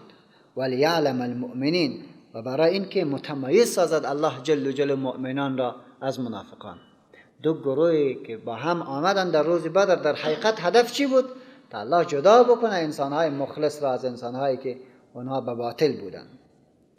ولیعلم الذین نافقوا، و برای اینکه متمایز سازد الله جل جلاله کسانی که منافق بودند. آنچه که بر شما در روز احد رسید، یوم التقى الجمعان، در روزی که با هم آمدن دو گروه از مشرکین و از مسلمانان. فباذن الله، به حکم الله بود. ولیعلم المؤمنین، و برای که الله چی بکنه؟ جدا بکنه مؤمنان راستین را. ولیعلم الذین نافقوا، و برای این که متمایز سازد کسانی که منافق بودن. منافق بودن، یک بار 300 چند نفر گشتن که عبدالله ابن ابی سلول گشتن از نصف را. خدا اینی رقم جدا میکند، صفوف جهاد را پاک میکند. و قیل لهم، گفته شد برایشان، تعالوا بیایید، قاتلوا فی سبیل الله او ادفعوا، جهاد در راه خدا بکنید، او ادفعوا، یا دفاع بکنید، دشمن را دفاع بکنید از نوامیستان، از خاکتان. ما دو چیز داریم، این نکته فقهی است، دقیق شوین براش. یکی جهاد است که به خاطر رشد و رسانیدن پیام الله جل جلاله به دیگر است. این جهاد فرض کفایی است. و این جهاد است که همیشه بس به تفنگ ضرورت ندارد. جهاد رسیدن پیام الله جل جلاله برای مردم. این جهاد است که از هر وسیله که تو میتونی که پیام خدا را به مردم برسانی استفاده کن. ضرورت نیست که به تفنگ دست بزنی. این مهم است. یعنی به این تعبیر که ما فعلا اینترنت وجود دارد، تلویزیون ها وجود دارد، اعلام با کثرتش وجود دارد، کتاب وجود دارد، سی دی ها وجود دارد. تمام کوشش بود که مردمی که کافر هستند پیام دینت را بگیرد و صلابت، سماحت و خوبی دین را آشنا شود. این کارت است. هرگاه دشمن مانع پیام دینت شد، در مقابل شمشیر برش میکشی. من مکلفیت دارم در دورترین نقطه جهان انسان زندگی بکنه مگری که من برش بگم که قال الله، این حقم است. اگر تو مرا به من نگذاشتی، شمشیرم امرت معامله میکنه. زیرا ما مکلفیت داریم که یک بار برای انسان بگم که خدا را بپرسته. این که پرستش نمیکنه کار خودش است. خود در روز قیامت الله که از ما پرسان میکنه یا الله پیامت رسانده. این گپ خلاص. هرگاه همچون زمینه مساعد شد، ما ضرورت به این نداریم که همیشه که تفنگ بریم، همیشه خوشون اسکر داخل بکنیم. این ضرور نیست. گپ مهم همین نکته است. هرگاه مانع دعوت ما شد، بعد از با شمشیر کار میکنیم. این را چی میگه؟ جهاد دعوتی و این فریضه است، باید این کار بکنیم. یکی سرزمین های اسلامی است، اینجا هرگاه دشمن بر ما بتازد جهاد دفاعی است. هرگاه دشمن بر حریم بیاید، در اوجا سر مرد و زن جهاد فرض است. انفروا خفافا و ثقالا و جاهدوا باموالکم و انفسکم. در اوجا بازده گفته نمیتونی که این جهاد فرض کفایی است و یک تعدادی میکن. نه، او کار دیگه کس بود که کار دانشمندا بود، کار دعات بود، هر کسی بود. ولی هرگاه حریمت زیر سوال قرار میگیرد، بعد از او با سر کلگی جهاد است. اینجا هیچ کس باز چی نیست؟ باز نگفته نمی که سر من نیست. حتی در جهاد دفاعی علما میگه که اجازه والدین شرط نیست. هیچ نوع معامله دیگر در اینجا قابل قبول نیست. در حالی که در جهاد دعوتی اذن والدین شرط است.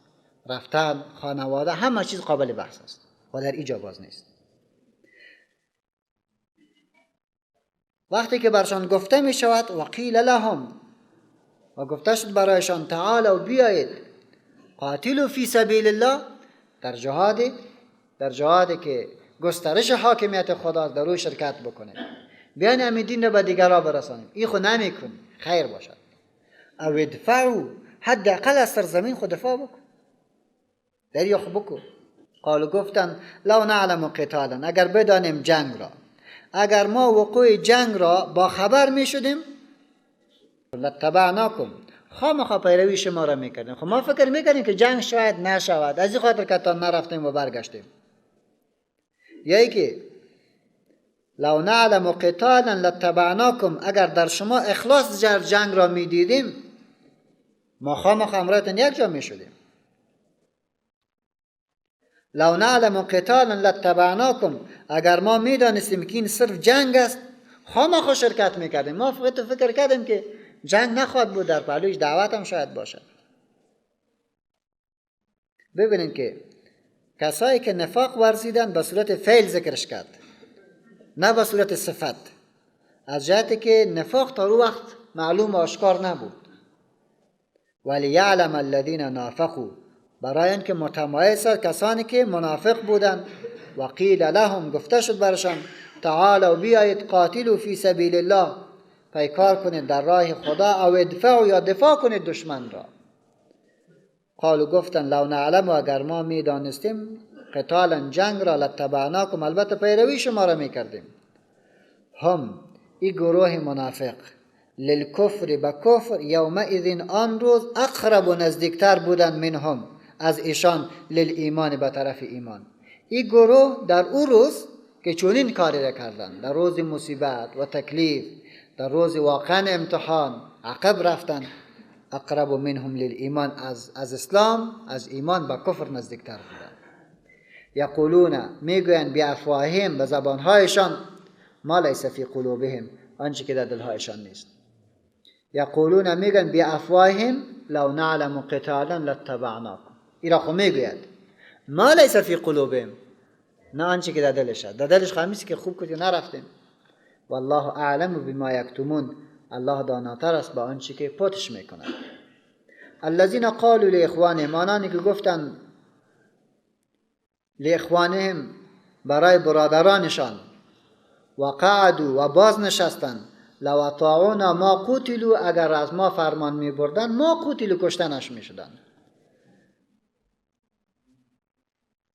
الذين قالوا لاخوانهم، آنانی که گفتند برای برادرای نسبیشان، وقتی که دید که خودش منافق بود، برادرش در راه الله شهید شد، گفتند لو اطاعونا ما قتلوا، اگر از ما فرمان میگرفت ولی کشته نمیشد. ما خود برگشتم. این هم که برمیگشت مشکل حل بود. قل بگو ای پیغمبر، فادرؤوا عن انفسکم الموت، دفع بکنید از خودتان مرگ را، ان کنتم صادقین، اگر راستگو هستین. اگر مرگ در اختیار خودت است که خودت تثبیت کرده میتونی، پس از خودت مرگ خودور بکن. تو سخن را نگو در حق شهدا که اگر در جبهه نمی رفتن کشته نمی شدن. ولا تحسبن الذين قتلوا في سبيل الله اموات، مپندارید آنانی که کشته شدند در راه الله امواتن، مردگان عادی برش نگوین. کسایی که در راه الله کشته شدند اونا را مرده عادی نگو که کسی که در مریضی میمرد او را که تزی محاسبه بکنی یکسان، تو نگویش. بل احیاء، بلکه اینها زنده هستند، لذت میگیرند از شهادت خود. احیاء متلذذون بنعم الله، اینا متلذذ هستند به نعمتهای الله جل جلاله. عند ربهم یرزقون، نزد پروردگارشان روزی میگیرند در جنت. در جنت روزی میگیرند. چی رقم روزی؟ طوری که با اونها مناسب است. زندگی برزخ متفاوت است بر زندگی دنیا، رزقش متفاوت است، خوشیش متفاوت است، در حالی که الله کل خوشی را نصیبشان میکند. آنانی که در راه خدا کشته شدند برشان مرده نگویید. مرده به معنی چی؟ غمگین نگویش که زنش مانده، اولادش مانده، ولی چه افسوس خواد بکند، تو برش نگو. مرده برش نگو همانند مردگان عادی دیگه واری. بلکه اینها چی هستن؟ بل احیاء، بلکه اینها متلذذ هستند به نعمتهای خداوند متعال در جنت و به یک زندگی برزخی. ان ربهم یرزقون، نزد پروردگارشان روزی میگیرد. فرحین بما آتاهم الله من فضله، شادند به آنچه که الله جل جلاله داد ایشان را از فضلش. و استبشرون بالذین لم یلحقوا بهم، و خوشوقت میشوند به سبب آن که به ایشان نپیوستند. و استبشرون بالذین، و خوشوقت میشوند به سبب آنانی که لم یلحقوا بهم من خلفهم، نپیوستند از پس ایشان. با اونها هم خوش میشود که الحمدلله فلان زنده است، با مردنش بازو خفه نمیشود. با خوش میشوند با آنانی که به آنها نپیوستند که الحمدلله این دایره را به پیش میبرد، این دین به پیش میبرد. یک تعبیر دیگه که خوش میشوند با آنانی که تا هنوز به اینها نپیوستند. چی رقم خوش میشود؟ خداوند متعال در شهدایی که در راه خدا داد نفس خود را، کسی را وارثش میسازد، کسی را جاگزینش میسازد که با بودن او فرزند، با بودن او اولاد خوش می شود.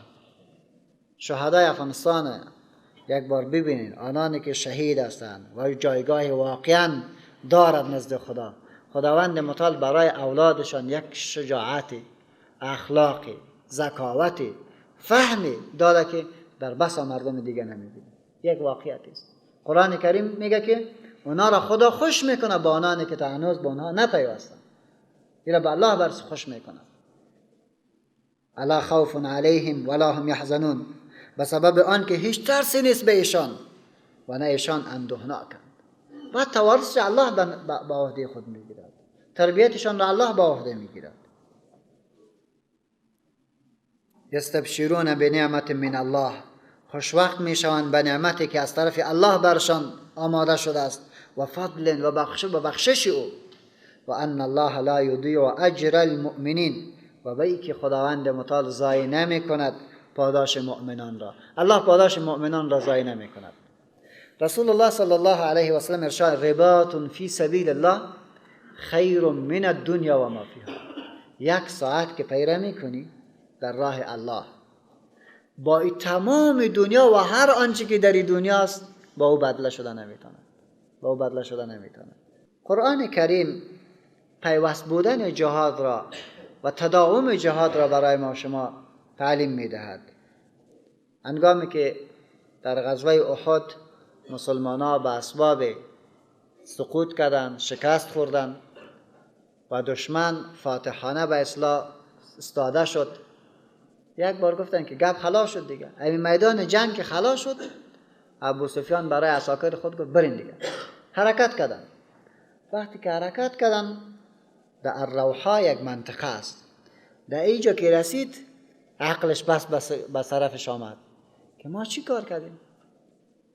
این جنگ خودش نتیجه نگرفتیم، یک چند نفرشان کشتیم بعد آمدیم. اگر ما میخواستیم که گپ یک طرفه بکنیم خب بهترین وقت بود که ما اما تا پیش میرفتیم به داخل مدینه، دیگه هایش یک تعدادش میکشتیم، مالایش چور میکردیم، اولادایش اسیر میکردیم، اسلام بیخی به اسلام دفن میکردیم. اگر ما میخواستیم همه تو باید میکردیم. ولی چی فایده شد؟ یک صف در مقابل ما بود، او صف شکستاندیم، در او صف یک 70 نفر کشتیم، او صف خصوص پس تقویه میشود. کاری که باید میکردیم خصورت نگرفت. این کار که شد در دلش پس کرد که بیاید پس دور باید دور بخورم. وقتی که دور میخورد، این طرف هم پیغمبر خدا علیه السلام چنین تفکری کرد که چنین حرکت باید دشمن میکرد، دشمن چنین کار باید میکرد. به خاطر از اینکه نشود که چنین حادثه واقع شود، رسول الله صلی الله علیه و سلم برای تمام مجاهدین دستور داد آنانی که در غزوه احد با ما بودن تنها همون مردم باید بیرون برن، دیگه کس همراهش یک جا نشود. صحابه که زخمی بود، صحابه که تکلیف داشت، مانده شده بودن، کلش قماندان داد که باید برون. بیرون برآمدن به طرف حمر الاسد. در اون منطقه که رسیدن در تقریبا 8 کیلومتری مدینه منوره، معبد الخزاعی یک نفر بود که تا هنوز مسلمان نشده بود ولی به اسلام انس پیدا کرده بود. به پیغمبر علیه السلام گفت که من در این باب کمک میکنم. در روحا منطقه بود که با ابو سفیان روبرو میشد در اونجا و برش میگه که عمر دیگه چی میخوای؟ باید پس برگردی، کار نکنی. مردم مدینه آمدن، اولادشان، جوانایشان، 1000 نفری که در مقابل تو بود، خوی چیز نبود. اصل مردم خب پشت سر هستن. اگر این دفعه تو بخوای باشان روبرو بکنی 70 نفر که به ظاهر کامیابی را که به دست آوردی را از دست میدی و از روز بدر که سخت رو سرت میارن. اونا بسیار قهر هستن، زیرا در خانهشان شهید دادن، هر کدامشان در مقابلت ایستاده میشود. بدبخت میشی، رسوا میشی، تیر شو از این. ابو سفیان ترسید پس قماندان که برگردیم. رسول الله صلی الله علیه و سلم وقتی که در این منطقه رسید، بعد در اونجا خرید و فروش کردن و اما ماندگیشان هم دفع شد و افتخارانه پس به طرف احد آمد. الله ستایش میکنه این مسلمانان را. الذین استجابوا لله، آنانی که قبول کردن حکم الله را و الرسول و حکم پیغمبر را، من بعد ما اصابهم القرح، بعد از آن که رسید به ایشان زخم ها و تکالیف، للذین احسنوا منهم، و کسانی که نیکوکاری کردند منهم از ایشان، و اتقوا، و تقوا پیشه کردند از اینکه حکم پیغمبر را بشکناند، در صف جهاد باز داخل شدند، اجر عظیم، پاداش بسیار بزرگی است.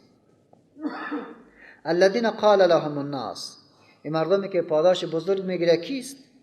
آنانی که گفت برشان مردم ان الناس قد جمعوا لكم، مسلما مردم جمع کردن برای مقابله شما، تمام وسایل را پس علیه شما عملیات میکنند.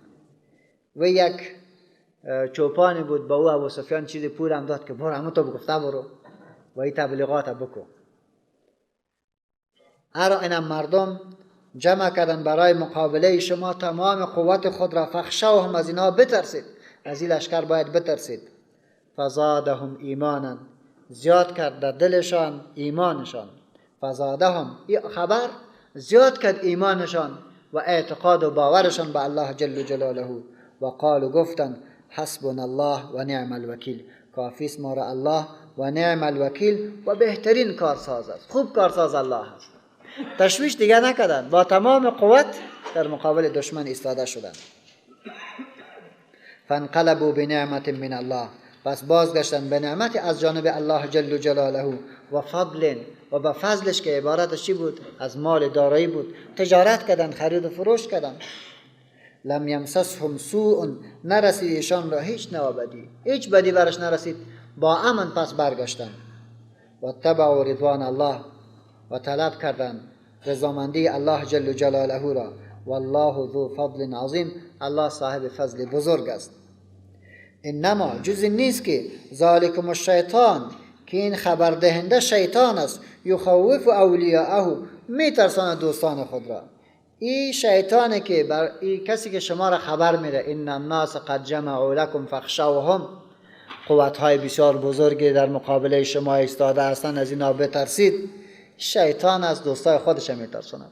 حالی هم میگه بس هر کس که شما را میترساند که الله صاحب قوت است و تکنولوژی معاصر است و که در زیر زمین صاحب یک چیزی باشد، او را میبینند. در زیر زمین یک چیزی باشد. ما مردم کمک عقلتان به کار برتین، از خدا بترسین. کلان تیره افتید، 3 روز دویدن پیدا کردیش نمیتونستن، ولی خود دروغ نیست. 2 دانه تیره در میجا داده افتید، کم تیره نه، در کدامشان 200 نفر بود. افتید، روزها پشتش گشتن پیدا نکردن. چرا تبلیغات بی‌معنا میکنید؟ یک چیزی باشد. نه، او چیزی که پیدا میکنه یک مزدور میره یک جای میمونه دیگه، از او بعد باز کار میشود. و از طرف دیگر با خدا بوده باشی. این نظام از خدا هست. همون چیزی که کافر جور کرد امور هم باز خدا برات منظمش میکنه. به عوضی که خار خوب بگیره دموج هم غلط فایده میگیره.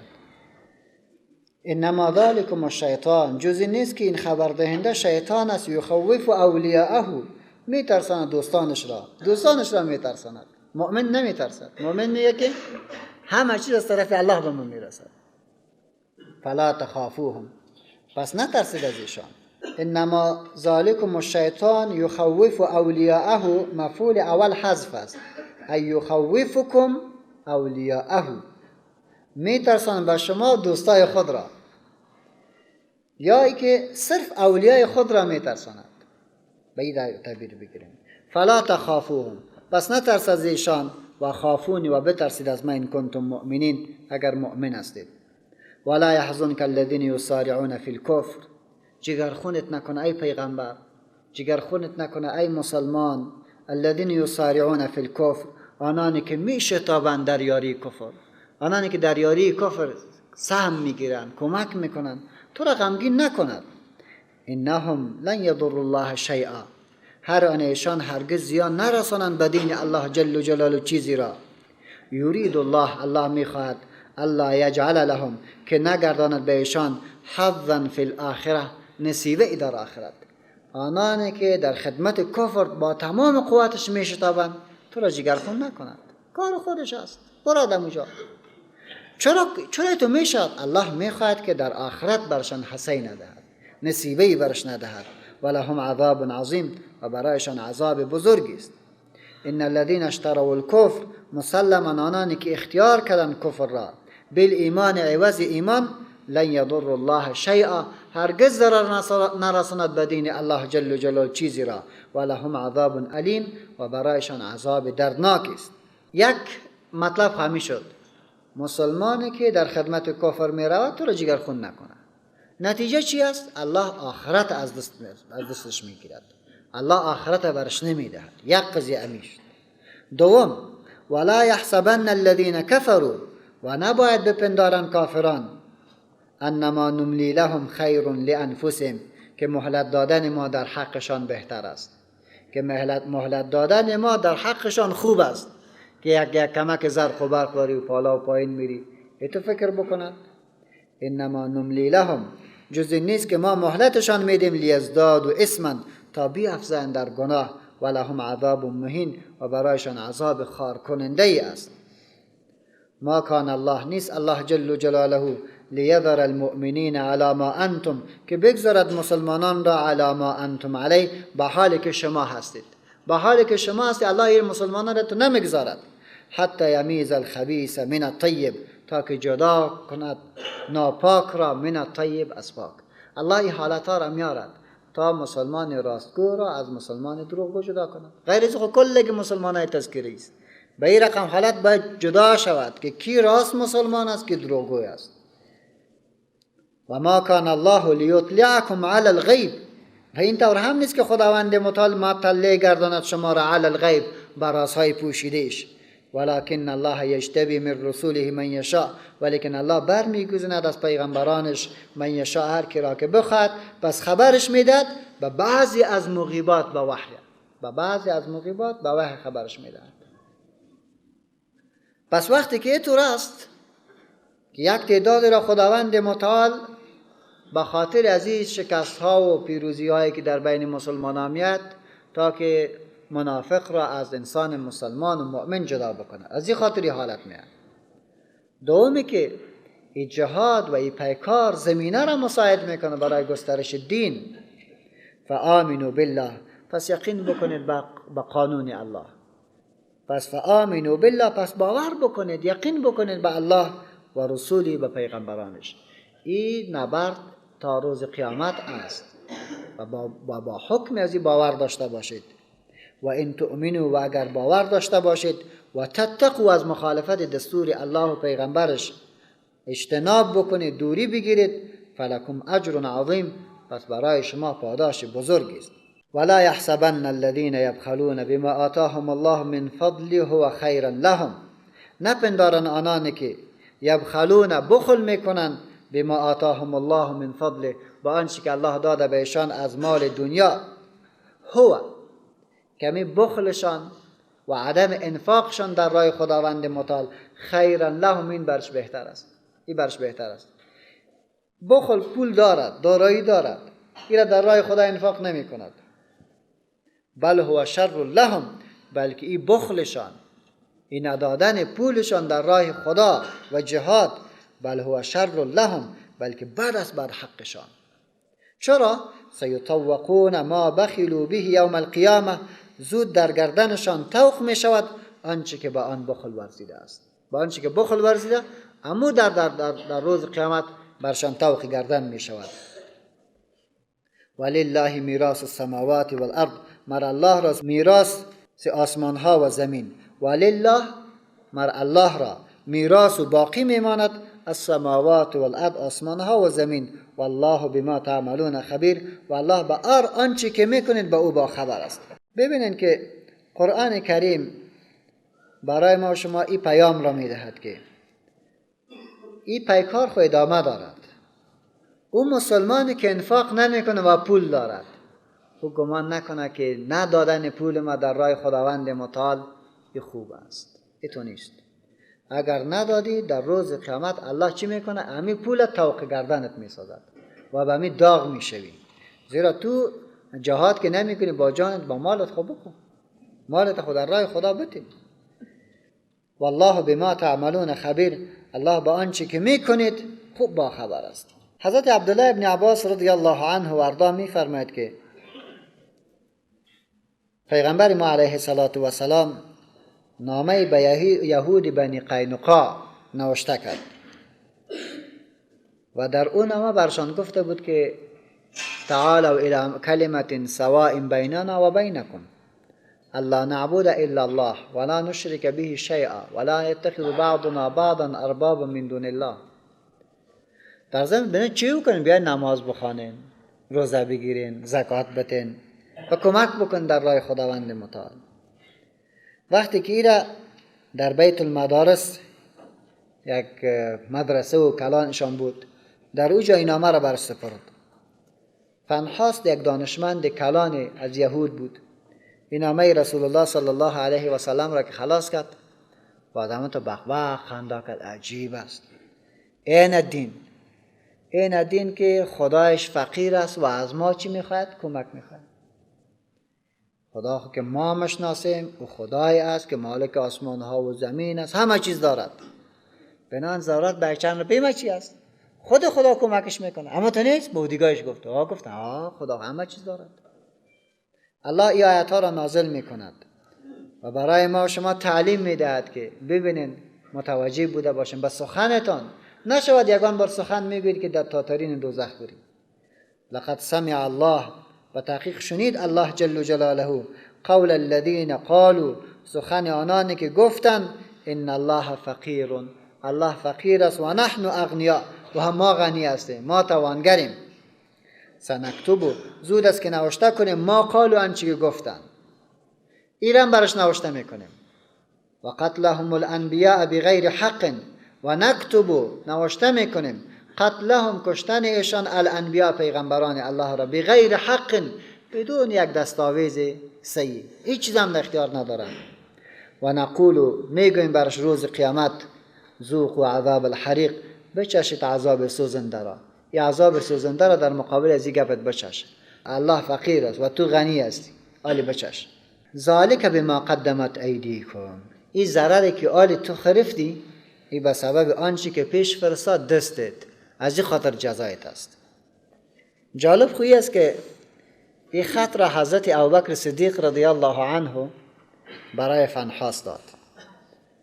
وقتی که او خنده کرد که عجیب دینه، ان الله فقیر و نحن اغنیا، این عجیب است. این که گفت حضرت ابوبکر صدیق سیلی را کش کردم روی زد. وقتی که زدش دیگه باز پیش پیامبر خدا منکر شد و گفت که نیست، ما کی گفتم که رقم که خدا فقیر است و ما غنی هستیم؟ این ما نگفتیم. الله آیات را نازل کرد که الله شنید سخن و انسان بیدین را که گفت که الله فقیر است و ما غنی هستیم. زود است که را برش نوشته بکنیم، بر علاوه کسایی که خدا پرست بودن، پیغمبر بودن، اونها را کشتن، او را برش نوشته میکنیم و در روز قیامت برش میگن بچش عذاب سوزنده.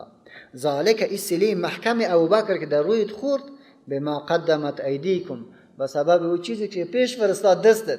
تو ایتو سخن گفتی، در مقابل یک انسان متدین بود، خوب در پوزت زد.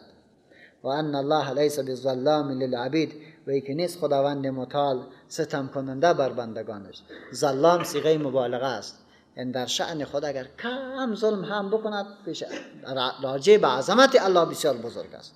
الله کم ظلم هم نمی کند، کم ظلم پیش الله بسیار بزرگ است.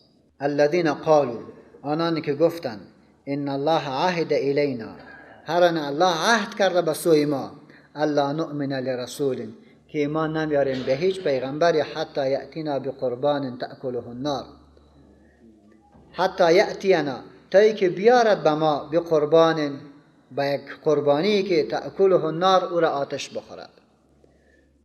جمعی از یهود نزد رسول الله صلی الله علیه و سلم آمد و گفتند که تو پیغمبر خدا هستی و دعوا میکنی که پیغمبر خدا هستم و خدا به ما کتاب فرستاده. اگر همه طور است، ما در دین خود یک اصل داریم. هر کسی که دعوا میکنه پیغمبری را، یک دانه گوسفند را ذبح بکنه، از آسمان یک آتش میاد و این را چی میکنه؟ این را میخورد، این را میسوزاند. همین کار اگر شاید، پس ما ایمان میاریم. وقتی که این شد با این صاعقه این سوخته می شود، درست است. الله جل جلاله گفت که آلی زمانی که از پیامبر خدا هست، از نظر تفکر، از نظر تطبیق، از نظر رشد، این جامعه با جامعه 100 ساله و 500 ساله و 1000 ساله پیش بسیار تفاوت دارد. آلی مردم به منطق دقیق میفهمد که ما ضرورت به نظام داریم و نظام دارای چی مواصفات بوده باشد و روند جامعهش تثبیت کننده حقوقشان است. آلی ضرورت به او رقم چیزی که تو میخواستی معجزه، او معجزه با دیگه داده نمیتونیم. معجزه ما معجزه قانون است. بیا پیشش بکن، خودت بگی که این قانون خوب است یا قانون دیگه خوب است. الذين قالوا، آنانی که گفتن ان الله عهد الینا، هر آن الله عهد کرده با ما، به سوی ما، الله نؤمن، ان الله عهد الینا، ات یک عهد محکم به سوی ما پیش کرده و ما خود را با او عهد ملزم می‌داریم. به ای که الله نؤمن لرسول، ای که ایمان نمیاریم به هیچ پیغمبری، حتی یأتینا بقربان، تا ای که بیاره دی پیغمبر بر ما یک قربانی را، تأکله النار، که او قربانی را یک صاعقه آتشی بخورد. قل بگو ای پیغمبر قد جاءکم رسول من قبلی، آوردن به شما پیغمبران من قبل، پیش از من، بالبینات، بدلایل روشن، معجزات را که شما خواستین برات آمد. گفتین که بر ما یک مائده را نازل کرد، الله همه تو برات نازلش کرد. گفتی که بر ما او بته موسی، همه تو او برات داد. هر چی که شما خواستین همه تو براتان شد. و بالذی قلتم، و آن نشانی که گفتید، اما نشانی را خواستید او را براتان گفت. فلما قتلتموهم، چرا ایشان را باز کشتید؟ این کنتم صادقین، اگر شما راستگو هستین. یعنی معنی چی؟ اگر ما امی قربانی را بکنم و اما تو یک صاعقه بیا امی را بسوزاند، باز هم صادق نیستید، باز هم ایمان نمیارید. بنان پشت از این گپا تیر شو. و پیغمبر میگه دیگه این رقم گپا را کسی مطرح نکن که تو اگر تو برم کردی با ما تو میکنم. این شروط گذاری را اله بدید، بگذارش. فان کذبوک، پس اگر تکذیب کرد تو را ای پیغمبر، خوب متوجه بوده باش، فقط کذب رسول من قبلک، و تحقیق تکذیب شده با واسطه از این انسانهای مزخرف، رسول من قبلک، پیغمبران پیش از تو، جاءوا بالبینات، آوردن دلائل بسیار موجه عقلی، بالبینات دلائل موجه عام برای مردم، و الزبور و صحیفه های، و الکتاب المنیر، و کتاب بسیار روشن. سه نوع معجزه را مردم پیغمبرای قبلی آوردن. جاءوا بالبینات، دلایل عقلی را به تمام عام مردم فرستاد، عام مردم میفهمید که چی گپ است. و الزبور، صحیفه ها برای متوسط مردم، و الکتاب المنیر، و کتاب روشن برای دانشمندان. بنان دانشمند، متوسط و کل مردم این پیام را درک کردن. با وصف از این هم ایمان نیاوردن، با وصف از این هم منکر شدن. وقتی که چنین است، کل نفس ذائقة الموت، هر نفس چشنده مرگ است. هر نفس، هر ذی روح مرگ را می چشد. و انما توفون اجورکم یوم القیامه، و چیزی نیست که پوره داده می شود. اجورکم، اجرهای شما را، یوم القیامه، روز قیامت. اجر و پاداشتان را پوره روز قیامت می گیرید. پاداش و بازام است. خوب کردی هم پاداش می گیری، بد کردی هم پاداش می گیری. کما تدین و تدان، طوری که کش کردی او را همون دوران می کنی. نتیجه چی می شود؟ فمن زحزح عن النار، هر که نجات یابد از آتش دوزخ، و ادخل الجنه، و داخل جنت شود، فقط فاز، و تحقیق کامیاب شده است. ببینید که از این آیت ها پیش، یعنی از آیه 164 الی 186 قرآن کریم یک مفاهیم کلی را برای ما تو می‌دهد. اولی که بیان بزرگترین نعمت الله جل جلاله که کتابش است، که اسلام است، و فضیلت علم و سنت رسول الله صلی الله علیه و سلم در این آیات ها تسجیل یافته. گناه مصیبت ها را پیدا می کند، مصیبت آفرین است، و جبن هیچگاه انسان را نجات نمی دهد، بلکه سقوطش می دهد. عظمت شهادت در اسلام و اینکه بشارت خداوند متعال برایشان در دنیا هم داده می شود. در ضمن فضیلت اصحاب کرام رضوان الله علیهم اجمعین و فضل کلمه زیبای حسبنا الله و نعم الوکیل، نعم المولا و نعم النصیر که همیشه ورد زبان یک مجاهد و یک مؤمن باید باشد. این کلمه حسبنا الله را هم حضرت ابراهیم گفته و هم حضرت رسول الله صلی الله علیه و سلم گفته. این را مسلمان باید ورد زبانش بسازد و همیشه با دشمن روبرو می شود این کلمه را باید تکرار بکند.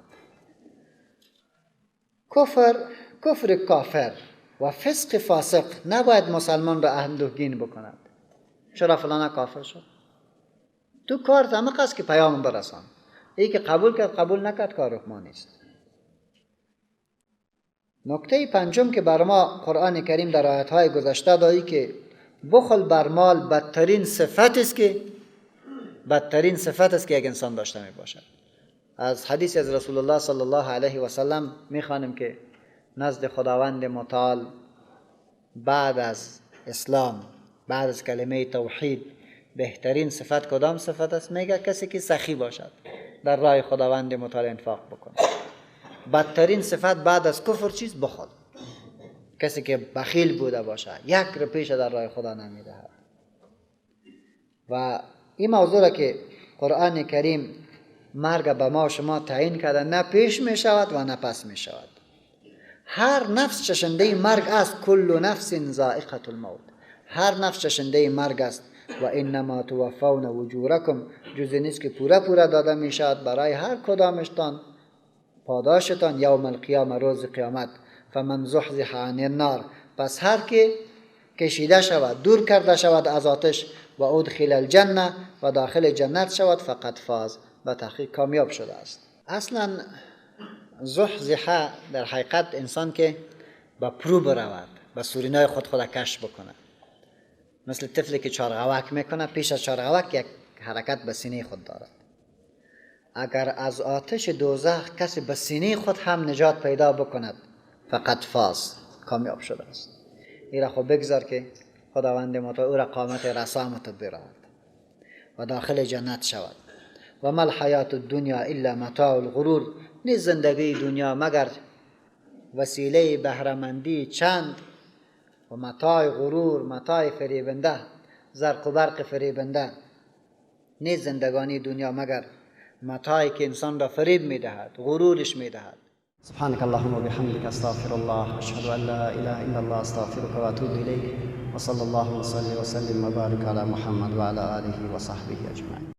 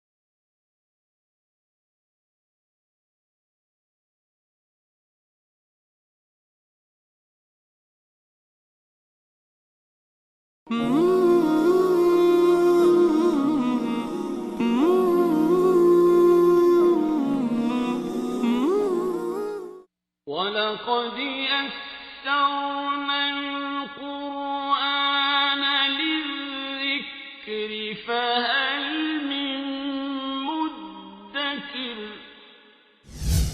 و به راستی که قرآن را برای پند گرفتن آسان نمودیم، پس آیا پند پذیری هست؟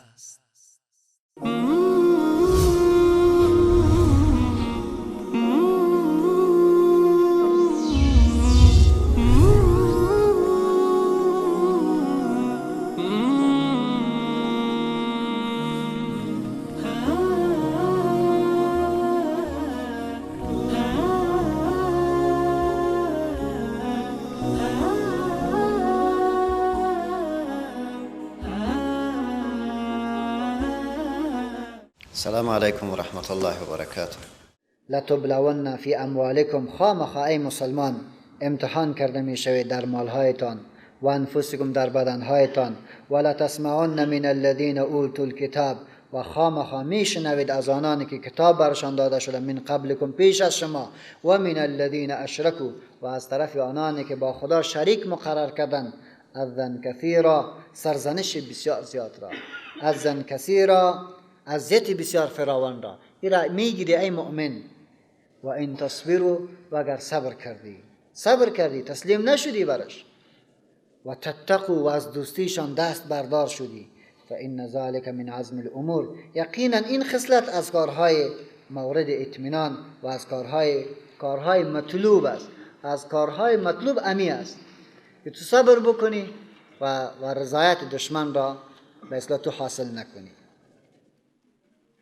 قرآن دیجا برنامه که لتبلون، لام برای قسم است، والله لتبلون، قسم است که الله شما را امتحان میکنه در مالتان که در راه خدا میتی یا نمیتی، و انفسکم، در جانت به خاطر خدا میتی یا نمیتی. ولا تسمعن من الذین اوتوا الکتاب، و خامخا مشنون از آنانی که کتاب برش داده شده من قبلکم پیش از شما که یهود و نصارا هستند، و من الذین اشرکوا، و آنانی که با الله شریک مقرر کردند، اذن کثیرا، سرزنش بسیار زیاد را، اذیت بسیار فراوان را. در هر چی اذیتت میکنه، گاهی بندیت میکنه، گاهی بمباردت میکنه، در رقم کار سر شما میکنه. و این تصبروا، اگر صبر کردید. صبر به معنی از این نیست که خرای کرده خو کن، صبری نمیگد. هر چی که میکنه تو برش بگه دیگه صبر است. صبر به معنی که مقاومت بکو در مقابلش. و تتقوا، و از دوستیشان دست بردار شدید، فإن ذلك من عزم الامور، این خصلت از کارهای مطلوب است. و اذ اخذ الله میثاق الذین اوتوا الکتاب لتبیننه للناس ولا تکتمونه. تسلی میده به ما که پیامی که تو داری ایتو پیامی نیست که اونا خبر نداشته باشد. ایتو فکر بکن یهود و نصارا که با تو می جنگند، کفار که با تو می جنگند، خبر ندارد، از این خاطر عفش بکنی تو نیست. اینا خوب مشناسن قصد دارن به خرابی تو، قصد دارن به کشتن تو، قصد دارن خرابی تو را. زیرا و اذ اخذ الله، آنگاه که گرفت خداوند متعال میثاق الذین اوتوا الکتاب، پیمان محکمی که از آنانی که داده شده بهشان کتاب، لتبیننه، خامخا اوصاف پیغمبر آخر زمان را واضح بیان میکنید، لتبیننه، آشکارا میکنید ارزش واقعی قرآن را، پیغمبر را، ولا تکتمونه، و نپوشونید آن صفات را. فنبذوه وراء ظهورهم، انداختن این تمام مفاهیم را وراء ظهورهم، پشت سر خودشان، اما تا انداختن که اصلا التفات برش نکرد. و اشتروا به ثمنا قلیلا، و گرفتن با واسطه از این پت کردن و کتمان و وراء ظهورشان ثمنا قلیلا، پول اندکی را. فبئس ما یشترون، پس بد چیز است که آن را خریدن، بد چیز است که آنجا خریدن که دنیا و متاع دنیا بود. لا تحسبن الذين يفرحون بما اوتوا، لا تحسبن، مپندار، الذين، آنان را که یفرحون، خوش میشوند، بما اتوا، با آنچه که با او گرویدن، بما اتوا، با آنچه که گرویدن با او خوش نباید شوند. و یحبون، و دوست می‌دارند، ان یحمدوا، که ستوده شوند، بما لم یفعلوا، با آنچه که نکردند. فلا تحسبنهم، پس مپندارشان را ای مسلمان، به مفازت، در خلاصی، من العذاب، از عذاب، ولهم عذاب علیم، و برایشان عذاب دردناک است. در حقیقت یهود هنگامی که در تحریف شروع کردند، بعد از او باز برای مردمش گفت که ما این تو کار کردیم، شما را از این دور کردیم که به یک پیغمبر نوی که تبارز کرده با او ایمان بیاریم.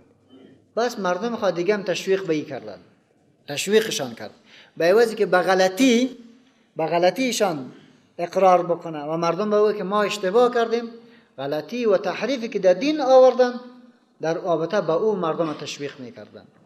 قرآن کریم میگه که لا تحسبن الذين يفرحون، مپندار کسانی را که خوش میشوند، بما اتوا، با آنچه که کردن در حق پیغمبر، در حق قرآن. و یحبون، و دوست هم میدارن، ان یحمدوا، که صفت کرده شان، در حق اسلام، در حق وطن، در حق دین جفا کردن، بازم خوش میشن که ما را باید مردم خوب بگوید. چی خوبت بگوید؟ به ما لم یفعلوا، و چیزی که نکردن و سزاوار بود بکردن او را نکردن، چیزی که کردن که قابل تقبیح بود او را باز به او خوش بوده باشند. فلا تحسبنهم، ما پندار ایشان را بمفازت در خلاصی من العذاب از عذاب، ولهم عذاب علیم، برایشان عذاب دردناک است. ولله ملک السماوات والارض، مر الله راست ملکیت آسمان ها و زمین، والله علی کل شیء قدیر، والله به هر چیز قادر است، از جمله عذاب دادن به کسی که با دین جفا میکند.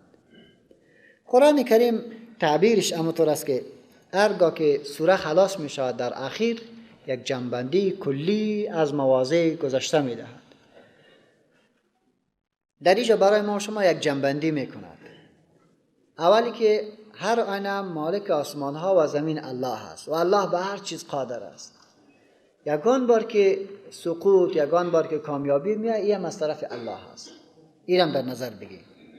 ولی اگر تو خواسته باشی که کامیاب شوی، یک چند صفاتی است، این را در زندگیت بیار. با این صفات خود آراسته بکن. خداوند متعال کامیابی را به تو میده.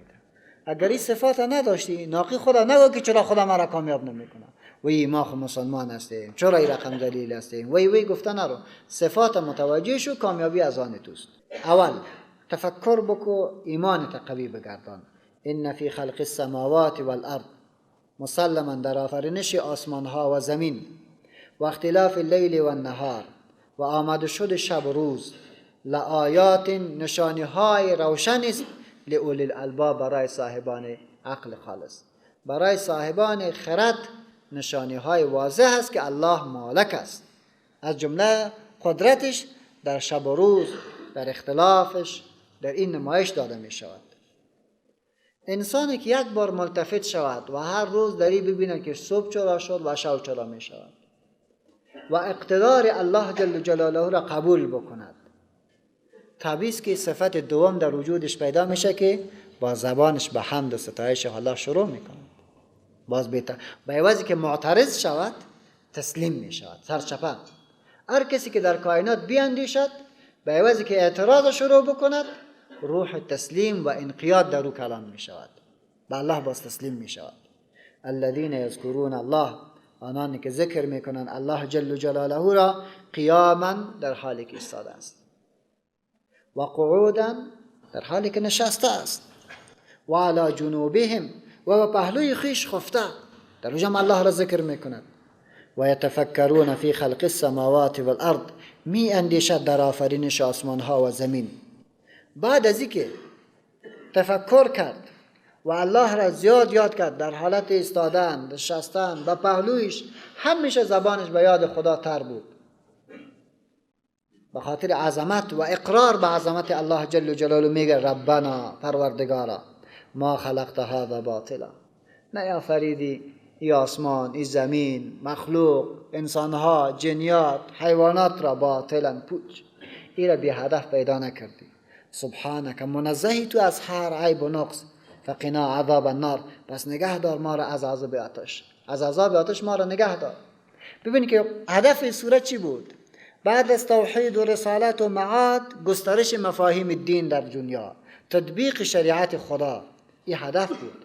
چرا خدا ما را پیدا کرد؟ تا که شریعت خدا نافذ شود. اصل هدف این بود. هر انسانی که بی اندیشد، از خودی سوال بکنه چقدر برای تطبیق شریعت خدا مبارزه کرده، چقدر برای تطبیق شریعت خدا کار کرده و تلاش کرده. انسانی که یک بار داری فکر بکند، این زمین و آسمانهایی را به این وادار میکنه که بگوی ربنا ما خلقت هذا باطلا، پروردگار پوچ این نظام پیدا نکردی. سبحانک، منزهی تو از هر عیب و نقص، از اینکه رقم بی معنا بی مفهوم مخلوقات پیدا بکنی. فقنا عذاب النار، یا الله از اینکه به مسئولیت های خود خوب عمل نکردیم، بنان به خرابی که ما کردیم، خدای ما را از عذاب آتش نگاه بکن. تکرار میکنم، میگوین ربنا انک من تدخل النار فقد اخزیته، پروردگار هر کی را داخل آتش بکنی یقینا رسوایش کردی. پروردگار هر کسی را که به شومی اعمالش او را داخل دوزخ میکنی، فقد اخزیته، و تحقیق رسوا کردی او را. و ما للظالمین من انصار، و نیست ستمگاران را کدام یاریه، کدام یاری برشان نیست، کدام انصاری برش نیست. ربنا، ای پروردگار ما، اننا سمعنا، مسلما ما شنیدیم، مناد ندا کننده ای را، ینادی که ندا میکرد، آواز میکرد، للایمان، به سوی ایمان. ما شنیدیم ندا کننده و آواز کننده ای را که آواز میداد للایمان، به سوی ایمان. ان آمنوا بربکم، ای که ایمان بیارید به پروردگارتان، ایمان به پروردگار خود بیارید. فآمنا، ما ایمان آوردیم و اجابت کردیم. ربنا، ای پروردگار ما، فاغفر لنا ذنوبنا، ببخش گناه های ما را، یا الله گناه های ما را ببخش. و کفر عنا سیئاتنا، و درگذر از ما از بدی هایی که انجام دادیم. و کفر عنا، محو بکو بر ما، پت بکو بر ما، سیئات ما، بدی های ما را. و توفنا مع الابرار، و بمیران ما را با نیکوکاران، در قطار نیکوکاران یا الله ما را حشر بکن. ربنا، ای پروردگارا، و آتنا ما وعدتنا، بدی برای ما آنچه که وعده کردی ما را، علی رسولک، به زبان پیغمبرانت، به زبان پیغمبران آنچه که به ما وعده کردی یا الله به ما نصیب بگردان. ولا تخزنا یوم القیامه، و رسوا مکن ما را در روز قیامت. انک لا تخلف الميعاد، هر آن تو خلاف نمی کنی وعده را، یا الله تو وعده را خلاف نمی کنی. با این انکسار، با این تواضع، با این زیبایی دعا یک مؤمن، یک انسان مخلص و یک مجاهد می کند. وقتی که کرد، فاستجاب لهم ربهم، پس اجابت کرد برایشان پروردگارشان. انی لا اضیع عمل عامل منکم، هر آن من ضایع نمی کنم عمل کننده را، منکم از شما، من ذکر از مرد، او انثی یا هم از زن. ما ضایع نمی کنم هیچ عمل کننده، چی زن باشد چی مرد باشد، که به خاطر خدا بکند، به خاطر گسترش حاکمیت دینش بکند. بعضکم من بعض، بعض شما از بعض تولد شده اید، بعض شما از بعض دیگریتان هستید. یعنی معنی که کلتان سهم در این باب بگیرین، زن در کار خودش برای حاکمیت دین خدا کار بکند و مرد برای در ساحه خودش. فالذین هاجروا، پسانانی که هجرت کردند، و اخرجوا من دیارهم، و بیرون کرده شدند از خانه هایشان، و اوذوا فی سبیلی، و رنجانیده شدند، اذیت دیدند در راه من، و قاتلوا، و پیکار کردند به خاطر حاکمیت دین، و قتلوا، کشته شدند به این هدف بزرگ. لأکفرن عنهم سیئاتهم، هر آن دور میکنم ازشان بدیهایشان را. الله میگه بدیهایش برش دور میکنم. ولا ادخلنهم، و خامخا داخلشان میکنیم جنات، به باغهایی که تجری میرود من تحتها الانهار، زیر درختان آن جویها. این کل ثواب ها چرا؟ ثوابا من عند الله، ثوابی از جانب الله جل جلاله، پاداشی از جانب الله جل جلاله. والله عنده حسن الثواب، و یقینا نزد الله جل جلاله نیک ثواب است. پیش الله نیک پاداش و نیک ثواب وجود دارد. رفت آمد و ایخو وعده های الله جل جلاله است. حالی برای ما میگه تسلی میدهد، تا که به اساس از این تسلی ذکر در ما بیشتر شود، تا به اساس از این تسلی انقیاد در ما بیشتر شود و محبت ما به دنیای دروزه کمتر شود. میگه که لا یغرنک تقلب الذین کفروا، فریب ندهد تو را ای مؤمن تقلب الذین کفروا فی البلاد، رفت آمد کافران در شهرها، در شهر و در سرک قیر و در طرف و طرف که میگه تو را فریب ندهد، جگر خونت نکند. متاع قلیل، این بهره‌مندی اندک است. ثم مأواهم جهنم، بازگشتتان به طرف دوزخ است. و بئس المهاد، و بد جای دوزخ است. لکن الذین اتقوا، لکن کسانی که تقوا پیشه کردند و از الله ترسیدند، تقوا ربهم، ترسیدند از پروردگارشان، لهم جنات تجری من تحتها الانهار، برایشان است باغ‌هایی که زیر درختانش انهار و جوی‌ها روان است. خالدین فیها، همیشه باشند در آن. نزولا من عند الله، مهمانی است از طرف الله جل جلاله. نزولا خوش آمدید است من عند الله، از طرف الله جل جلاله. و ما عند الله، آنچه که نزد الله از نعمتهای گوناگون مادی و معنوی است، خیر للابرار، بهتر است نیکوکاران را، للابرار آنانی که نیکی میکنند و خوبی میکنند و مطابق شریعت زندگی میکنند. چون پیام غالبا برای اهل کتاب متوجه بود و سوره آل عمران در جواب برای سوالات نصرانی های نجران داده شده بود، در ضمن برای ما شما را داد که هر کسی که به خاطر خدا مبارزه می کامیابی از اوست و اندکترین اشتباه اگر صورت بگیرد موجب عذاب خداوند متعال می شود. باز خطاب به طرف اهل کتاب میکنه و این من اهل الکتاب، و یقینا بعضی از اهل کتاب لمن یؤمن بالله، کسی که ایمان میارد به الله جل جلاله و ما انزل الیکم، و ایمان میارد به آنچه که به سوی شما نازل شده است، و ما انزل الیهم، و آنچه که به سوی ایشان نازل شده است. از اهل کتاب کسایی هستند که ایمان با آیات‌های گذشته از الله جل جلاله به واسطه پیغمبران سابقش ایمان دارند و آنچه که بر شما نازل شده با او هم ایمان دارند. خاشعین لله، عاجزی کنندگان برای الله جل جلاله. لا یشترون آیات الله ثمنا قلیلا، نمیگیرند به عوض آیات الله جل جلاله پولی اندک را، این کارم نمی کند. نمیفروشند آیات الله را ثمنا قلیلا، به بهای اندک. اولئک، اینی جماعه که مانند عبدالله ابن سلام وارد شخصیت های هستند، شخصیت های بلند در تاریخ اسلام و دانشمندایشان هستند که روز به روز به ایمانشان افزوده می شود. هر روز پروفسورها مسلمان می شود، هر روز کشیش ها مسلمان می شود، آنانی که عمق موضوع را درک می کنند به طرف اسلام می آیند. اولئک لهم اجرهم عند ربهم، این جماعه ایشان راست پاداشان نزد پروردگارشان. ان الله سریع الحساب، بیشک الله زود حساب کننده است، الله زود حساب گیرنده است. اعوذ بالله من الشیطان الرجیم. لن تنالوا البر حتى تنفقوا مما تحبون.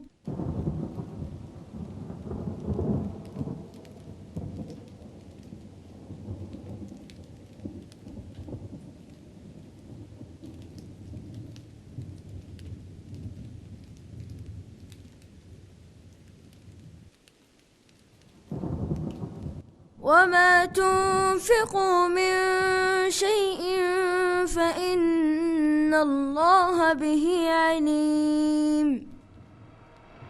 از بهترین سرمایه‌ات انفاق کن تا به بهترین پاداش برسی. الله جل جلاله در سوره مبارکه بقره قبائح یهود را برای ما و شما تشریح کرد و در سوره مبارکه آل عمران قبائح نصارا را. طبیعی است که دو گروهی است که علیه اسلام و علیه ارزش‌های اسلامی با تمام قوتش مقابله می کند. الله جل جلاله برای ما و شما ارشاد می دارد که به اساس از او ارشادش 4 فقره را، 4 اصل را معرفی می کند که به اساس پابندی به این 4 اصل خداوند متعال برای مسلمانان پیروزی و کامیابی را علیه انسانهای خودغرض، حسود و کینه‌توز کامیابی دنیا و آخرت را نصیب می‌گرداند. بناهن خطاب برای مؤمن می‌کند که یا ایها الذین آمنو، ای مسلمانان، ای مؤمنین، اصبروا، صبر بکنید، و صابروا، و یکدیگر خود را به صبر و شکیبایی دعوت بکنید و ثابت قدم باشید در مقابل دشمن، و رابطوا، و آماده باشید همیشه، واتقوا الله لعلکم تفلحون، و از الله بترسید تا رستگار شوید. یا ایها الذین آمنوا اصبروا، ای آنانی که ایمان آورده اید، اصبروا، صبر بکنید. اصبروا در اینجا مراد از صبر هر 3 نوع صبر را شامل است. زیرا صبر را گفته بودیم و معنای حبس نفس نگه کردن نفس است از آنچه که مخالف حکم خدا باشد. این صبر در 3 بخش: صبر بر طاعات بکنید، صبر از معصیت بکنید و صبر بر مصیبت بکنید. به این تعبیر که ای مؤمنین اصبروا، صبر بکنید. و حسن بصری رحمت الله علیه و جمع از علمای سلف در زیر کلمه اصبروا نوشته میکن اصبروا علی الاسلام، بر اسلامتان صبر بکنید. به این تعبیر که هرگاه حکم خدا برای شما داده شد و این مخالف شهوات شما، مخالف آرزوهای نفسانی شما بود، اصبروا، بر حکم خدا صابر بوده باشید و مخالفت اسلام را نکنید. تعبیر دوم اصبروا، صبر بکنید هنگامی که با مشکلات و مصیبت ها در باب دینتان برابر میشین. تو نشود که یگان مشکل، یگان تکلیف، یگان مصیبتی که از این طریق به شما میرسد اسلام را کنار بگذارید و فرامین الله جل جلاله را زیر پای بکنید. اصبروا، صبر بکنید بر طاعات. یعنی اگر شما خواسته باشید که در کامیابی دنیا و آخرت نصیبتان شود، پس ذکر الله جل جلاله، تلاوت قرآن کریم، انفاق فی سبیل الله و مجالس صالحا را چی داشته باشین؟ غنیمت بگیرین، همراهشان بشینین تا که با اساس عزیز صبر و مداومتتان خداوند متعال نکته دوم به شما بدهد که و صابروا، مقابلت با دشمن است. و صابروا، و ثابت قدم بوده باشید. طبیعی که صابروا تخصیص بعد از تعمیم است و از باب مفاعله یعنی مصابره گرفته شده. هر قدر که دشمن در دفاع از ارزش‌های باطلشان مقابله میکنه با شما، صبر میکند، شما به بیشتر از او به صبر و استقامتان دوام ببخشید. معنا ای را میدهد و صابروا، و صبر را پیشه بکنین در مقابل صبر دشمن، استقامت را پیشه بکنین در مقابل استقامت دشمن. این تو باید به خرج ببری. و صابروا، یک دیگر را به حسب آیه والعصر ان الانسان لفی خسر الا الذين آمنوا وعملوا الصالحات وتواصوا بالحق وتواصوا بالصبر، یک دیگر را به صبر و شکیبایی فرا بخوانین، برشان بفهمانین که اگر خواسته باشید کامیابی را نصیب شوین، بناهن این مشکلات را باید تحمل بکنیم، این جنجالای 2 روزه را باید بپذیریم. و صابروا، و در مقابل دشمنتان صبر و مقاومت را به خرج بدهید. و رابطو از ماده رباط گرفته شده، در اصل به معنای بستن چیز است. یعنی تعبیر تو میکنه که و رابطو، آنچنان در انگر محکم باشید مثل که کسی شما را بسته کرده باشد. کسی را بسته بکنه از جای حرکت نمی کند. و رابطو، همیشه در سنگر بوده باشید، همیشه مرابطه را حفظ بکنید. و رابطو، آماده بوده باشید و حفظ بکنید سنگرهای اصیلتان را. در رابطه به که و رابطو از مرزهای خود مراقبت به عمل بیارید، آیه در حقیقت برای ما شما نکات میدهد که رسول الله صلی الله علیه و سلم او را تشریح کرده. پیغمبر ما صلی الله علیه و سلم در حدیثی که امام بخاری از سهل بن سعد الساعدی رضی الله عنه و ارضا روایت میکنه، آن حضرت صلی الله علیه و سلم فرمود که رباط یوم فی سبیل الله خیر من الدنیا و ما فیها، یک روز در سنگر بودن در مقابل دشمن خدا و پیغمبر از دنیا و آنچه که در دنیاست بهتر است.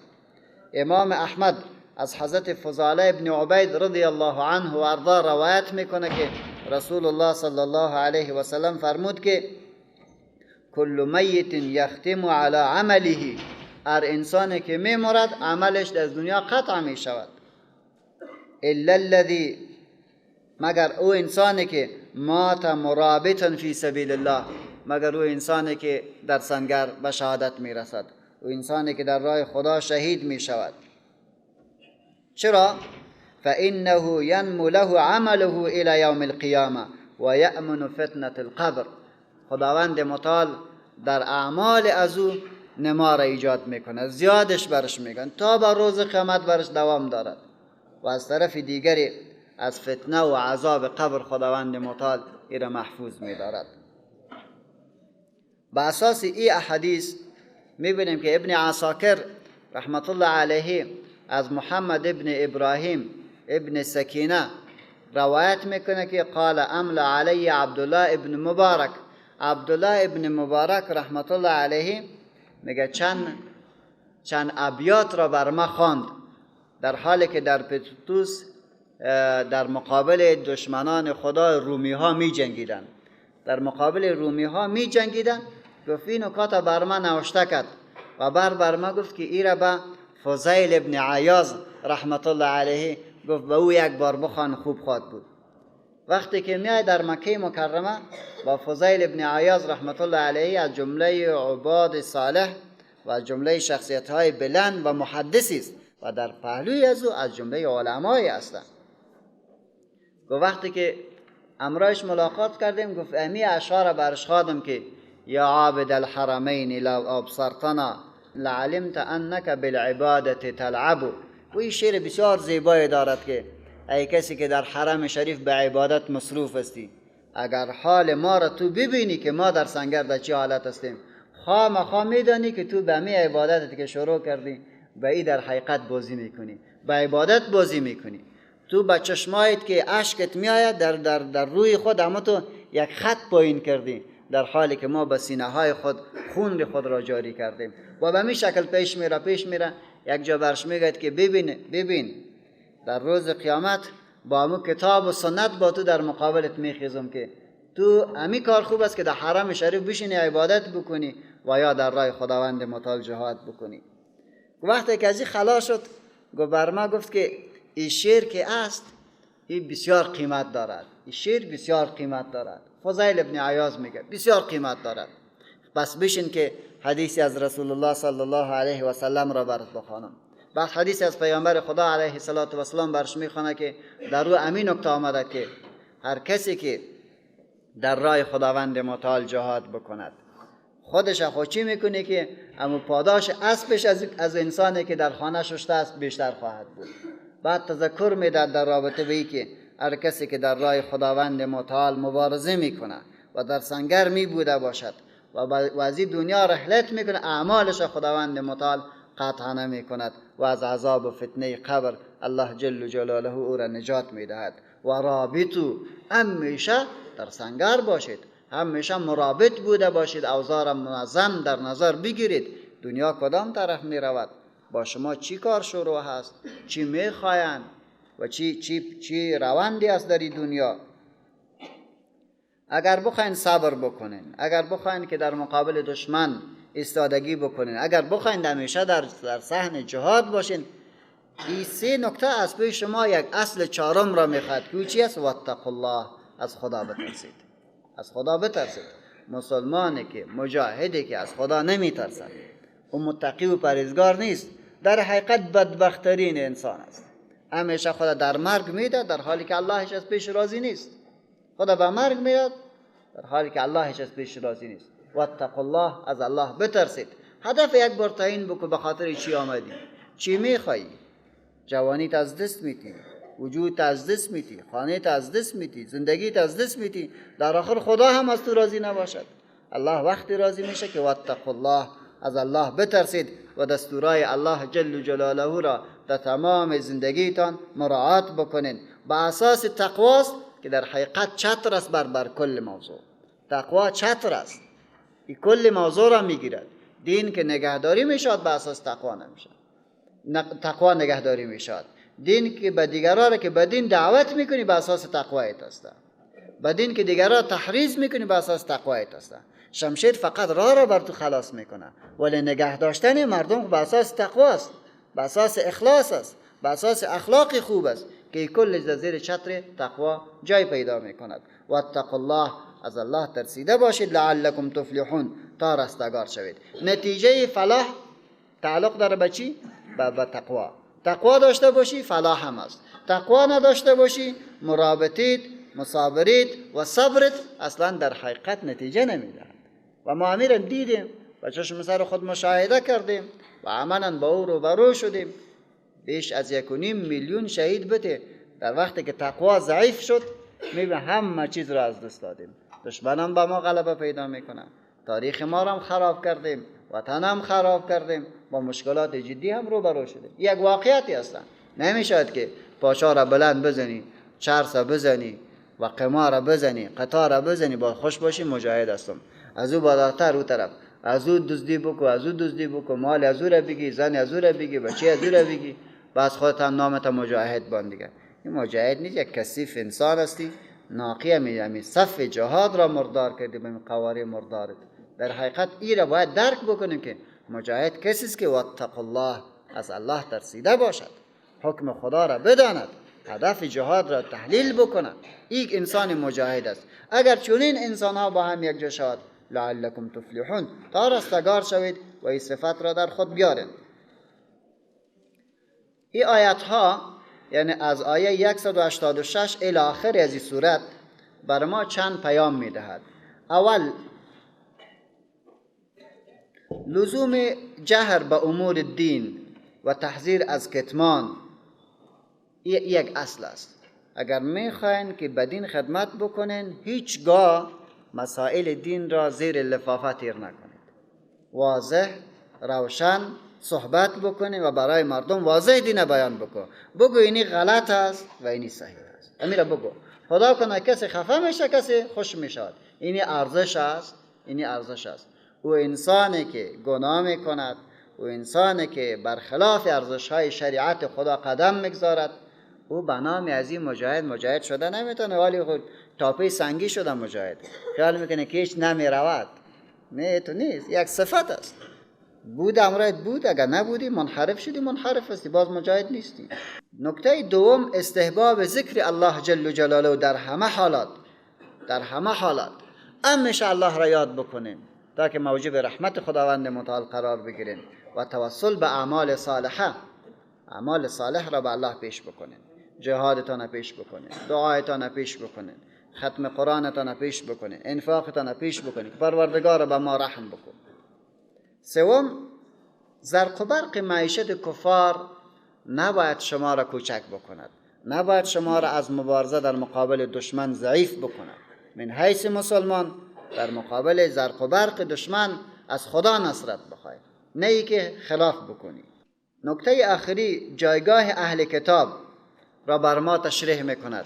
کدام اهل کتاب؟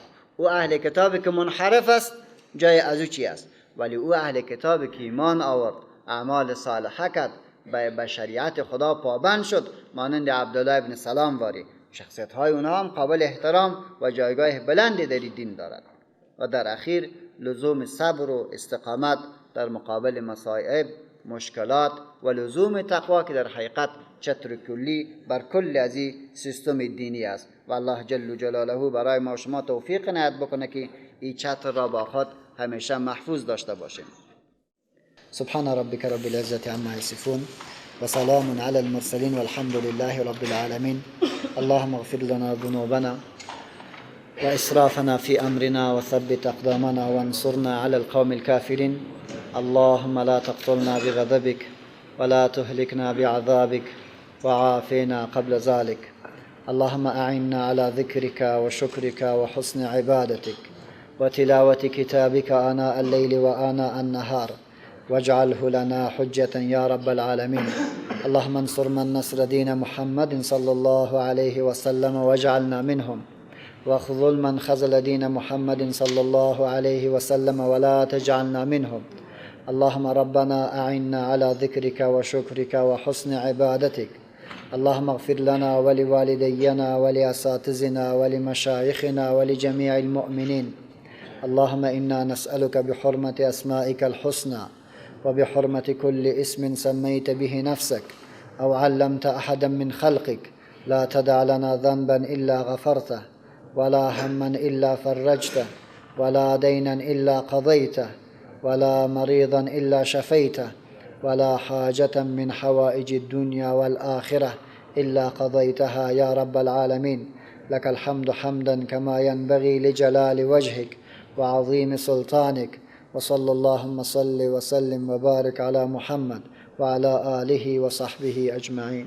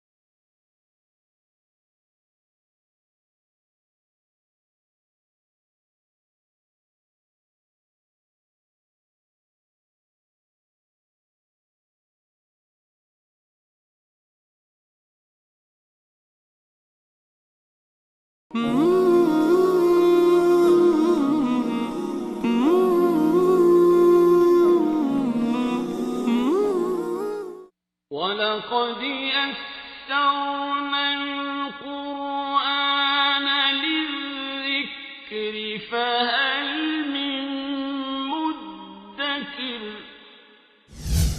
و به راستی که قرآن را برای پند گرفتن آسان نمودیم، پس آیا پند پذیری هست؟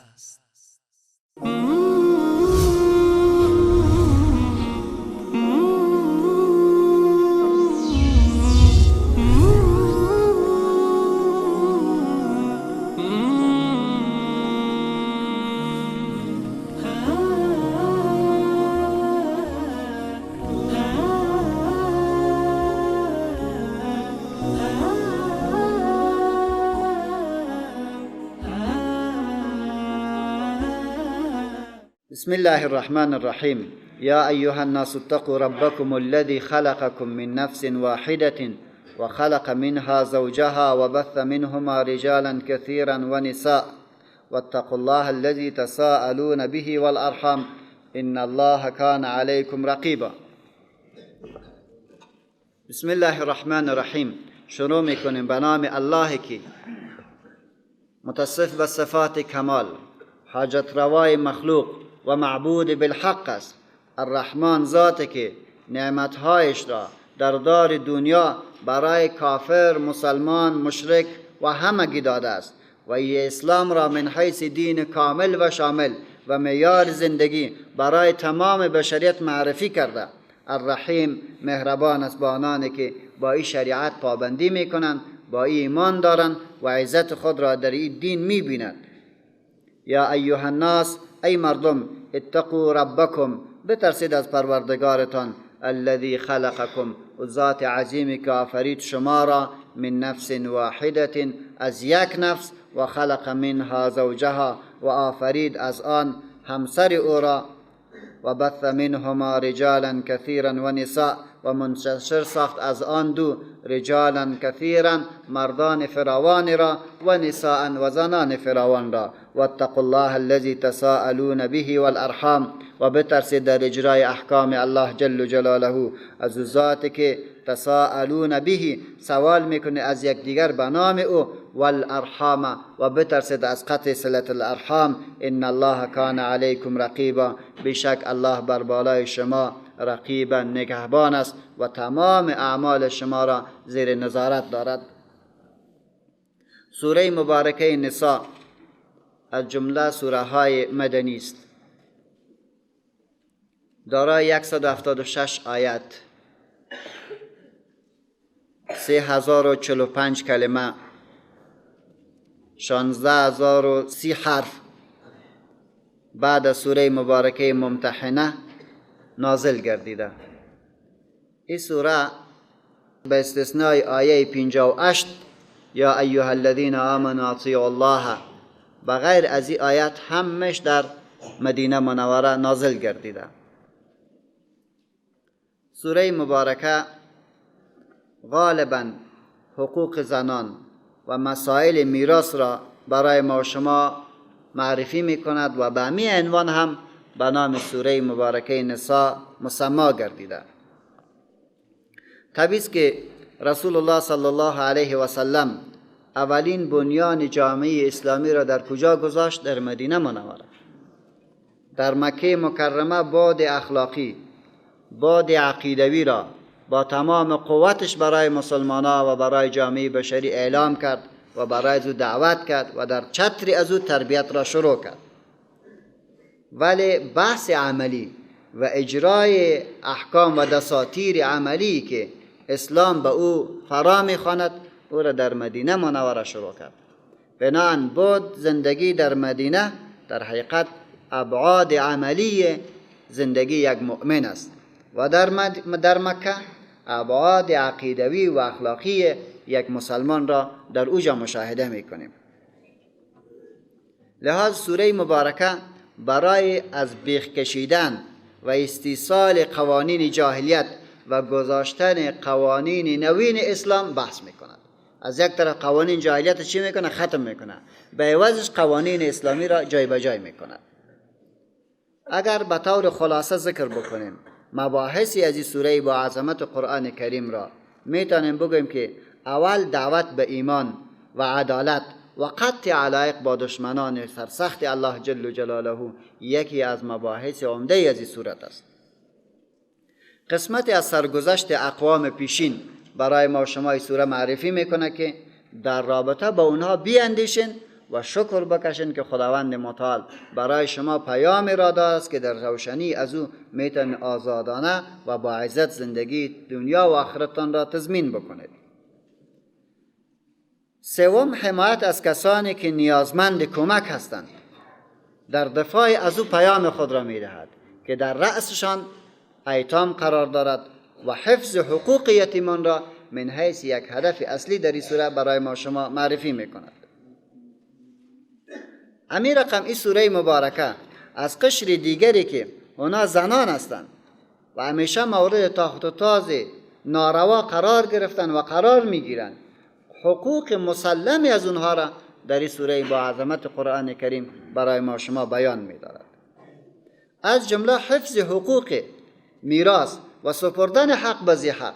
این را برای ما شما بررسی میکنه که هرگاه انسان هدفمندی هنگامی که وفات میکنه بعد از رحلتش چی پیام و او مالش که دارد به چی شکل تقسیم میشه و به کی چطور میرسد.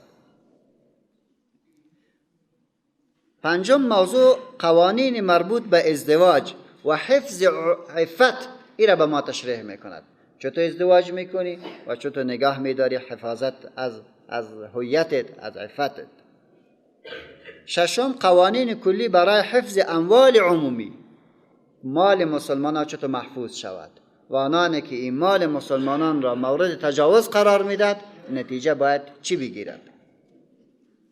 هفتم کنترل و نگهداری محیط خانواده از هر نوع شائبات کفری و شرکی و اعمال زشت و ناروا. هشتم حقوق و وظایف متقابل افراد جامعه اسلامی. مسلمان من حیث مسلمان در جامعه که زندگی میکن چه حقوق دارد و با مسلمانان چگونه ارتباط داشته باشد. نهم معرفی دشمنان جامعه اسلامی و حکم بیدارباش برای مسلمان که از کیان جامعه اسلامی خود دفاع بکند. دوم حکومت اسلامی و لزوم اطاعت از رهبر حکومت اسلامی. این را بر ما شما میدهد. باید حکومت اسلامی داشته باشی، مکلفیتت است و هنگامی که حکومت اسلامی تشکیل شد بدون چون چرا از امیر حکومت اسلامی اطاعت باید بکنی. یازدهم تشویق مسلمانان به مبارزه با دشمنان سرسخت اسلام. اونا را نمیگه که آرام در خانید بشین، بلکه همیشه باید مبارزه بکنی. سیزدهم اهمیت هجرت و لزوم آن به هنگام روبرو شدن با یک جامعه فاسد، جامعه که در اون نفوذ نمی شود، جامعه که دیگه از هر طریق بسته است، از همچی جامعه حرکت بکن. برو وقت تا ضایع نکن و جای دیگری دعوت به سوی دین بکن و در اصلاح خود بکوش.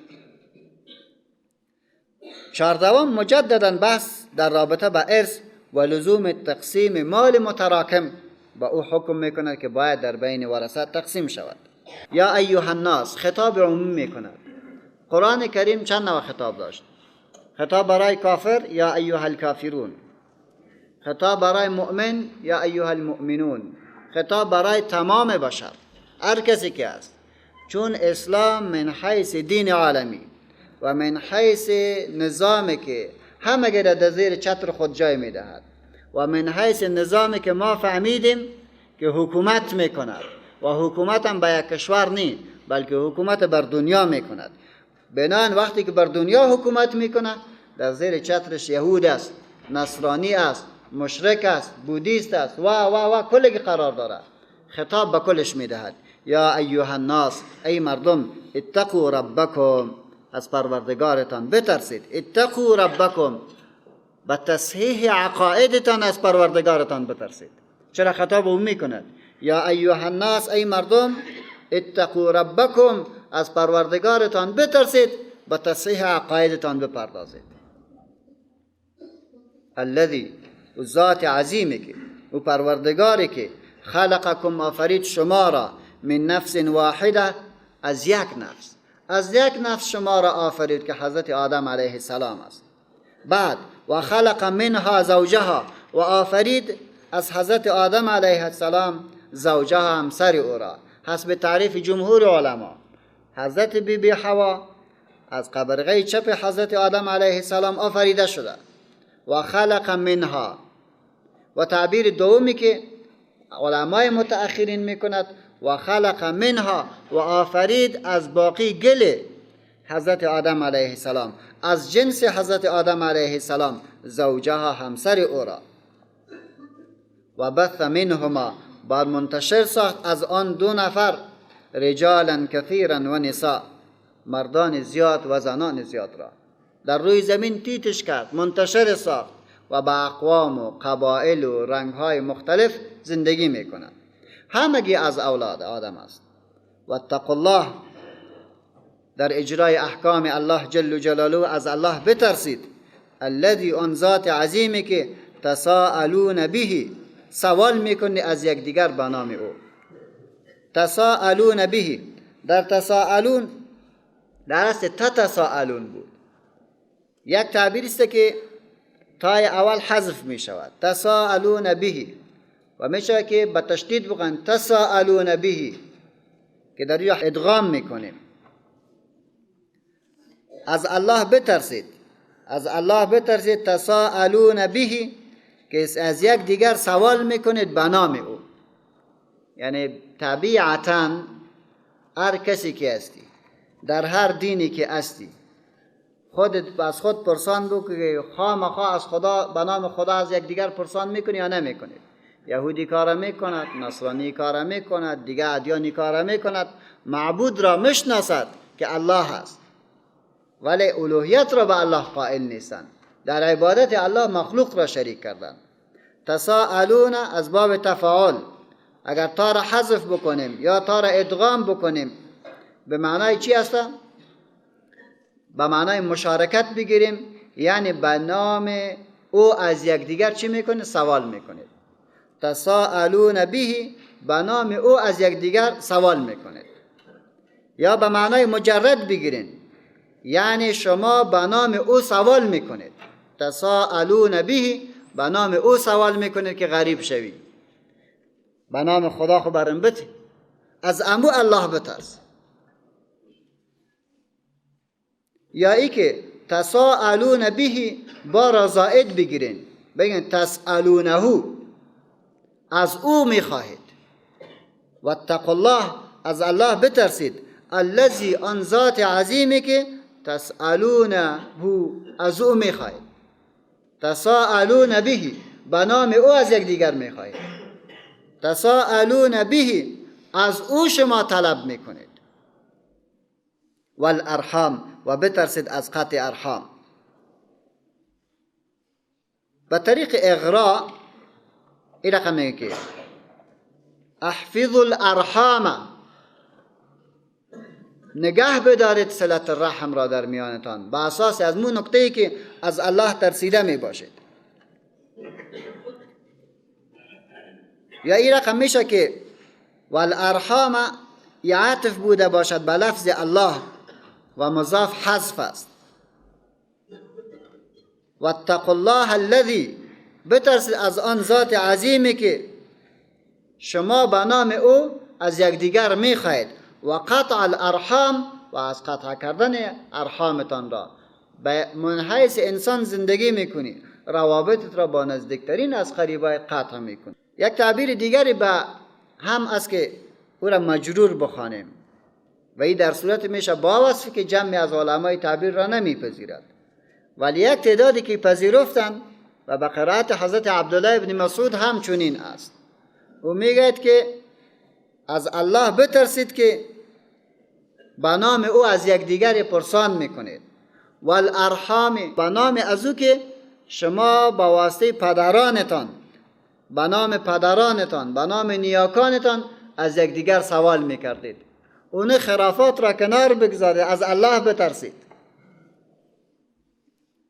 در حقیقت به او تعبیر به ما را نشان میداد که یکی از نکات عمده در ادیان گذشته همی بود که به نام پدرانشان سوگند میخوردند، ولی در اسلام لا تحلفوا بآبائکم، به نام پدراتان سوگند یاد نکنید، بلکه والارحام، بترسید از قطع ارحام. ان الله کان علیکم رقیبا، بشک الله است بر بالای شما نگهبان. وقتی میگه والارحام، در حقیقت یک نقطه شد بر ما که ای والدین، ای متولیان امور، شما به خاطر در زندگی دنیایتان، به خاطر پول و داراییتان کاری را نکنین که دیگر روابطتان با دخترایتان، روابطتان با خویشاوندایتان قطع شود. این کار نکنید، بلکه اصالت را نگاه بکنید، روابط دوستیتان را حفظ بکنید. بشک الله جل جلاله بر بالای شما رقیب است، نگهبان است، صفت مشبه. و آتوا الیتام، وقتی که الله رقیب است پس بدهید مال ایتام را بعد بلوغهم، بعد از اینکه اونها چی شدن؟ بالغ شدن. مال ایتام را بدهید بعد از آن که بالغ شدن. امام مقاتل کلبی او میگه مردی از غطفان و نزد از او مال از برادرش بود. وقتی که برادرزادش خواست که مال خود را بگیرد، بازو برش نداد، زیرا به اساس تعبیر جاهلیت، در دوران جاهلیت میراث برای اطفال، برای زنان داده نمیشد. برای آنانی که در دفاع از سرزمینشان قدم نمیکردند محروم میراث بودند. این کاکا هم خیست برای ایتام چی نداد؟ مال میراثش نداد. وقتی که مال میراثش را نداد و این موضوع به رسول الله صلی الله علیه و سلم رسید و آیه متبرکه نازل شد که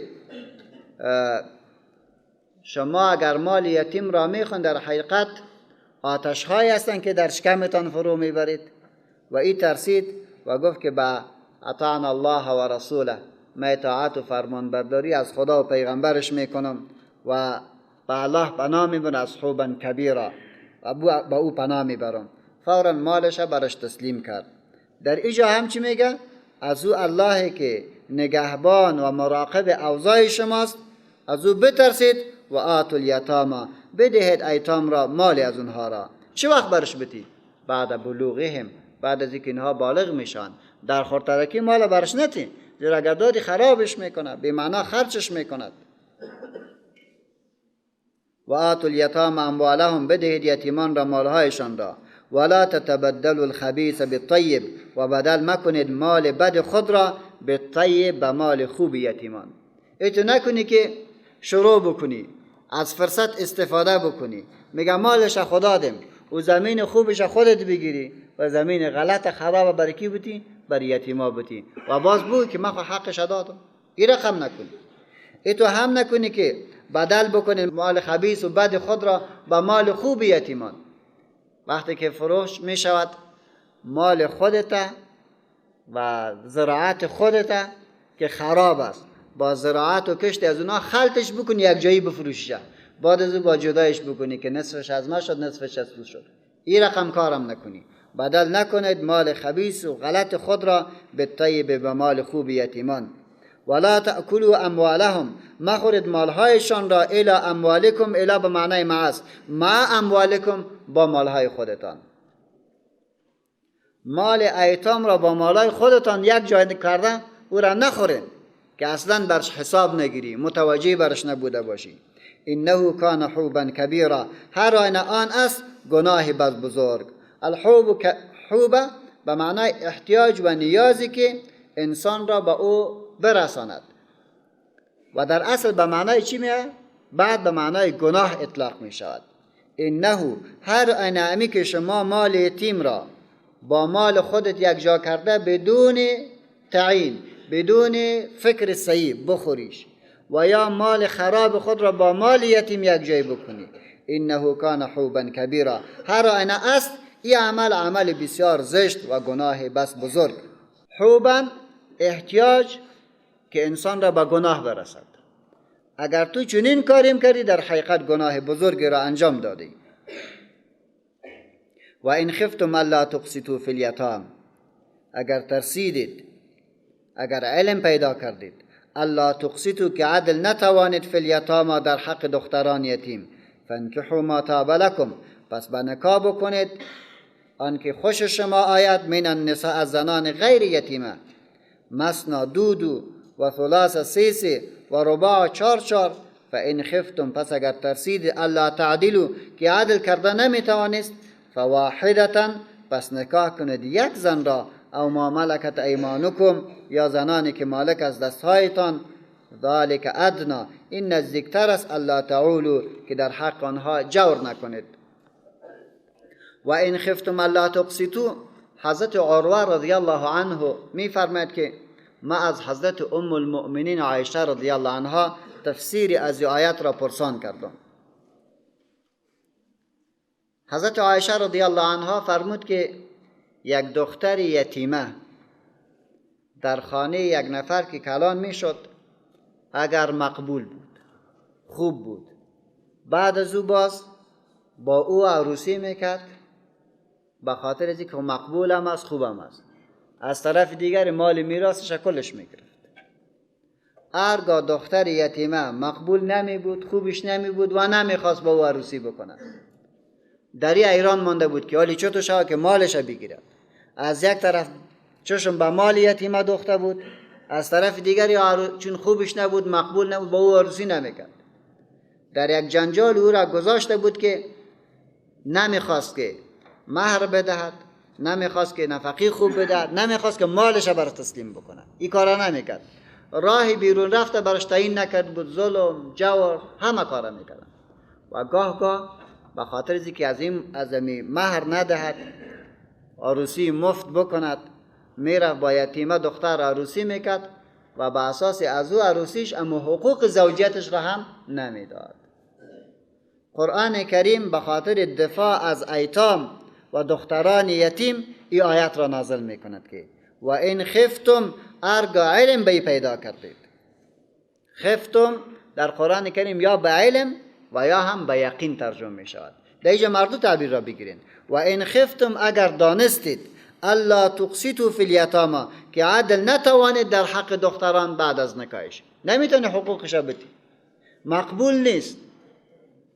وقتی که مقبول نیست نمیتونی با او گذاره بکنی، فانکحوا ما طاب لکم، پس نکاح کنی کسی که خوش شما آید، من النساء از دیگر زنان برو با او عروسی بکن.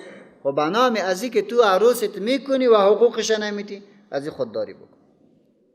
و این خفتم به معنی یقین، اگر یقین پیدا کردید به این که الا تقسطوا که عدل نتوانید فی الیتاما در حق دختران یتیم، فانکحوا ما طاب لکم، پس نکاح کنید آن که خوش شما آید، من النساء از زنان دیگر.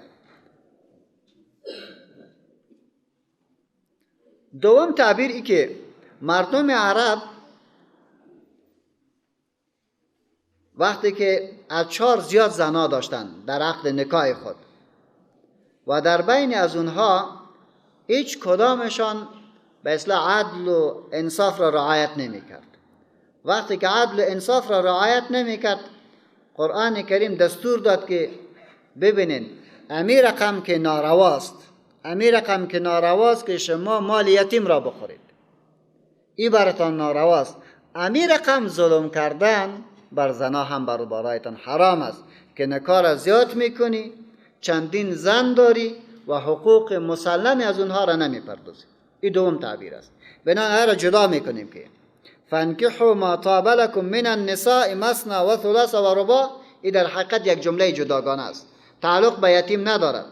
رد میکنه رواج جاهلیت سابق را.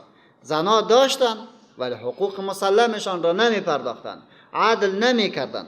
قرآن میگه اموتو که خوردن مال یتیم حوبا کبیره است، گناهی بس بزرگ است. عین شکلش عدم رعایت در میان زنان و نعدل کردن در میانشان، این هم گناه بزرگ است. پس تعبیر حضرت عایشه رضی الله عنها انشاءالله دقیق تر است. یتیم ها را، دخترای یتیم را به نکاح می گرفتن به خاطر چی؟ که مصرفش نشود، به خاطر چی؟ که میراث از پیش نگیرد، به خاطر چی؟ که ارزان از برش. این کارا میکردن.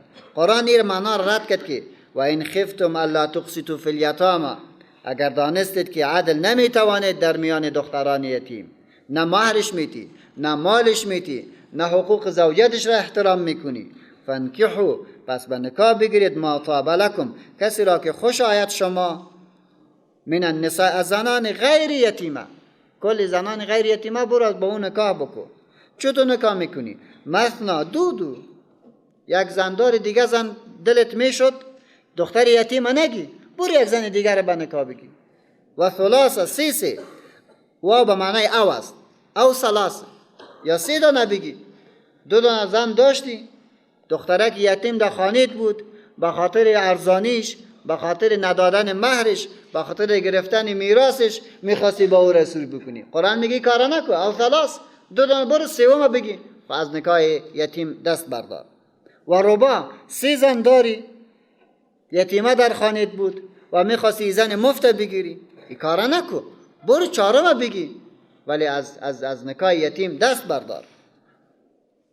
فین خفتم، پس اگر ترسیدید که الله تعدیلو، که عدل کرده نمیتونید در میان زنتان، بازی تو اجازه نیست که دو زن بگی، سه زن بگی، چهار زن بگی، اجازه نیست. ولو که دلت شده بود برای از که یتیمه را بگیری و یک زن داشتی و یتیمه را بگیری و عدل نمیتونی کرده، فواحده، پس همون یک دانه برات بهتر است. فواحده، پس نکاح کنید با یک زن، دیگه زن بر تو اجازه نیست که زن دوم را بگیری در حالی که تو با اونها عدل نمی کنی.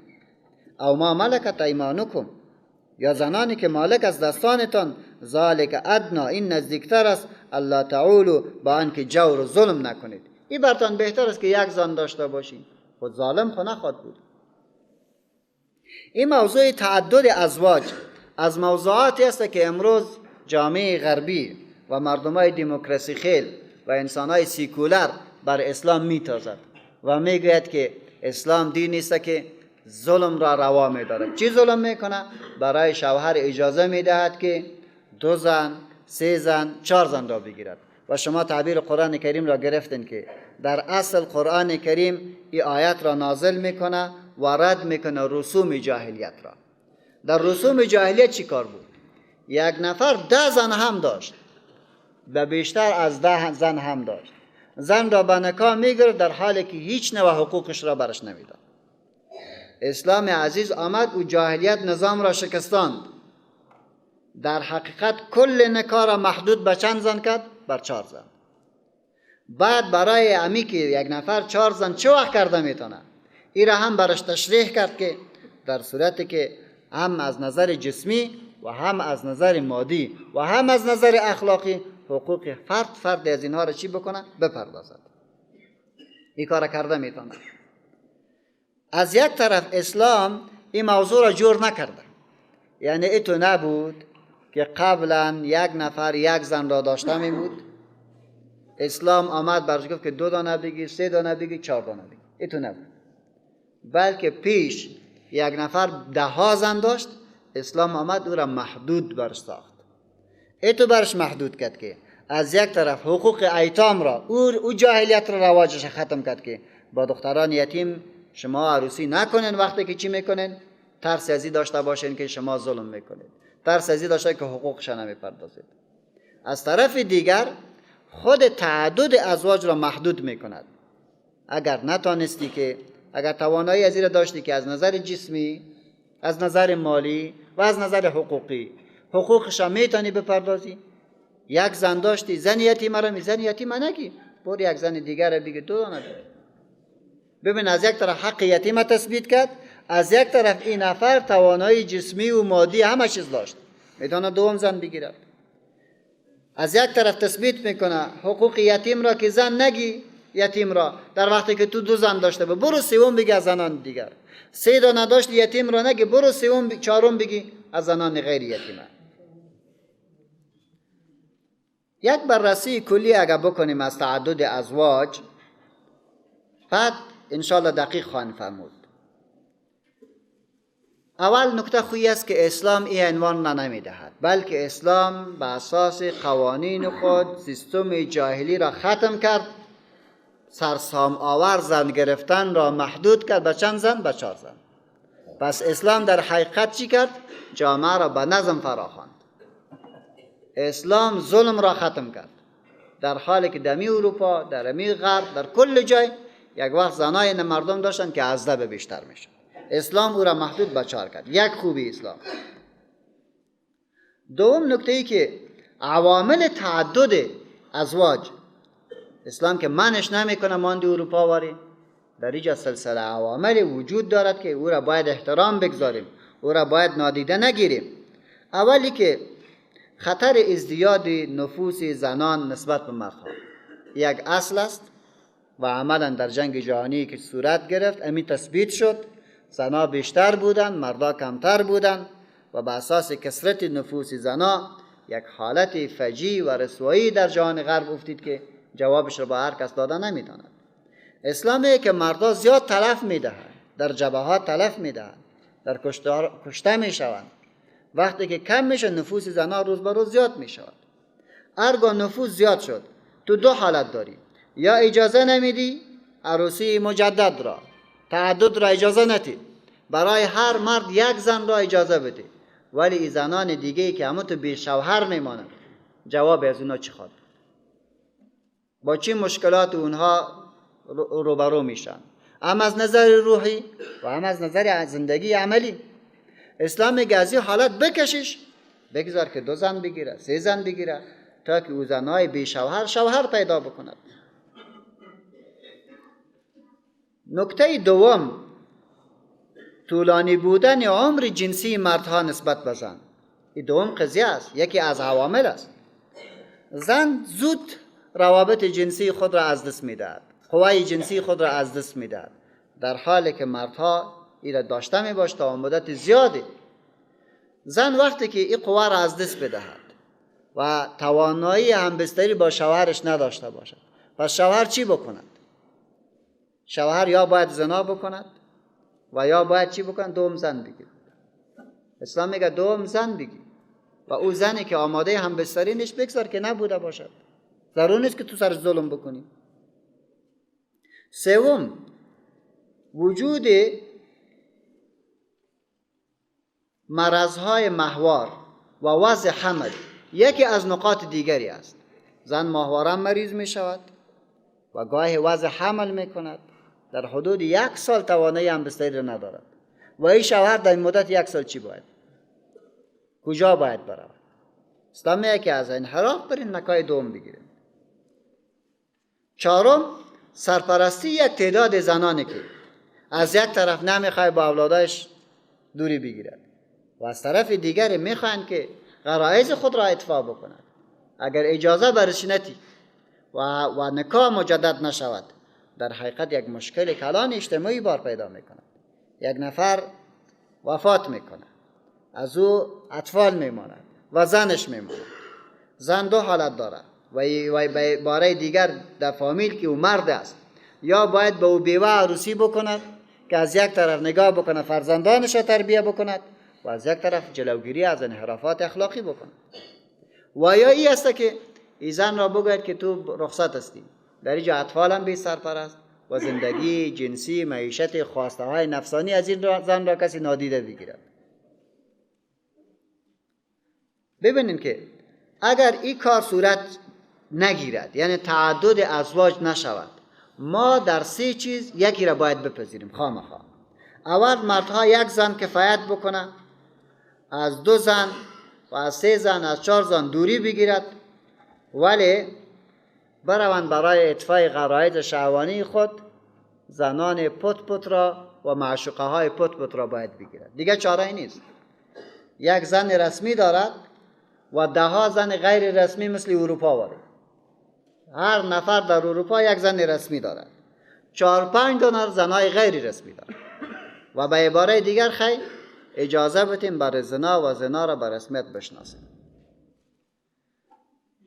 دوم نکته ای که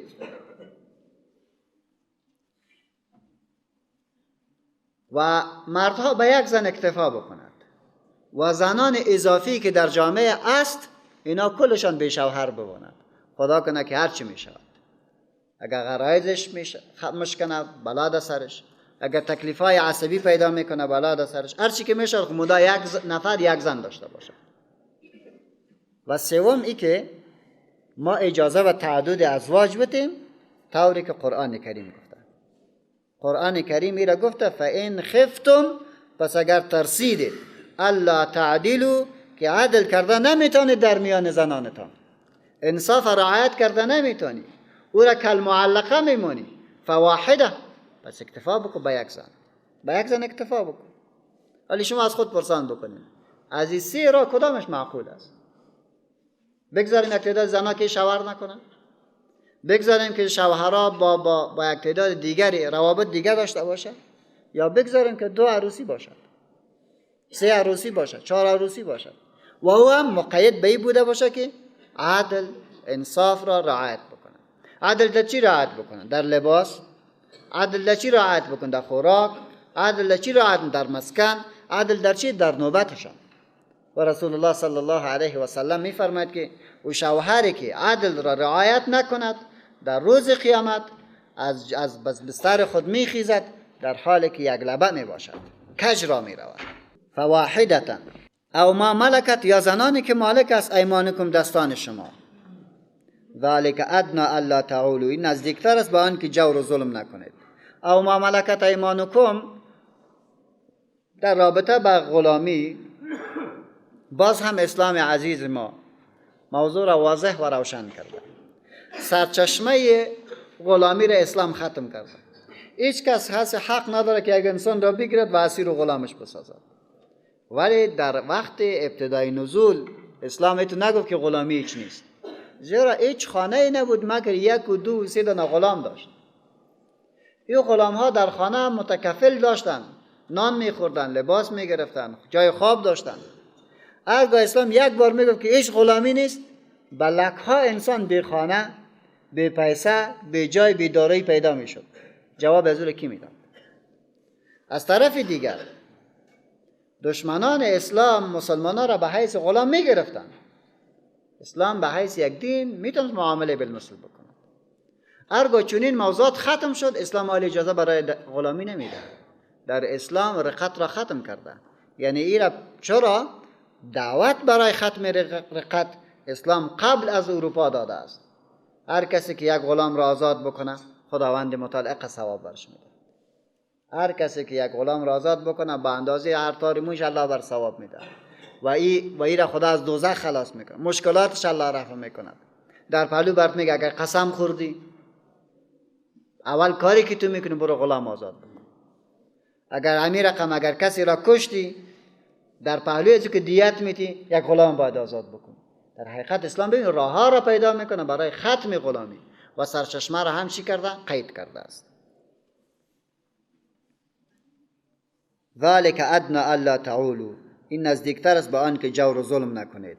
و آتوا النساء صدقاتهن نحله، بدهید زنها را صدقاتهن مهرشان را نحله پورا به خوشی خود. نحله به معنای بدهی و دین و هم به معنای عطیه و بخشش آمده. بدهید زنان را صدقاتهن مهرهایشان را نحل به خوشی برش بسپار. فان تبن لکم عن شیء، پس اگر درگذرند به خوشی به شما، عن شیء منه، از چیز مهرش، 1 لک روپیه بود بر گفت که 50,000 برات بخشش کردم، فکلوه هنیئا مریئا، پس بخورید امی مهر را، امی پولی که بر شما بخشش شده، هنیئا سازگار، حلال، مریئا گوارا، حلالش بخور و زن بر تو بخشش بکنه، هیچ گپی نیست.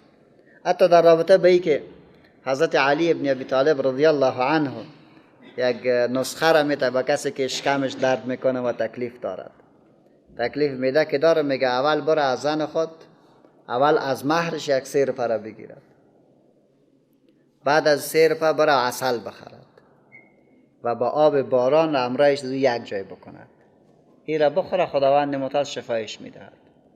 و این در حقیقت 3 آیه را یک جا میکند که در قرآن کریم آمده که و انزلنا من السماء ماء، ما از آسمان آب را نازل کردیم، او آبی که در او برکت است، و در باب شهد میگه که در او شفا است، و در اینجا میگه که فکلوه هنیئا مریئا، بخورید در حالی که او سازگار و حلال است.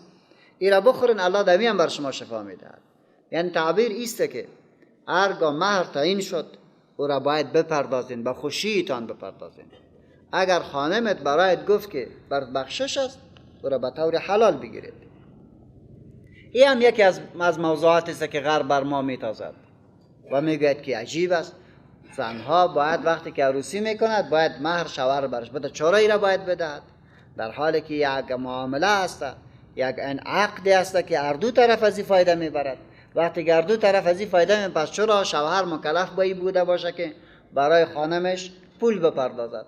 سرزی هم نقد میکنند و این را کوچک میشمارند، در حالی که اسلام عزیز در مهر نکات بسیار زیادی را گذاشته است و ما به ضیق وقت مختصر اشاره میکنیم. اول ای که مهر قیمت زن نیست، یک اصل، مهر قیمت زن نیست، بلکه در حقیقت مهر نوع اظهار احترام برای از این عقد است که از طرف شوهر پذیرفته می شود، از طرف شوهر گذاشته می شود. یک قضیه. دوم نکته ای که این مهر یک سیستم تکافلی است برای کی؟ برای یک زن. یک سیستم است که برای آینده از زن به درد میخوره. چرا؟ هرگاه زن عروسی بکند و با عوامل مختلف نکاح فسخ شود، یا ای که ای شوهرش بمرد، ای زن بعد از عروسیش طبیعی که مادرش هم غالباً به اساس پیچ سفیدی وفات کرده باشه و پدرش هم، و یا پدر و مادر هر دوی زنده است، به اساس کبر سنشان توانمندی قدرت رهبری در خانه از دست دادن. این سفید و پیچ سفید که شود، باز قماندان کی می باشد؟ قماندان باز بچه می شود، رهبر باز بچه می شود، رهبر باز سنو می شود. حال این دختری که عروسی کرده بود بار دوم در خانه برادر خود می آید، اگر این دختر از خود پول داشته باشد، از خود سرمایه داشته باشد، از خود میراث داشته باشد، در خانه برادر خود با اعزاز و تکریم زندگی کرده میتونه. هرگاه این دختر پول نداشته باشد، زمینه اقتصادی خوب نداشته باشد، در خانه برادرش به حیث مزدور خواهد بود، بعد بچه قراره که اولادای برادرش خواهد بود. اسلام عزیز میگه بگذار که زن توانمندی اقتصادی داشته باشد، این بر منفعتش است. هرگاه به عواملی کدام مشکل پیش میاد، در اینجا یک ذخیره پولی دارد و میتواند تا وقتی که عروسی دیگه میکند یا نمیخواد عروسی بکند، با اعزاز و تکریم خود زندگی بکند، بتواند تداوی شود، بتواند نان خود بگیرد، بتواند بارزوهایی که از نظر مادی دارد او را تکفیل بکنه و او را پوره بکند. از این خاطر اسلام میگه چی بده؟ مهر بده برش. از طرف سوم، مهر در حقیقت تثبیت کننده حق شوهر بر بالای زن در سیادت است، یا حق برش تثبیت میکند. شوهر آمر است، رئیس است و این ریاستش یک طرف که تثبیت میشد در حقیقت به تکافلش است و سپردن حقوق برای کی است؟ برای زن است. هم از نظر طعام، از نظر لباس، از نظر مسکن و همین رقم از نظر مهر. با وصفی که شریعت اسلام از یک طرف مهر را تثبیت میکنه و از یک طرف چی میکنه؟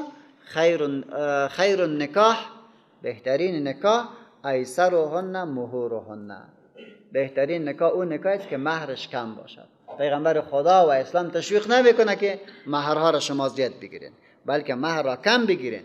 در حقیقت اعزاز و تکریم است که الله جل جلاله با واسطه ازی برای یک زن میداد. و میبینیم که یک زن خواست که با پیغمبر علیه السلام عروسی بکنه و رسول الله صلی الله علیه و سلم با او عروسی نکرد و مرد دیگر گفت که یا رسول الله ما آماده هستیم که با همراهش عروسی بکنم.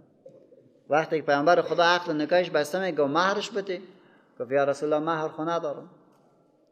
وقتی که ندارم پیغمبر خدا برش گفت که قرآن کریم همراهت هست؟ گفت بله آ. پس قرآن برش تعلیم داد. اینی سوره را برش یاد بده مهرت است.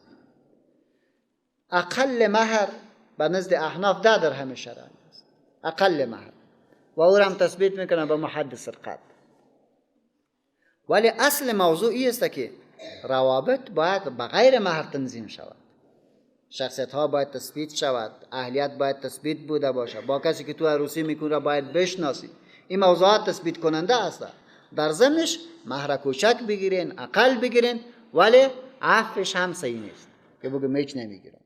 اللهم اغفر لنا ذنوبنا وإسرافنا في أمرنا وثبت أقدامنا وانصرنا على القوم الكافرين وصلى اللهم وصل وسلم وبارك على محمد وعلى آله وصحبه أجمعين.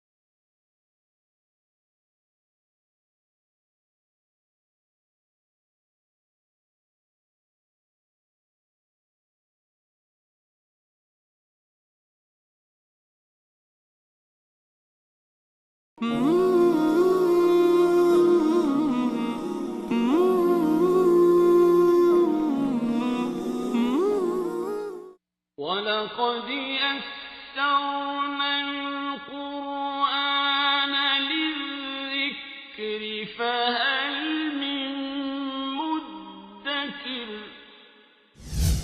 و به راستی که قرآن را برای پند گرفتن آسان نمودیم، پس آیا پند پذیری هست؟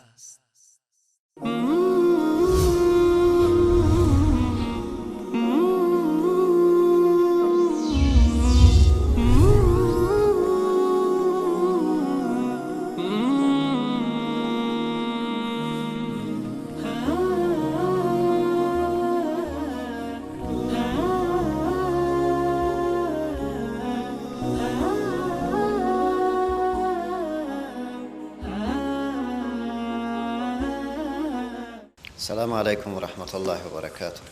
فإن طبن لکم، پس اگر درگذرند برای شما به شما عن شیء منه، از چیزی از مهر، نفسا به خوشی خودش، فکلوه هنیئا مریئا، بخورید حلال و گوارا. برای ما شما ای را تثبیت کرد که برای زنها صدقایشان را و مهرهایشان را بسپارید. برای تنظیم امور مادی می فرماید که ولا تؤتوا السفهاء اموالکم، مدهید انسانای کم رشد را اموالکم، مالهایتان را. مال اصل از کی است؟ از یک انسان است، ولی او سفیه است، او عقلش رشد نکرده، مسئولیت‌هایش را درست تثبیت نکرده، بنان به این انسان مالش نتن. زیرا انسان کودن است، در یک لحظه پول خود را تیت تیت میکند، در یک لحظه کل چیز را از دست میدهد. مال خود را هر کس از انسان چالاک از پیش میگیره و استفاده میکند. کسی دیگری باید قیم امور ازی باشد از نزدیکانش. قرآن میگه ولا تؤتوا مدهید و مسپارید از سفها انسانای کم رشد را اموالکم مالایتان را. اموالکم میگه چرا؟ هر مالی که از یک نفر است غیر مستقیم از ما و شما هم است. مال از نظر اسلام اگر از یک نفر است غیر مستقیم با تمام جامعه ارتباط دارد. از این خاطر هیچ کس حق ندارد که مال خود را بسوزد. پول داشته و که میخواست که او را بسوزاند دستش بگیرد، دستش ولو که با خشونت بگیرد، زیرا حق از او نیست. اگر اون مال خود را میسوزاند صبح که گرسنه نمیشه با در جان ما با شلمش یک چیز پول خبر ما بده. اگر پول داشته و دارایی داشته و در حقیقت مشکلش از سر ما کم میشه. به تعبیر دوم، کسی که پول داره، دارایی داره، موتر داره، یگان بار خودتون در اون سوار میشه یا نمیشه؟ منفعتش به تو هم میرسه. در خانهش یک چند لحظه میشه در خود تو به امن است. بنان مالهایتون را به انسانهای کم رشد نسپارین. التي جعل الله لكم که گردانیده است الله جل جلاله به شما قیاما ثواب قوام معیشت وارزقوهم فیها و بخوریدشان را از آن و کسوهم و بپوشانیدشان را و قولوا لهم قولا معروفا و بگوید به ایشان سخن پسندیده را. یک انسان کم رشد، صفی و کودن در خانه بود، مال برش دستش نمیدی، مال به دستش نمیدی که هر رقم بخواهد معامله بکند. التي جعل الله لكم قیاما که گردانیده است الله با شما سبب قوام معیشت، سبب قوام معیشت برگردانیده. ولی چی بکو؟ مطلق تهدیدش نکو، در تربیتش کوشش بکو. وارزقوهم بخورانیدشان را فیها از آن مالی که تو قیمش هستی، تو سرپرستش هستی. هم تداویش بکو، هم غذا را برش بسپار. وکسوهم بپوشانیدشان را از خوبترین لباس، از اون لباس بپوشان که دیگران میپوشن تا که شخصیتش رشد پیدا بکند. و قولوا لهم قولا معروفا بگوید به ایشان سخن پسندیده را. عزیزم مال از تو است، این را ما برد نگاه کردیم. کمکی که تو یاد گرفتی تجارت را، یاد گرفتی روابط زندگیت را، باز ازی بر خود این خانه بساز، ازی بر خود دکان بساز، ازی بر خود عمل بساز. انشالله پول از خودت است، ما او را نمیگیریم. فقط تا وقتی که تو یاد میگیری یک چند وقت باید که ما بوده باشی و حکومت و فرمان مرا، امر مرا اطاعت بکنی. زیرا جامعه که تو زندگی می که مردمای ولگردی هستن، مردمای بی تربیه هستن، مردم هستن که از تو چورش میکنه، دزدیش میکنه. از این خاطر زیر سرپرستی ما قرار داری. خوب نصیحتش باید کرده برود. وقتی که این نصیحت را میکنی وابتلوا الیتامی بیازماید ایتام را، سفیه خود جدا گپ شد، ولو که کلان بوده باشه ولی کودن است، نسپار مال را برش. با یتیم هم باید مال نتی، ولی وقتی که تو میخوای با یتیم مالش تسلیم بکنی و ابتلوا الیتامی بیازماید یتیمان را، یک چیز مال در دستش بده و پول در دستش بده، بگذارش که چی میکند. یک روز بعد، 2 روز بعد، 3 روز بعد پرسانش بگو بچه‌م یک چند رفعه برتاده بودم چی کردی؟ از پیش پرسان بگو. یک جواب باید پس برد بدهد. این را از پیش کلش بازارخوری کرده، این رفت سینما سرش رفته، سرزی پول چی کرد؟ این را به کسی بخشش داده است، از این 20 رقم موبایل برای خود خریده. همین پول یک بار ببین.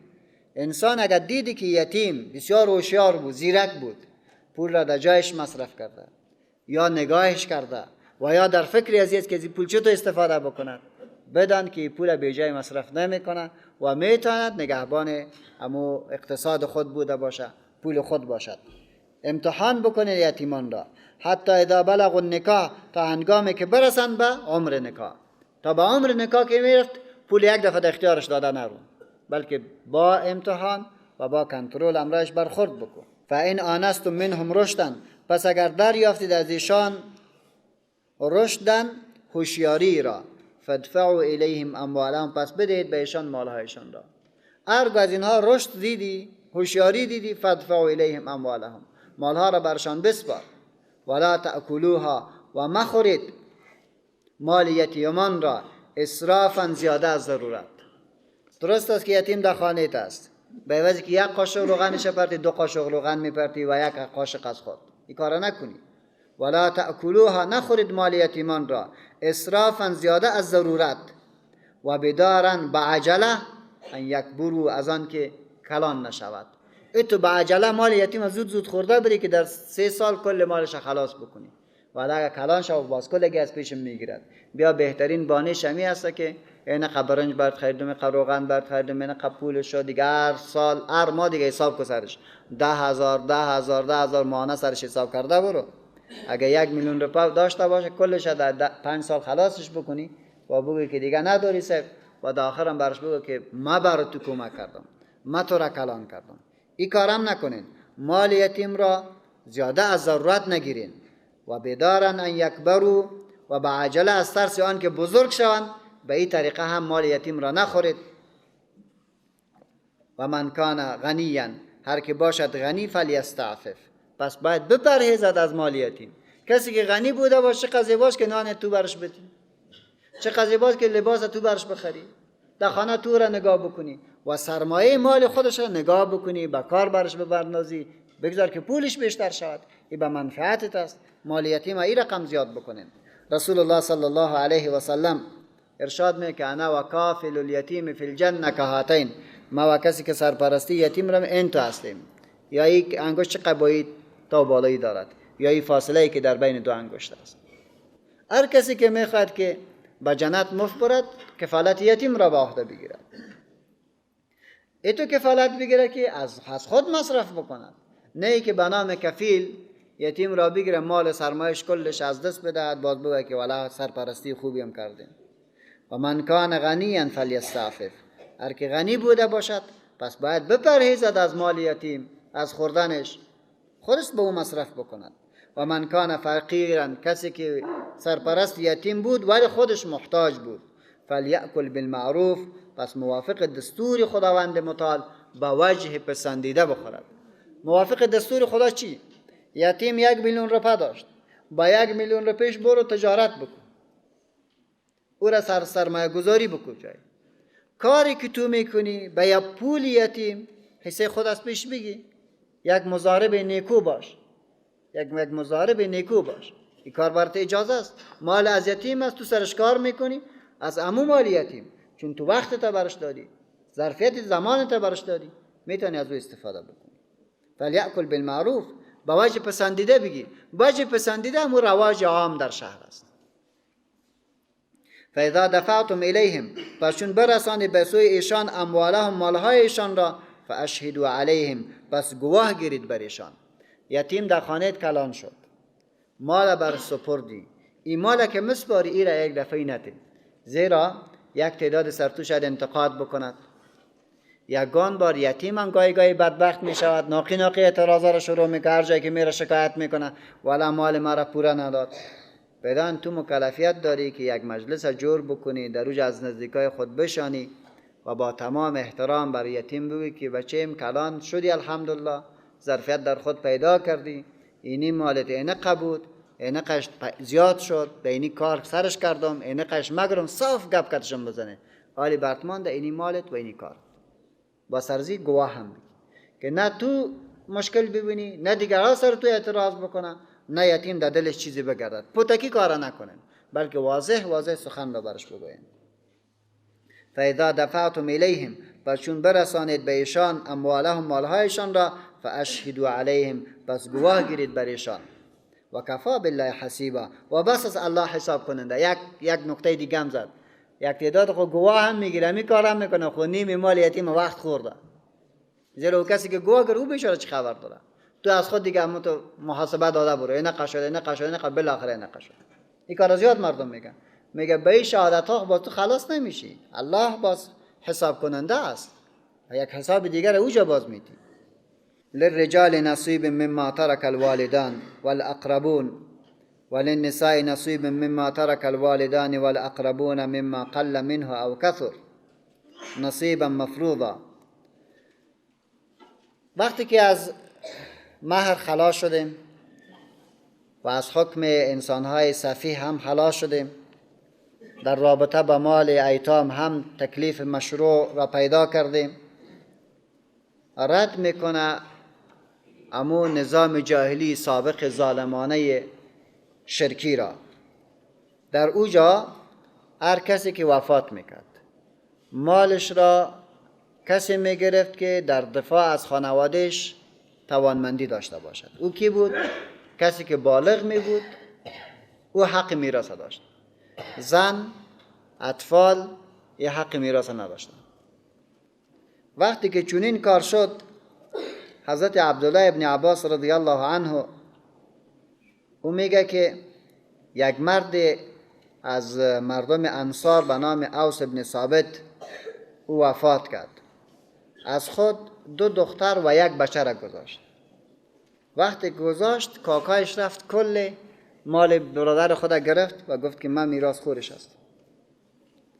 خانم از این میت نزد رسول الله صلی الله علیه و سلم آمد و گفت که یا رسول الله عجیب است، شوهرم وفات کرد، یعنی 3 طفل دارم، نگه نه نان داریم نه جای داریم نه زمین. کاکای از این اطفال آمد کل مال مصادره کرد، گفت که از ماست، ولی ما باید چی کنیم؟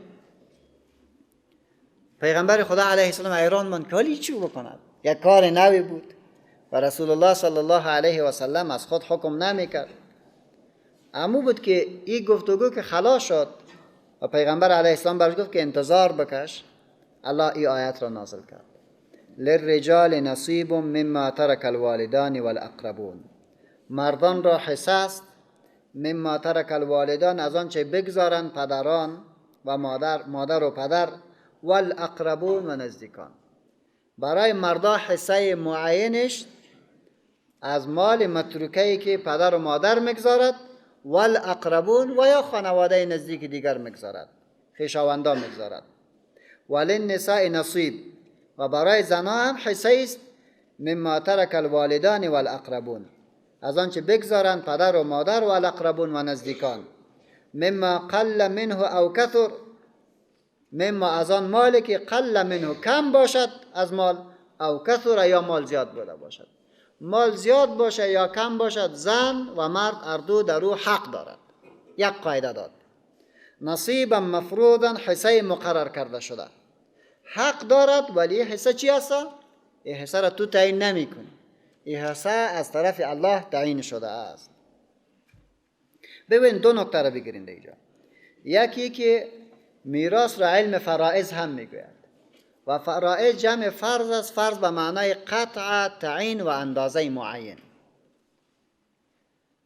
حصص میراث از طرف شرع به اساس نصوص ثابت از قرآن و احادیث از رسول الله صلی الله علیه و سلم تعیین شده است.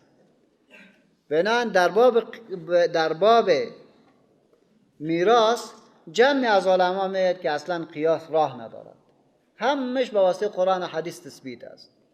از این خاطر علم میراث برش میگه که اندازه هر یک از وارثین تعیین شده است. برای زن هم حق است، برای مرد هم حق است. خب ما او توی حق تعیین نمیکنیم، نصیبا مفروضا، حصه مقرر کرده شده. در رابطه با میراث چند نکته است. اول یکی اسباب میراث است، یکی هم موانع میراث. در روشنی از زیر 2 نکتهش این آیات ها تشریح می شود. اول اسباب میراث، یکی نسبت است در بین 2 افراد. نسبت یعنی تولد، بعضی اولاد است، بعضیش هم پدر هستند. پدر از اولاد میراث میبرد، اولاد از پدر میبرد. این را نسبت میگوید در میراث. نکته دوم سبب است. یکی از اسباب میراث سبب است که او زوجیت است. شوهر از خانمش میراث میبرد، خانمش از شوهر میراث میبرد. سوم سبب نسبت است که او برادری است. به این اساس برادرم از برادر میراث میبرد، کاکا میراث میبرد. هرچی ورثه است، مجموع ورثه به 3 دسته تقسیم می شود. اصحاب فروض، آنانی که حقوقشان در قرآن کریم تثبیت شده است. تثبیت شده که نصف میبرد، ثلث میبرد، ثلثان میبرد، ثمن میبرد، سدس میبرد. این کل قرآن کریم تثبیت است. این حقوقشان است و حسب آیات قرآن کریم به تشریع از او پرداخته می شود. اصحاب عصبه است آنانی که بعد از اصحاب فروض، یعنی حصه معین را هر کسی که از خود گرفت باقی ماندیش که در قرآن حدود از اونا و حصه از اونا تعیین نشده به نام اصحاب عصبه هستند. مثل دختر، یک نفر وفات کرد، از او دختر ماند، دخترش نصف میگیره، نصف دیگهش به عصبه است، یعنی برای کاکاهایش است، برای بچه های کاکاهایش است. سوم ذوی الارحام است. ذوی الارحام کسایی هستند که نه عصبه می باشند و نه اصحاب فروض، ولی نسبت با کی دارد؟ نسبت با خانوادهش دارد، ولی در دور قرار دارند، مثل ماماخیل. نکته دیگری در باب میراث موانع میراث است. عمده‌ترین موانع میراث در شریعت اسلامی 4 چیز است. اولش کفر است. هر یکی از وارثین کافر بود از یک دیگری میراث نمیبرد. پدر وفات کرد، فرزند کافر بود، وقتی که با کفرش مقر بود میراث نمیبرد. نکته دوم رقت، غلامی، این هم مانع میراث است. سوم قتل، یک نفر میراث میبرد از کاکایش، کاکای خود را کش، میراث نمیبرد. چهارم خود نبوت، پیغمبری، این مانع میراث است. پیغمبر وفات کرد، بعد از او باز میراث کسی از پیش گرفته نمیتواند. میراث دفع میشد به کی؟ برای تمام مسلمانان و بودجه مسلمانان. و از این خاطر که رسول الله صلی الله علیه و سلم صراحتا دستور میکنه که ما گروه انبیا میراث نمیبریم، میراث ما علم ماست. هر کسی که میخواهد که میراث بگیرد در حقیقت از رسول الله یاد بگیرد. و حضرت ابو هریره رضی الله عنه یک روز در مابین شهر آواز کرد که او مردم، میراث رسول الله در مسجد تقسیم میشه و بریم بگیریم. کل مردم رفت که ولی چی کار بود؟ میبینه که جا حلقه درس است، حدیث رسول الله گفته میشه. اینی میراث است، میراث رسول الله. الله میفرماید که آلی اگر میراث خو میدی، خب پیش از تقسیم میراث سلسله آداب در نظر بگی، سلسله احکام را در نظر بگی. اول چی باید بکنی؟ یک کسی وفات کرد، مکلفیت داری که او را با تمام اعزاز و اکرام و خوبی در تکفین و تجهیزش اقدام بکنی. این حکم است برای ورثه. در پشت از این نگرده که مال ما چطور میشود. باید او شخص را با تمام اکرام و اعزاز چی بکنه؟ او را دفن بکنه. پول کفن، پول مردشوی، پول جای زمین، پول کندن قبر، این کلش باید تثبیت بکنه. از همین مال باید برش داده شود. در پهلوی از این که این پول اسقاط، این پول دوره، این پول ختمای جمعه، ای از میراث داده نمی شود، زیرا یکیش از تکلیفای شرعی نیست. این را ما جور کردیم سر مردم، مگر یک کسی وصیت بکنه. بعد از اینکه یک نفر با شکل شرعی با آبرومندانه به خاک سپرده شد، دوم حق حمایت دارد، او ایست که قرضایی که ای دارد او را باید ادا بکنی. پیغمبر ما صلی الله علیه و سلم جنازه کسی را نمیخوان تا وقتی که قرض او را نمیداد. وقتی که قرضش خلاص میشد بعد از جنازهش میخوان. حقوق الله را الله میبخشد، حقوق العبد نمیبخشد. وقتی که قرضش خلاص شد به سوم موضوع پیش میاد. او چی است؟ سپردن وصیتش. ببین که این میت چی وصیت کرده. از مال خود که وصیت کرده، وصیتش باید نافذ شود و احترام گذاشته شود به قول او. وقتی که وصیتش هم خلاص شد، بعد از او باز راجع به تقسیم میراث مجلس دایر می شود و مطابق به حکم خداوند متعال صورت می گیرد. در افغانستان یک تعداد از والدین برخلاف حکم خدا چند نفری سفید میشانه و گاه بدبختانه کدام عالم هم باز میشاند، میگد که من خواهیم مال خود تقسیم میکنم صاحب، به این بچه می نقه، به این بچه می نقه، به این بچه می، اینیش از من وقتی که با مردم بازی تو بکنیم با دمیان با فلانه باشد، یگان دانش اگر بگه که در راه خدا هم میبخشه باز بتین، غالبا نورم باز یک جنجالی بعد از مرگ میگماند. این کار خلاف شریعت است، خلاف دین است. پدر این مال تقسیم نکو، در زندگیت بگذاری را، وقتی که تو مردی خداوند متعال تقسیم در قرآن داده و مطابق به این فیصله می شود. اولادا را وادار به این نکو که در پشت سرت دعای بد بکند، اولادا را به این تقسیم خودت وادار نکو که در پشت سرت نفرین بگوید. این کارا نکن، این را بگذار به الله که چی فیصله می کند.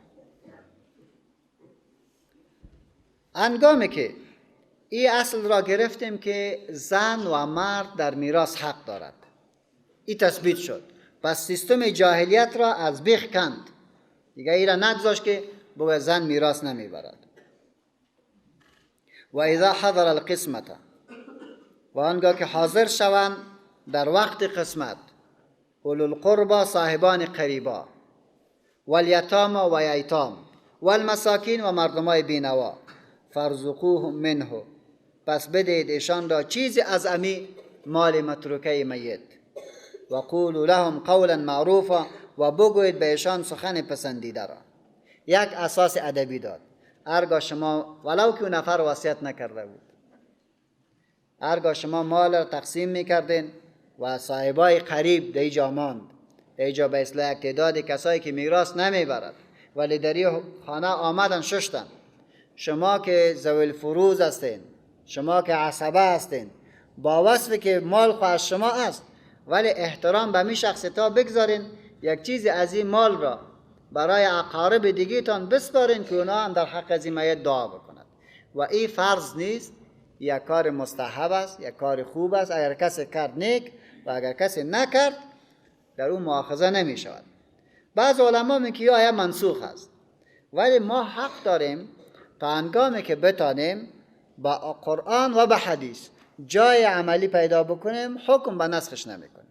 بنان حکم به جای خود مانده، به حالت استحباب، نه منسوخ است.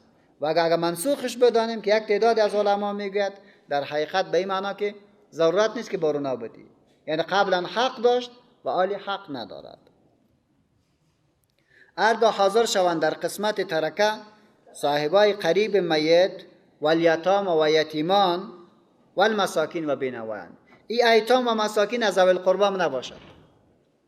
فارزقوهم منه، پس بده ایشان را چیزی از آن. چی رقم بتین؟ فارزقوهم منه ندبا، از نظر استحباب بر چیزی بتین. و قولوا لهم قولا معروفا، بگوید به ایشان سخن پسندیده را، توهینش نکو، تحقیرش نکو. ولیخشى الذین لو ترکوا، و باید بترسد آنانی که اگر بگذارند من خلفهم بعد از مرگ خود ذریتا اولادی ضعافا ناتوان، خافوا علیهم که میترسند بر ایشان، فلیتقوا الله، پس از الله بترسند، ولیقولوا قولا سدیدا، و باید بگوید سخن راست را. در ولیخشى 4 نوع تعبیر میتونیم بکنیم. اول به اساس توصیه به اولیای ایتام. یک کسی زیر دست یتیما داشت، قرآن به او میگوید که ولیخشى الذین لو ترکوا من خلفهم، باید بترسن آنانی که اگر بگذارن بعد از مرگ خود ذریتا ضعافا اولادان ناتوان را، خافوا علیهم که میترسن برشان که کسی کت چپات نزنشه، کسی حقش را نگیرد. بناهن فلیتقوا الله، از الله بترسد، به این یتیمی که فعلا زیر دستش است به او رحم بکند، حقوقش برش بدهد. ولیقولوا قولا سدیدا، و در حق ایتام سخن نرم را، سخن شیرین را و سخن راست را باید بگوید. ببین این توصیه شد به کی؟ به اولیای ایتام. دوم، برای تمام مسلمانان دستور میدهد، کسی که زیر دستش یتیم است یا نیست، ولیخشى الذین لو ترکوا من خلفهم ذریة ضعافا خافوا علیهم، باید بترسانانی که اگر بگذارن بعد از مرگ خود اگر اولاد یتیم را بگذارن، کوچک را بگذارن، برنها چه غمی ترسد؟ پس خود شریک و غمخور یتیم بگردان. هر جایی که یتیم است در سرپرستی از او در خدمت از او، در معاونت از او کمک باید بکنی. فلیتق الله، از الله بترس که نشود به اولاد تو هم تو یک حال بیاید. ولیقول قولا سدیدا، در حق ایتام سخن خوب بگوین. تو نگو که کدام وقت یک یتیم غلط کار بکنه یه بی پدر انسان است، تو فکر نکنی. ولیقول قولا سدیدا، در حق ایتام ای مسلمانا سخن راست را بگویید. بچه تو 20 دفعه غلطی میکنه، یتیم بیچاره یک غلطی کرد و فوراً برش گفتی بی پدر بی مادر، سخن برش نکن، سخن نرم برش بگو. طفل است، طفل غلطی میکنه، طفل مشکنانه، طفل خراب گپ میزند. مکلفیتش با کل ما شماست که در حفظ و کفالت یتیم اقدام بکنید. سوم، هرگاه وقتی که مرگ کسی میرسید، افراد کم عقل و افراد مفتخور چی میگفت؟ مردکه میموری، چی میکنی بچه‌ایت؟ چی میکنی دخترایت؟ چی میکنی اولادت؟ کل مالت در راه خدا بودی، اولادت خوب از خدا داره، الله متکفلش هست. اینی زمین به او بودی، زمین به او بودی، این کارا که فقط تشویقش میگه که کل سرمایه را از پیش بگیره. قرآن میگه این رقم مشوره های غلط به کسی نتین. ولیخشى الذین لو ترکوا، باید بترسن آنانی که مفت دیگران را تشویق میکنه به یک عمل در حالی که خود یک رقم نمیده. من خلفهم ذریة ضعافا، که بعد از مرگ خود بگذارد اولادای ناتوان را. خافوا علیهم، که میترسن بر ایشان. از چی میترسن؟ از فقر، از تنگدستی. فلیتق الله، از الله عالی بترسد و به این نفری که از دنیا رحلت میکنه بی جای غلط تشویقش نکنه، استعدادش برش ببینه، مطابق به استعدادش تشویق بکنه. فلیتق الله، از خدا بترسن، غلط مشوره رو برای کس ندن. یعنی به عباره او خو میرود تو دشمنی دیگه کتش داری، میخوای که سرمایش کلش از دست بدهد، تو کار برش نکن. چهارم این است که یک نفر سرچپی از را بگیرن. یک نفر میمرد با دست خودش یک بار خیست، اینی جایم در راه خدا، این جایم در راه خدا، این جایم در راه خدا، کل مالش را تقسیم بندی کرد. این مسجد شد، این مدرسه شد، این فلانه شد، این شفاخانه شد، همه مال خودش چی کردن؟ به این و آن دادن. یک بار ورثه خبر شد، دوستایش خبر شد، مردمای نیک خبر شد که نفر ایتو وصیت کرده و برای اولادش چیزی را نمانده.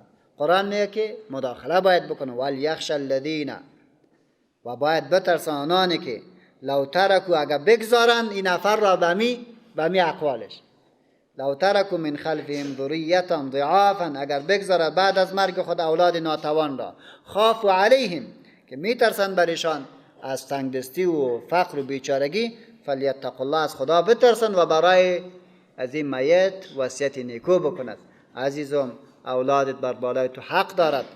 آیا میخوای که اولادت گدایگر باشد؟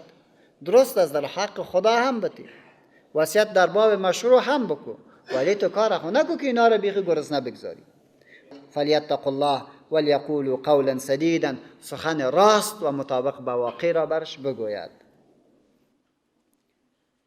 ان الذين يأكلون اموال اليتامى، هر آنانی که میخورن مالای یتیم را ظلما بناحق، انما یأکلون فی بطونهم نارا، جز نیست که میخورن در شکمهایشان نارن، آتش را. و سیصلون سعیرا، و زود میدرایند در آتش. زود است که با آتش هم بادرایند. مال یتیم که کسی خود، قرآن میگه که انما جز نیست که یأکلون میخورد فی بطونهم در شکمهایشان نارن، آتش را. و سیصلون سعیرا، و زود میدرایند سعیرا با آتش. این موضوعات که وقت خلاص شد بستر بر ما ساخته شد، هم در باب وصیت و هم در باب میراث. میراث وصیت داشت که زن و مرد میراث را میبرند.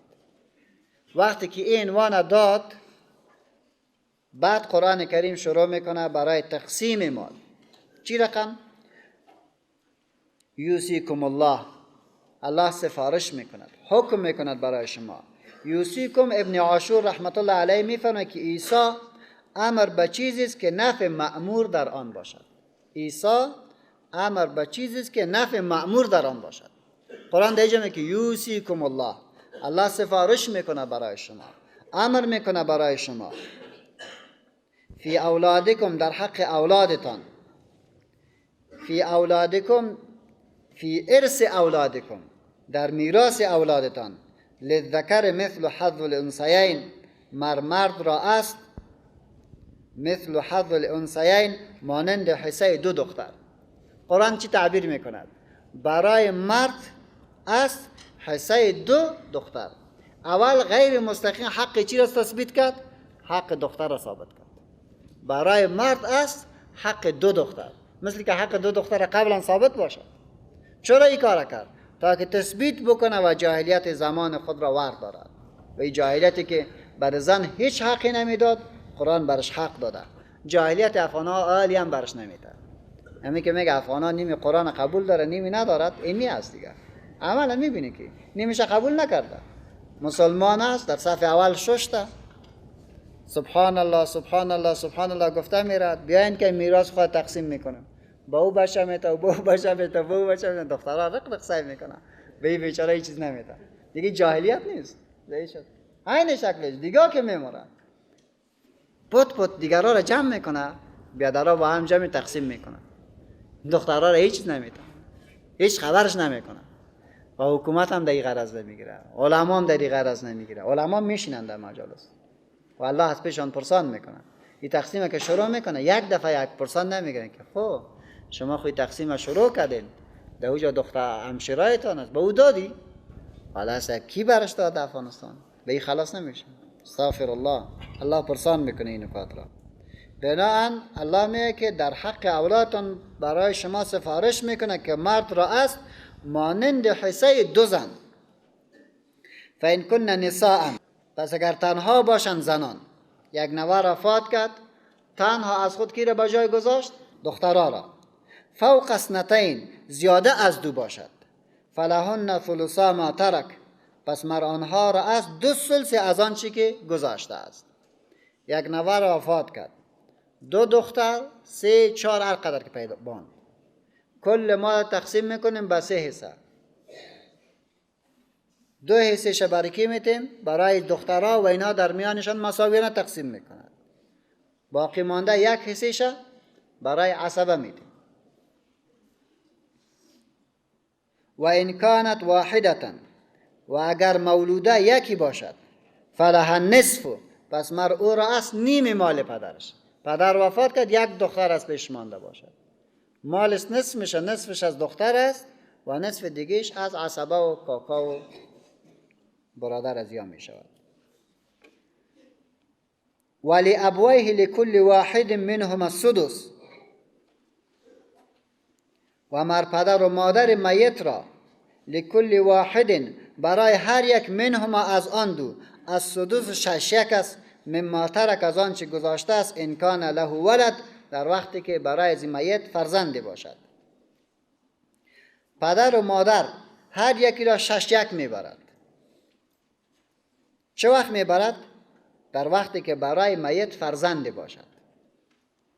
فإن لم یکن له ولد، اگر کسی وفات کرد و از خود فرزندی به جای نگذاشت، و ورثه، و وارث او شد، ابواه، مادر و پدرش، فلی امه الثلث، پس مادر از او ثلث است، دیگهش کلش از پدر به طور عصبیت است.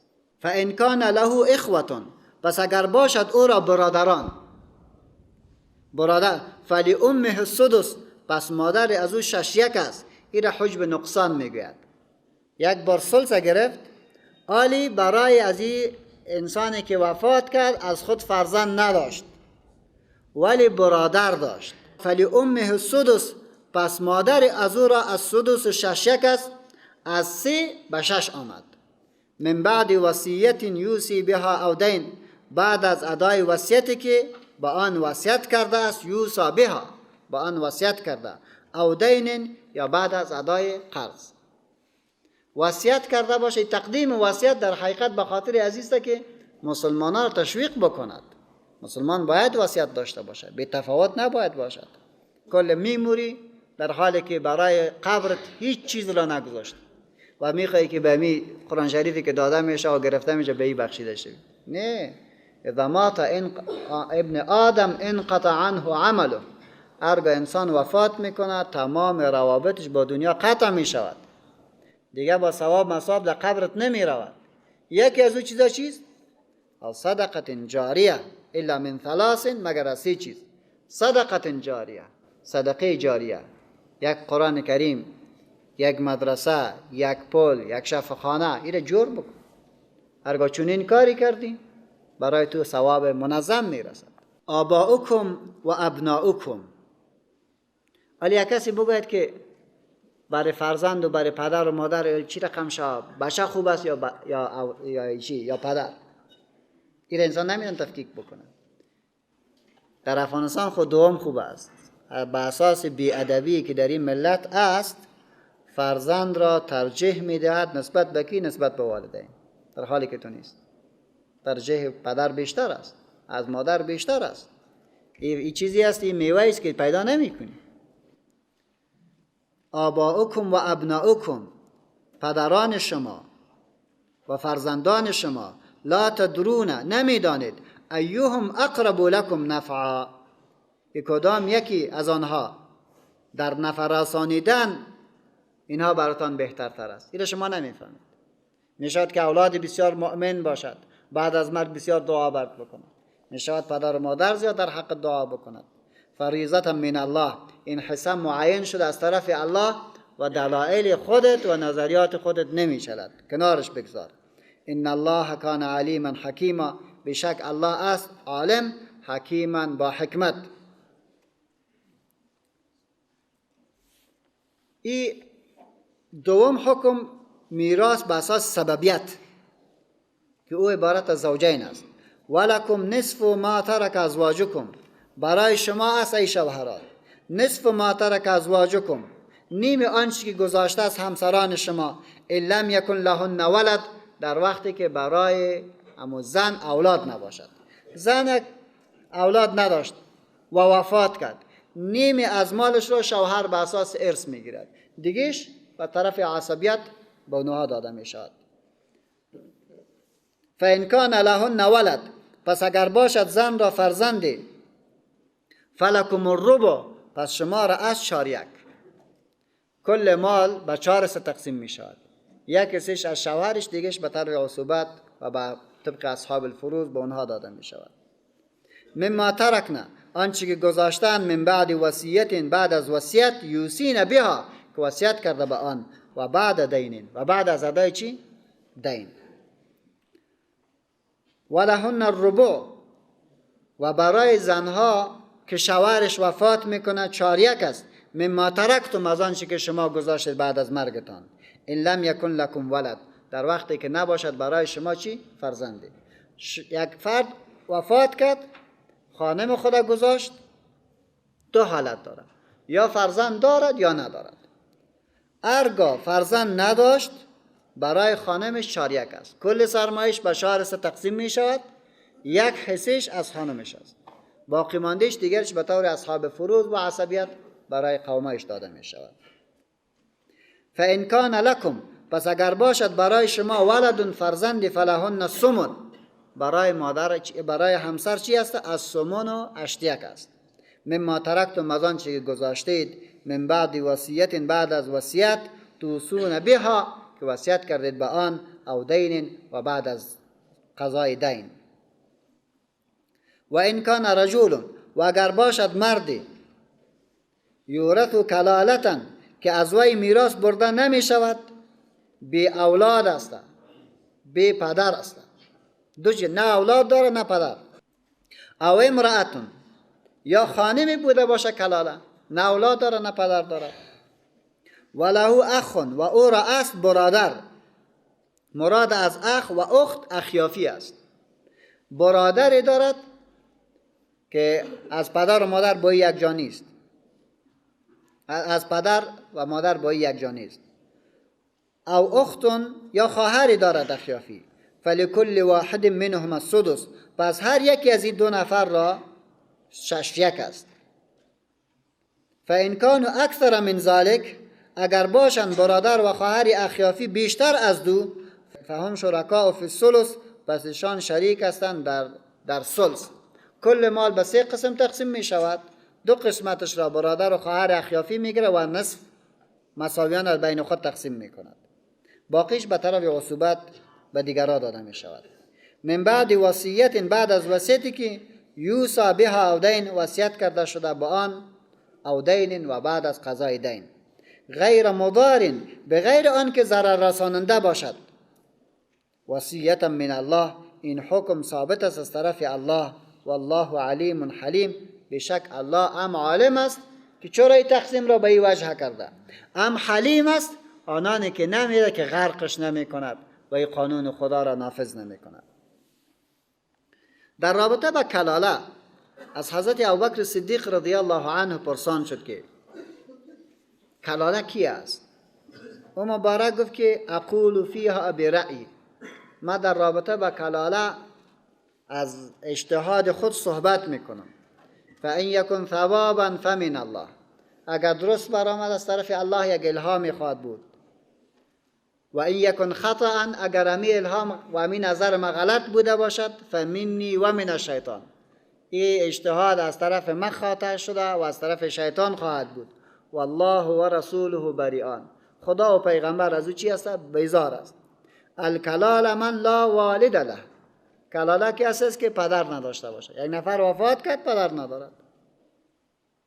حضرت علی ابن مسعود رضی الله عنهما و جمع از علما میگه که الکلاله من لا والد له ولا ولد، کلاله عبارت از شخصی است که وفات میکنه و از خود نه پدر به جا میگذارد، نه مادر را و نه هم اولاد را. این انسان کی است؟ کلاله است.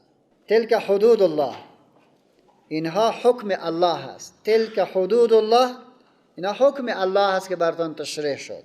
و من یطع الله و رسوله، هر که فرمان برد از الله و پیغمبرش، یدخله جنات، داخل کند او را به جنات، تجری که می رود من تحتها، از زیر درختان آن، الانهار، جویها، خالدین فیها، همیشه می باشد در آن. هر کسی که این تقسیم میراث را و این حدودی که الله از ابتدا آیت تا اینجا ذکر کرد این را مراعات بکنه، پروردگار او را داخل جنتش می کند و همیشه می باشد در جنت. و ذالک الفوز العظیم، و این است کامیابی بزرگ.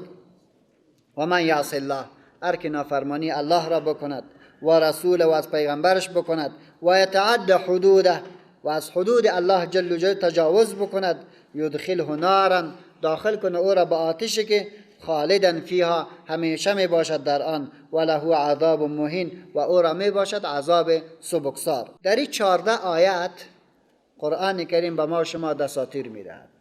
در رأس اولش از خدا بترسیم. ترس خدایی در حقیقت چتری است برای تطبیق نظام الله جل جلاله.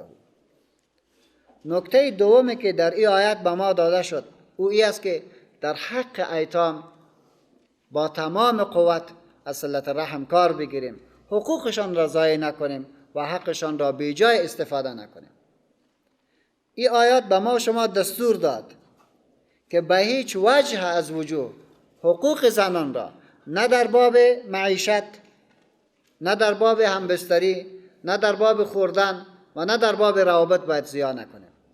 هرگاه چنین کار میکردیم از چنین نظام، از چنین خانواده دوری باید بگیریم. ضرور نیست که خانم داشته باشی و او خانمت وسیله عذاب تو شود.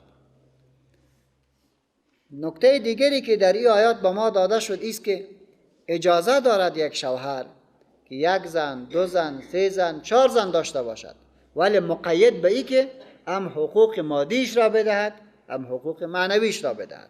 هرگاه ترسی داشته باشد پس به 1 زن اکتفا بکند، انشاءالله در امو خدا خیرش گذاشته.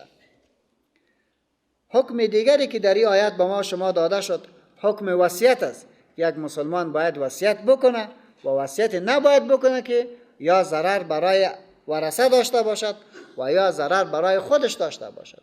وصیت بکنه به طریقه مشروعش که از ثلث مال است، از او بیشتر وصیت نکنه و وصیت بکنه در حق اولادایش، هم از نظر مادی و هم از نظر معنوی. حکم دیگری که در این آیات به ما شما داده شد و حکم سپردن میراث است به ذی حقش، چه اصحاب الفروض باشد، چه عصبه باشد، چه ذوی الارحام باشد، به کلش باید حقوقش طوری که خدا تعیین کرده با او بسپارند. و مهمترین گپ ای که این کلش فرامین خداست. نادیده گرفتن یکی از این احکام در حقیقت مستوجب دوزخ است و الله جل جلاله ما شما را نگاه بکند. اللهم اغفر لنا ذنوبنا وإسرافنا في أمرنا وثبت أقدامنا وانصرنا على القوم الكافرين وصلى اللهم صل وسلم وبارك على محمد وعلى آله وصحبه أجمعين.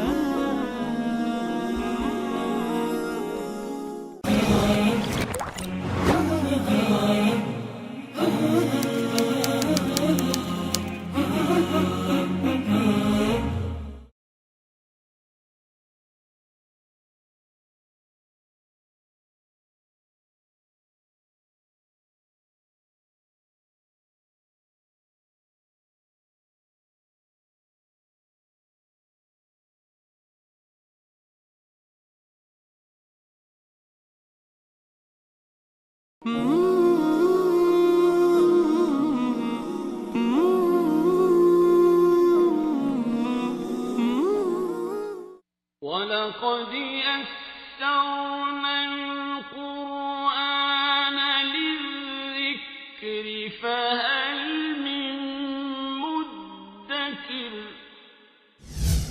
و به راستی که قرآن را برای پند گرفتن آسان نمودیم، پس آیا پند پذیری هست؟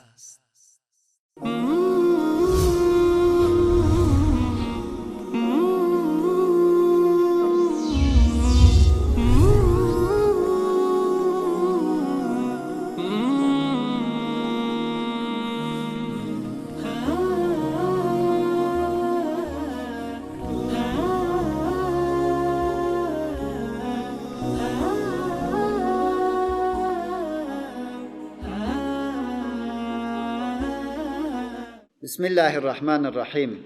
الله جل جلاله در آیات گذشته بعد از تثبیت حقوق افراد خانواده مسلمان توضیحات مفصلی داده شد و حقوق هر یکی را تشریح کرد و ارشاد داشت که تلک حدود الله، این همه مرزهای الهی است. و من یطع الله و رسوله یدخله جنات تجری من تحتها الانهار خالدین فیها. هر کسی که فرمان از خدا و پیغمبر بزند در نتیجه از این اطاعت الله جل جلاله او را به جنت داخل می کند که در زیر درختایش جویها روان است. و ذلک الفوز العظیم، و کامیابی بزرگ هم امیست. و هر که نافرمانی بکنه از الله و پیغمبر و از مرزهای تعیین شده الله جل جلاله که شریعتش است پا فراتر بگذارد، در نتیجه از این تعدیش داخل خواهد شد به آتشی که همیشه در آن خواهد بود و برایش عذاب سبکسار و ذلت آوری است. آنچه که سبکساری را بار می‌آورد و ذلت را بار می‌آورد، یکی هم مسئله فاحشه و زناست. که قرآن کریم این موضوع را هم طور تشریح میکند که میخواهد جامعه را به طرف استقرار و ثبات طوری بکشاند که آهسته آهسته مردم خود را دور بکند و گاه گاه که بعد از تثبیت نظام واقع میشد به او جزای سخت میدهد. حدیثی داریم از بخاری شریف که عرب‌ها در حدود چندین نوع مقاربت و نزدیکی و همبستری داشتند که در حقیقت نمونه از جهالت اونها را برای ما شما الله تشریح میکند. جامعه‌ای که یک نفر برای همسر خود میگفت که همین ایام عیادت که خلاص شد با فلانه خانزاده یک جا شد که در خانه ما یک خانزاده پیدا شد. این تو هم بود. بیرق‌های فاحشه در بعض خانه ها رپ میزد و هر کس میرفت در او جا اطفای شهوت میکرد. روابط پت در میان یک تعدادی بود، یک تعدادی هم با یک نفر چندین نفر معشوقا وجود داشت. این روابط عادی بود، به اندازی اعمال ناشایسته زیاد بود که حتی از کعبه هم لش طواف میکردن. وقتی که یک جامعه به این اندازه به قهقرا رفته باشد، یک بار اگر الله فیصله میکرد که هر کسی از شما اگر زنا بکند سنگسار میشود، هر کدام شما اگر زنا بکند دوره زده میشود، اگر این احکام داده میشد بی نهایت سخت مفتی. از طرف دیگری هم اسلام به شکلی که یک زمان تربیتی را سپری کرده باشه هم تیر نکرده.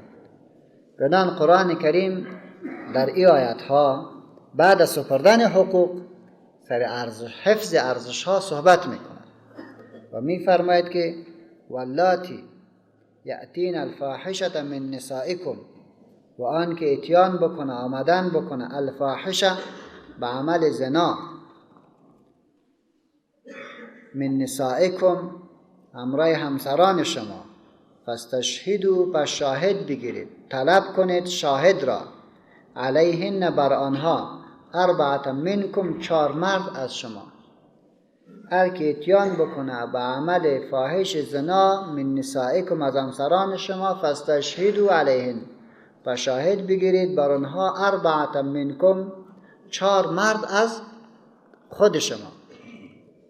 فإن شهدوا پس اگر 4 مرد گواهی دادند بر عمل قبیح اینها، فامسکوهن فی البیوت پس حبس بکنید آنها را فی البیوت در خانه ها، حتی یتوفاهن الموت تا عمر ایشان را تمام بکند مرگ، او یجعل الله لهن سبیلا یا الله مقرر بکند برای ایشان راه دیگری را. کدام راه دیگر را الله برش انتخاب بکند. این آیت از جمله آیت های تعلیقی است. وقتی که آیه را تعلیقی بدانیم نسخ داری نمیاد، یعنی آیه منسوخ نیست، یک حکم تعلیقی بود جهت تربیت مردم که کلمه او یجعل الله لهن سبیلا همین تعلیق را برای ما شما میرساند. پس ببینیم که از یک طرف چی گفت؟ الفاحشه، یک کلمه را اطلاق کرد، بدی از این را ذکر کرد، دوم حساسیت موضوع را ذکر کرد، فاستشهدوا علیهن اربعه منکم 4 گواه را شما باید به او حاضر باشد، شما باید طلب بکنید. ایتو نشود که هر کسی را بدنام کرده برود و نام گفته برود بدون از اینکه دستاویزی داشته باشد. به خاطر از اینکه هر کس از این سوء استفاده نکند، اربعه منکم 4 مرد از شما باید باشد. بعد از اینکه این 4 نفر گواهی داد، فإن شهدوا اگر گواهی دادن، فامسکوهن فی البیوت پس اونها را در خانه هایتان حبس بکنید. تو حبسش میکنی که اجازه بیرون رفتن نداشته باشد، حتی یتوفاهن الموت تا عمر ایشان را چی بکنه؟ مرگ تمام بکند. پس به اصطلاح بندی ابدی که میگویند، مادام العمر بندی به همین شکل باید بوده باشد. قرآن میگه فی البیوت در خانه ها بندیش بکنید، زیرا در او حکومت اسلامی بنام بندی خانه چیزی نداشت. حتی مسجد بندی خانه بود، کسی که غلط کار میکرد در مسجد بستش میکرد. حضرت شریح در مسجد بسته میکرد کسی که قیمتش یک نمی پرداخت برای غریم خود. پس بندی خانهشان خود خانهش بود تا یک زمان همین موضوع او یجعل الله لهن سبیلا، یا الله مقرر کند برایشان راه دیگری را، راه دیگری که خوب جامعه تقرر یافت به ثبات رفت. از او بعد 2 حکم داده شد که قرآن کریم بعداً شرحش میدهد. یا ای که کسی که فاحش عمل میکند عروس دارد، شوهر دارد، جزایش رجم است، سنگسار است.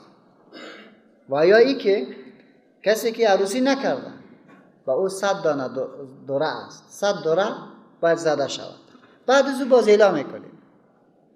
علمای احناف بر غیر از دوره کدام چیز دیگر را در جمله حدود نمیداند.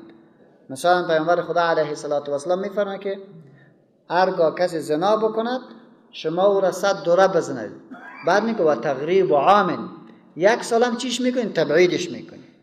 این تغریب عام را جمع از علما به عنوان حد میدانند. 100 دوره در جمعش تغریب عام، 1 سال باید تبعید شود از منطقه. احناف میگن که نه، 100 دوره زده شود، این حد است و حدود نمی شود که به خبرهای احاد او را زیادت ببخشیم. 100 دوره زده شود و تقریب عامین تفویض صلاحیت داده می شود به قاضی. اگر قاضی لازم ببیند میتونه که تقریب عام بدهد، 100 تبعیدش بکنه و اگر قاضی صلاح نبیند کفایتش میکنه 100 دوره. بنان تو ای برای دوره شد و یا هم رجم است، سنگسار است. بر زنا این قاعده شد که در خانه باید محبوس بمانند تا ای که مرگ برشان به سراغش میاد و یا ای که خداوند متعال راه دیگر را برایشان تعیین میکند.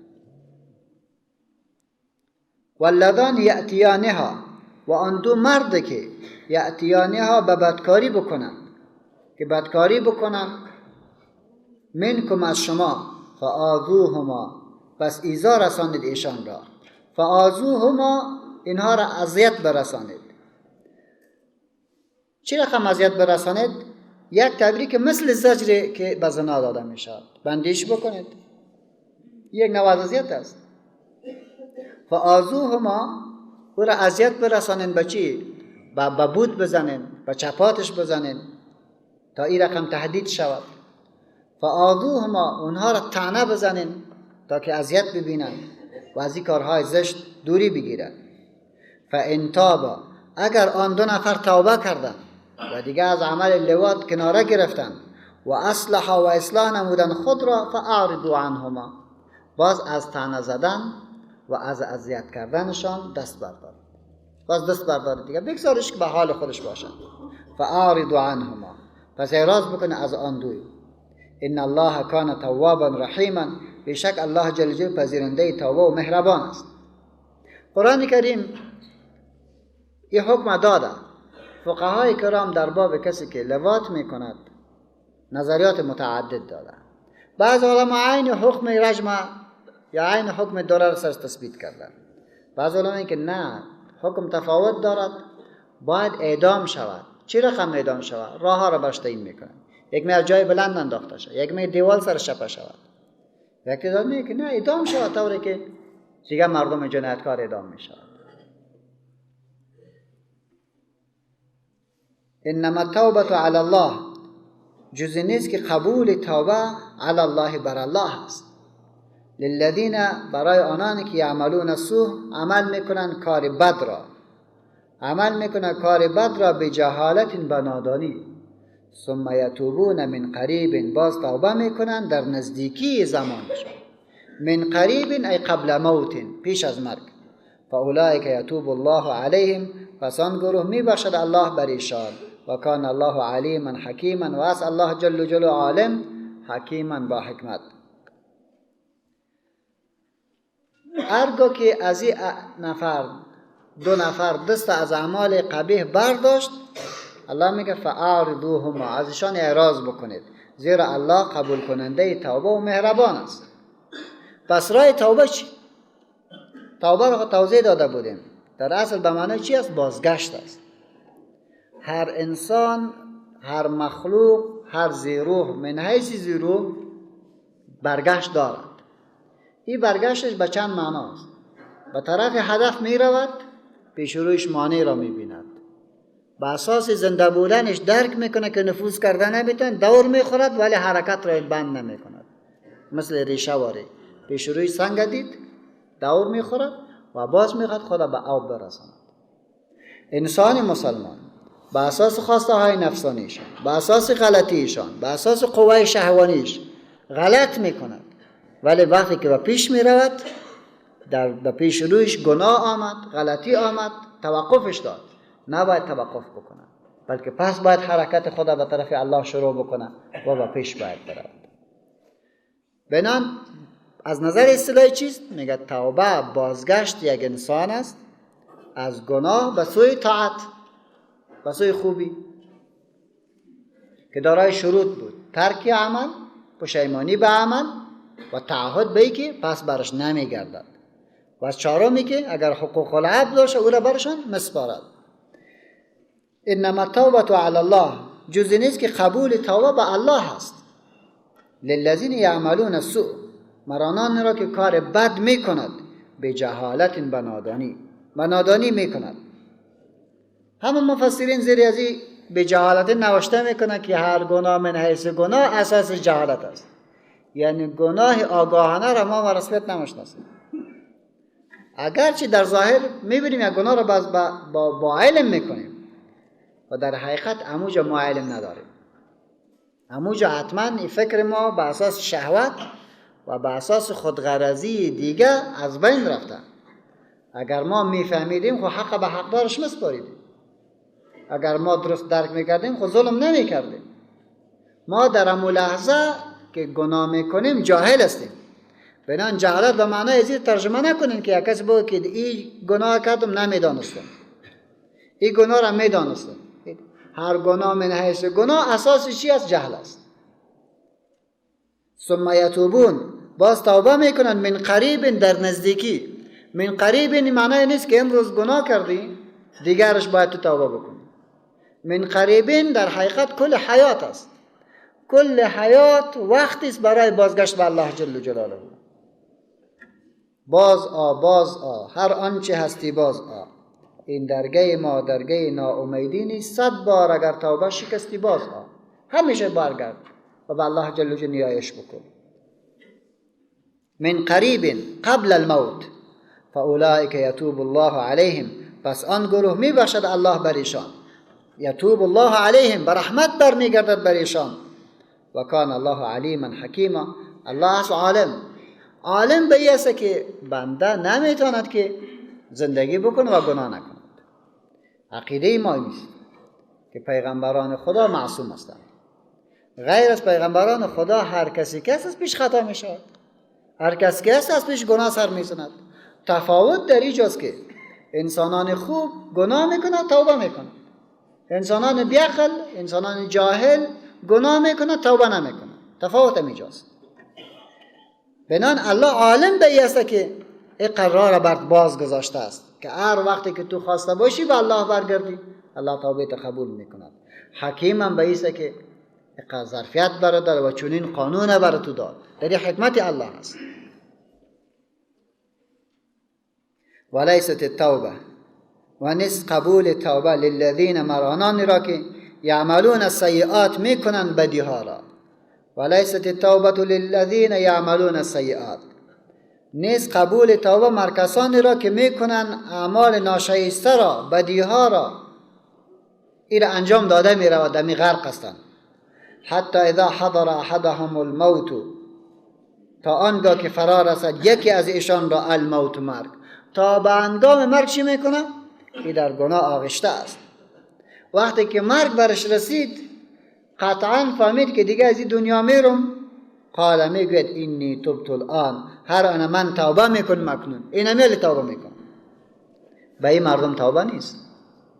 زیرا تو خود میدانستی صبح و دیگه صبح کده رئیسی، صبح و دیگه صبح کده رئیسی، که بر تضمین میکنه که تو نمیموری. بدترین کار همی است. ما یک تعدادی از مرادارا را میشناسیم، وقتی که برش میگن جوان هستی برو حج، باز میگه والا الف نمیشد. چرا نمیری؟ گناه میکنم، خطا میکنم. کی برات گفته بود که تا سال آینده زنده میمونی؟ این از این ضمانت از کجا آورد؟ دومی که برو حج برو. اگر باز گناهکار شدی خب باز توبه بکن، باز برو حج برو. ولی اینو محدود چرا کردی از جان خودت؟ یک تعداد به این فکر میکنه برو یک چند نفر جوان هستن دیگه، مثلی که آزاد باشه هر کاری که میکنن، بعد از اینکه جوانی بری سفیدی تبدیل میشه باز میگه خدا ما را ببخش. حتی یک تعدادی از مردم خو ایتو فتوا را هم دیدیم که از جان خود دادن. یک نفر در ماه مبارک رمضان عروسی میکنه باشه، میگه نان بخور، گپی نیست، روزه دا بخور به خاطر که تو جوان هستی، شاه هستی، شاه. دلت روزه را گرفته میدی، در مابین روزه تمام کارا را بر تو جواز دارد، زیرا یگان بار خودم شاه میشه خو نمیشه. استغفر الله. این رقم نیست. توبه برای آنان نیست که اعمالش ناشایسته را میکنند تا وقتی که مرگ به گلوگاهش میرسد باز میگه اینی تبت الان، هر آن من اکنون توبه میکنم. به این انسان توبه نیست. وللذین یموتون و هم کفار، و نه آن کسانی را که میمیرند در حالی که اینها کافر میباشد. میمرد با کفر، اینها هم توبه نیست. اولئک اعتدنا لهم عذابا علیما، آن گروه را مهیا کردیم برایشان عذاب درددهنده را. عذاب درددهنده. قرآن کریم از آنانی که در حالت آخری میخواستند برگردند یک نمونه بر ما شما میدهد. فرعون علیه اللعنه هنگامی که در آب فرو رفت حتی اذا ادرکه الغرق قال آمنت انه لا اله الا الذي آمنت به بنو اسرائیل، ایمان آوردیم به او معبود بر حق که نیست جز او الله، او ذات عظیمی که آمنت ایمان آورده و با او بنی اسرائیل و انا من المسلمین، و ما از جمله مسلمانان می باشم.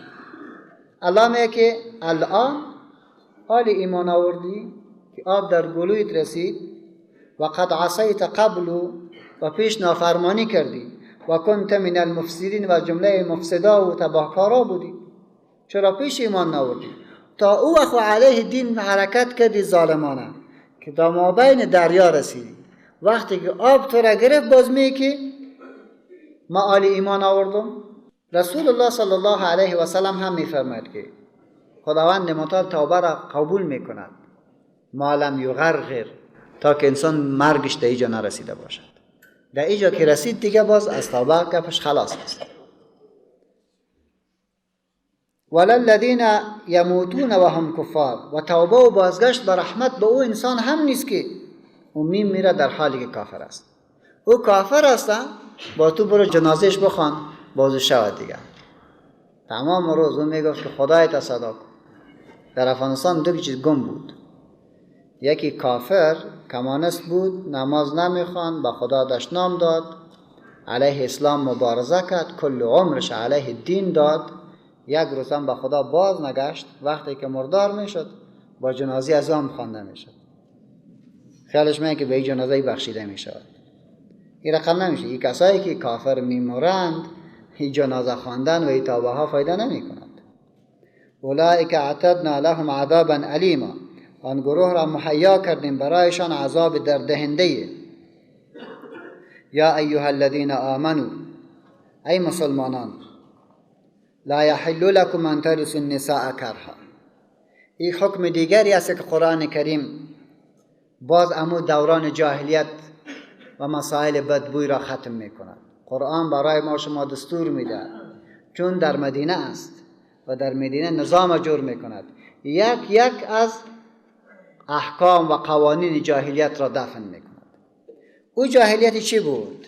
که حالی هم در تعداد از مناطق افغانستان موجود است، فعلا هم در قرن 21.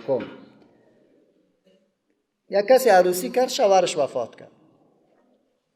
بعد از او خسرخیل میشه، خوی از ماست، بیوه از ماست.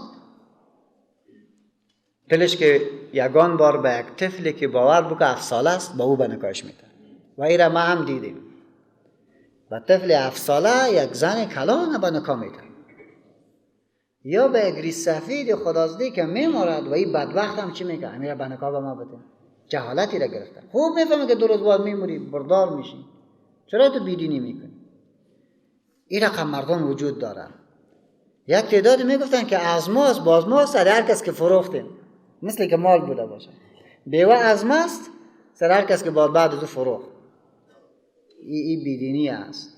قرآن کریم این رواج غلط و بی معنا را هم رد میکند. میفرماید که یا ایها الذین آمنو، ای مسلمانان، لا یحل لکم، حلال نیست شما را، ان ترثوا النساء کرها، که به میراث بگیرید زنان بیوه را به جبر. این حق شما نیست. ولا تعضلوهن، و منع مدارید ایشان را، لتذهبوا ببعض ما آتیتموهن، منع مدارید ایشان را از نکاح تا باستانید چیزی که داده اید ایشان را. این به این عنوان نکن. ولا تعضلوهن، یک بار نگاهش میکنی، یک جای رفته نمیتونی، چرا نگاهش میکنی؟ لتذهبوا ببعض ما آتیتموهن، تا باز بگیرید از ایشان آنچه که داده اید ایشان را. بگم کالایت بر ما بان، ایره بر ما بان، ایره بر ما بان. با تاسف این کار با یعنی کار جاهلانه. از یک طرف خب بیچاره خود زن میراث میشود، ایره خب بگذار که برش بگم که تو از شوهر تو روبه میبری، ایره خب بگذار تو از شوهر تشتیک میبری، ایره خب بگذار. کسی خب میراثش نمیته بلکه سر خودش هم دعوا شروع میکنه. شما منع از نکاح نکنید زنان بیوارا به این بانه ها که مالش از پیش بگیرید، الا ان یأتین بفاحشه مبینه، مگر که کنن کار بی حیا و زشتی را. در این صورت دیگه اگر اینا را خارج میکنن، اینا را جای نمیتین و با او فاحشی که امرای زنا با او معنیش میکنن، این دوم قضیه است که مطابق با حال زمان جهت تربیت در روشنی با حکومت حل میشود. و عاشروهن بالمعروف، گزاره کنید با زنان به وجه پسندیده. و عاشروهن بالمعروف، با زنان گزاره بکنید به وجه بسیار پسندیده و زیبا. فإن کرهتموهن، و اگر از آنها به جهات کراهیت داشته باشید. فعسى ان تکرهوا شیئا، چه بسا از چیزی که کراهیت دارید. و یجعل الله فیه خیرا کثیرا، و الله در آن نیکی فراوان را قرار داده باشد. چه بسا از یک خصلت تو بد میبینی در حالی که همون خصلت به خانوادت خوب است. یعنی معنایی که شما با زنان به وجه پسندیده رفتار بکنید. پیغمبر ما صلی الله علیه و سلم میفرماید که مخلوقی هستن که الله همه تو کج آفریدیش، اگر بخوای راستش بکنی مشکنه، بعد میگه شکستاندنش طلاق است. در زندگی شما نمیتونین که تو یک زنی را پیدا بکنین که 100% تمام کارش تو راضی باشی، عین شکلش. هیچ شوهری را پیدا نخواهد کردین که 100% زن از پیش از او یعنی یک نقطه اعتراض هم نداشته باشد. او طرف هم انسان است، این طرف هم انسان است، هر دویش مشکلات خود دارد.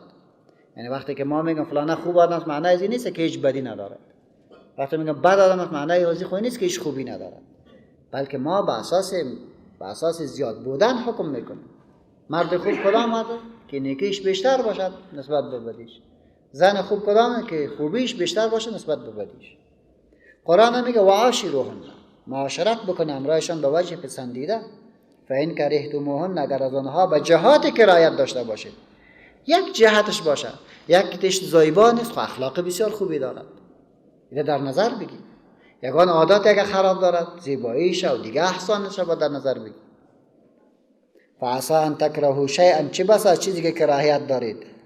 و یجعل الله فیه خیرا کثیرا، و الله در آن نیکی فراوان را قرار میدهد.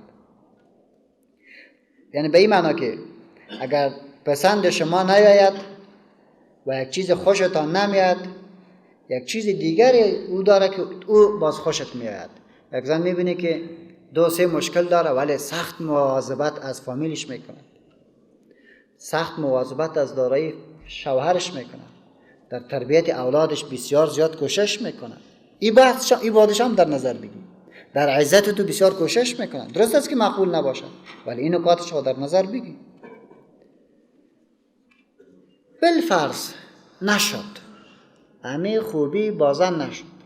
قرآن بر ما که وعاشروهن بالمعروف نتانستیم دیگه گزاره بکنیم. بعضی تو هم نیست که یک تعدادی از مردم هست، تعدادی از مردم هستن عروسی کنن، هر روز جنگ است، هر روز جنجال است، در اون خانه هیچ روز خوبی وجود نداره، نان خوبی وجود ندارد. این ضرور نیست دیگه که والا چطور طلاق بدیم یا چطور جدا شویم، ضرور نیست دیگه. این کار یک روزه نیست، 2 روزه نیست. و این اردتم، و اگر خواهید استبدال زوج مکان زوج، بدل کردن زنی که طلاق اون را دادید مکان زوج و همسر دیگر را به نکاح بگیرید. ولی این پلان رسید دیگه، طرح ناروا را نباید بسازی. و آتیتم احداهن قنطارا، و داده باشید یکی از ایشان را قنطارا، مال بسیار را، فلا تأخذوا، پس نگیرید منه از این مال شیئا، چیزی را، فلا تأخذوا منه شیئا، از این مال قنطار چیزی را باز دیگه نگیر. خواسته باشی که با یک زن زندگی بکنی، و یک زن را رها بکنی و اون کسی که تو میخوای رهایش بکنی به اون مال فراوان داده باشی. میگه و آتیتم احداهن قنطارا، داده باشید یکی از ایشان را قنطارا. قنطار را امام راغب رحمه الله میگه از قنطره گرفته شده به معنای پل است. پل انسان را به هدف میرساند. پول زیاد هم چیزی که در ذهنت بگره تو را به اونجا میرساند. از این خاطر پول بسیار زیاد را اگر داده باشی، مال زیاد را داده باشی، فلا تأخذوا منه، از او قنطار هیچ چیز را نمیگیری، شیئا چیزی نباید بگیری، کلش باید بسپاری برای زن. اتأخذونه، آیا میگیرید آن پول را بهتانا بناحق و اثما مبینا، و با گناه آشکارا. بناحق میگیریشه. ناحق چی هست که تو سر زن اصلا خوشت نمیاد، اصلا به اصلا قوارض خوشش نمیاد، نه عاداتش، سر عاداتش باز دیگه نقد کرده برو تا که مردم با صوت تو را ملامت نکنن. چرا رهایش کردی؟ والا این صفت داشتی ناروا سخنا را بگویی. و کیف تأخذونه، و چگونه میگیرید آن مال که شما برای همسرتان سپرده اید. و قد افضى بعضکم الی بعض، حالا که رسیده است بعض شما برای بعضی دیگرتان. و اخذنا منکم میثاقا غلیظا، و گرفتند از شما عهد محکمی را، عهد محکم و استواری از شما گرفت. سه بار برگفت یعنی دختر فلانه، دختر فلانه دارای عادات فلانه برای شما در مقابل این مهر به نکاح صحیح و شرعی داده شو، شما قبول کردین و تو 3 بار تکرار کردی که بله. از هر دویتان در یک مجلس تعهد گرفته شد. برای اینی تعهدتان یک مجلس کلان جور شد که با صدها نفر در روی اشتراک کرد. در حقیقت نانی که از عروسی میگیرین به خاطر انعقاد است. و مجلس عادی نبود. در یک مجلس بسیار کوچک که 2 نفر گواه بوده باشه چقدر قوی می بشود. اگر در یک مجلسی که صدها تن و هزارها تن اشتراک بکنه، اهمیت از رو خود درک بکنه. بعد از او وقد افضى بعضکم الی بعض، یکی به دیگه‌تان رسیدید، هم بستر شدین. این نکات را ببینین، حالی به گپ بسیار کوچک یک دیگر اعلام میکنید. قرآن کریم در رابطه به این که انشاءالله در آیاتهای پایین توضیح بیشتر میدهد که نباید این میثاق غلیظ بشکند. چیز دیگری که در اسلام نیست ولی در افغانستان است. در اسلام نیست که چیز ما جور کردیم به نام این شیرنی خوری است و این باز چله بدلی است، این آینه و مصحف است. یگان گپای را کشیدن تعجب انسان بکنه. آینه و مصحف بازور میاره به مولوی صاحب میره خود دم بکنه، من نمیفهم که او چی میگه. سایشون بیخی عجیب است. این مولوی دو چی میگه؟ از کجایی را کشیده؟ کدام حدیثی را دید؟ کدام کتاب فقهی را دید؟ یعنی بسیار ظلم است نه؟ مردم فریب بدیم. مولوی خود سایش ما را دم برد میکنه. چی دو دم میکنی؟ دمو چی دم میکنی؟ استغفر الله. یک عمل ناروا است. یک بدعت است که در دین جایش داری. او هم خوش میشه. با چادر سرش بر تو بخونه باز او میخونه. و یگان دانه خب با قرآن هم یاد نداره. ماشم که بوجه چی میخونه. تو کسایی هستن قرآن یاد نداره. من اوجه سعی میکنه. همون تا دیگه سعی کدهش میره. لا حول ولا قوة الا بالله. این چیزا در دین نیست. یا کیک میبرن یا دیگه انگشتری ها تبادله میکنن. یک نفر بازی را گفته بود که در کیک بریدن بسیاری چی است؟ فلسفه است. چی فلسفه است؟ یعنی یک تعهد است که اگر توی عروسی را مشکنی مانده کیک و 2 پله شوی میثاق غلیظا، تعهد بسیار محکمی است. 2 پارهش میکنم. هیچ کل کارهای جاهلی است. خب کارهای جاهلیتی که از ادیان دیگه با ما آمدن، از ادیان دیگه آمدن. جاهلیتی کلانترش باز دیگه است.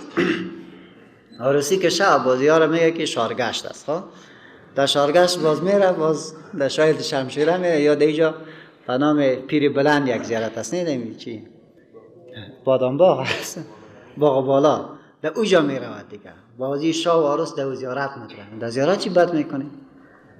زیارت سرطان نفرین خواهد بگه که قولای لوچ، سر لوچ و یک وجه بسیار کثیف و مردار در زیارت هم داخل میشه. یعنی کارهایی هست که دینی را نکرده، اسلامی را نکرده. از خدا باید بترسن، از این کارهای زشت باید دست بردارن. به الله باید رجوع بکند. پس اسلام میره بر ما گفت که اگر نشد باز شوهر حق نداره که مال بگیره. این کار باز ناروا گپا را جور نکنه. گاهی هم حکم دیگه جاهلیت قرآن علی بر ما رد میکنه و اوی بود که در دوران جاهلیت یک کسی که پدرش وفات میکرد و پدرش یک زن دیگری میداشت، بعد میرفت امو زن پدر خود به نکاح میگرفت. میگه ایرم مثل که بیوه را کسی نمیمانه که برای کسی دیگه به نکاح بدهد. این تعبیر که خود باز طرح میکرد که ولی بسیار ظلم است که خانم پدر ما دیگه کس به نکاح بگیرد، از او که خود ما سزاوارش هستم. قرآن کریم این حکم جاهلیت را هم منع میکند و ردش میکند و ارشاد میدارد که ولا تنکحوا و نکاح مکنید ما نکح آباؤکم، با آنانی که نکاح کرده باشد پدران شما، من النساء از زنان، الا ما قد سلف، لکن ما قد سلف، مگر آنچه که قبلا گذشته است. پیش از قرآن نزولی آیت چیزی که گذشته بود بگذارید. عربای تو نمیکنن که کده مادر اصلیش خود عروسی بکنن، که در تاریخ نیست. پدر خانم دیگری داشت، مادر اندرش، با او اونا عروسی میکردن. قرآن امور هم منع کرد. انه کان فاحشه، هر نکاح کردن زنان پدران فاحشه، بیشرمی است و مقتا و سبب خشم الله جل جلاله است از نظر شرع و ساء سبیلا و بد طریقی آمیزش است. بد طریقی آمیزش است. دو نکته می انه کان فاحشه، این بیشرمی و بیحیایی است که تو به بستر پدرت داخل میشی، و مقتا و سبب خشم الهی از نظر شرع و ساء سبیلا و بد طریقه آمیزش است. در پهلو از که این را هم حرام کرد اسلام عزیز ما، سلسله محرمات ابدی و سلسله محرمات سببی را و نسبی را هم تشریح میکند. در فقه اسلامی ما محرمات ابدی هم داریم که همیشه برای شما حرام است و محرمات موقت هم داریم. محرمات نسبی هم داریم و محرمات سببی هم داریم. بعضی نکاح هاست که به اساس نسب حرام است، بعضی نکاح هاست که حرام است به اساس سبب. اهل قرآن کریم برای ما شما ذکر میکنه محرماتی که اساسش نسب است. حرمت علیکم امهاتکم، حرام گردانیده شده بر بالای شما ای مسلمانان، امهاتکم، نکاح مادرانتان، و بناتکم، و نکاح دخترانتان، و اخواتکم، و نکاح خواهرانتان، و عماتکم، و نکاح عمهایتان، و خالاتکم، و نکاح خالهایتان، و بنات الاخ، و نکاح دختران برادرتان که برادرزادیتان می شود، و بنات الاخت، و دختران خواهرایتان که خواهرزادیتان می شود، و امهاتکم اللاتی، و مادران شما اللاتی ارضعنکم، آنانی که شیر دادن شما را. مادرانی که شما را شیر دادن با آنها نکاح کردن حرام است. و اخواتکم من الرضاعه، و خواهران رضاعی شما. و امهات نسائکم، مادران همسرانتان. و ربائبکم اللاتی، و دختراندران شما اللاتی فی حجورکم، که در پرورش شما می باشند، من نسائکم، از زنان شما. دختره زنت در خانه تو کلان شد، وقتی که کلان شد تو با او نکاح کردن نمیتونی. اللاتی دخلتم بهن، او دختران زنان شما که شما با او همسرتان همبستری کرده باشید. اگر صرف به نامت بود و همبستری نکرده بودی میتونی که او را طلاق بدی و دخترش به نکاح بگیری. فإن لم تكونوا دخلتم بهن، پس اگر صحبت نکرده باشید، خلوت صحیحه نکرده باشید با یکی از ایشان، با ایشان، فلا جناح علیکم، پس نیست گناه علیکم بر شما. بر شما گناه نیست. زن را به نکاح گرفته بودی و این زن دختری هم داشت بعد این زن را طلاق دادی بدون از اینکه با این زن هم بستر شده باشی، دخترش به نکاح بگیری. و حلائل ابنائکم، و حرام است بر بالای شما زنان پسران شما که سنوهای شماست. الذین من اصلابکم، زنان او فرزندان شما که من اصلابکم از پشت شما باشد. این کلش حرام است. معنای دومی چی که حلال است برای شما نکاح کردن با زنان او فرزندان شما که شما بچه فرزندی گرفتید. قرآن کریم مسئله بچه فرزندی را ختم کرده، ولی حکم به همون دوران جاهلیت است. یک تعداد مردم در زمان جاهلیت پسرخوانده ها داشتن، تمام حقوق پسر را به او میدادن. اگر آل قرآن میگه که زن از امو پسرت برای تو حلال است. و ان تجمعوا بین الاختین، حرمت علیکم ان تجمعوا بین الاختین، حرام است بر بالای شما این که جمع بکنین در بین دو خواهر در نکاح، دو خواهر در عقد نکاح یک فرد، الا ما قد سلف، مگر آنچه که قبلا گذشته است. ان الله کان غفورا رحیما، بیشک الله بخشاینده مهربان است. یگان بار انسان اشتباه کرده بود، غلط از پیش زده بود، خود تداوم نکاح را نمیتونه بکنه. تداوم نکاح نیست، غلطی خود را ختم بکند. و عین شکلش این محرماتی بود که قرآن کریم در دو بخش، هم به اساس سبب و هم به اساس نسب برای ما شما تشریح کرد. از جمله محرمات: حرمت علیکم المحصنات من النساء، حرام کرده شده بر بالای شما نکاح زنان شوهردار. نکاح زنان شوهردار بر بالای شما حرام است. الا ما ملکت ایمانکم، مگر آنچه که مالک است دستای شما که کنیزانتان است. ببینین که زنانی که شوهر دارن نکاحش با شما نمیشه. از خاطر رسول الله صلی الله علیه و سلم ارشاد می‌دارد که کسی که در نکاح کسی باشد، باز او زنش به اصلاح ببرد، دزدی بکنه، بگریزانش، با او باز یک جای دیگری نکاح بکند. اگر نکاح هم کرد، وقتی که حکومتی را دستگیر میکنه، اولادایش تسلیم برای شوهر اولیش میکنه و نفر کشته میشد، سنگسار میشود. و از این خاطر میگه العاهر الحجر، برای انسان زناکار بود بچی سنگ برش است. و الولد للفراش، و فرزند برای کی است؟ برای که فراش از او بود. اللهم اغفر لنا ذنوبنا وإسرافنا في أمرنا وثبت أقدامنا وانصرنا على القوم الكافرين وصلى اللهم وصل وسلم وبارك على محمد وعلى آله وصحبه أجمعين.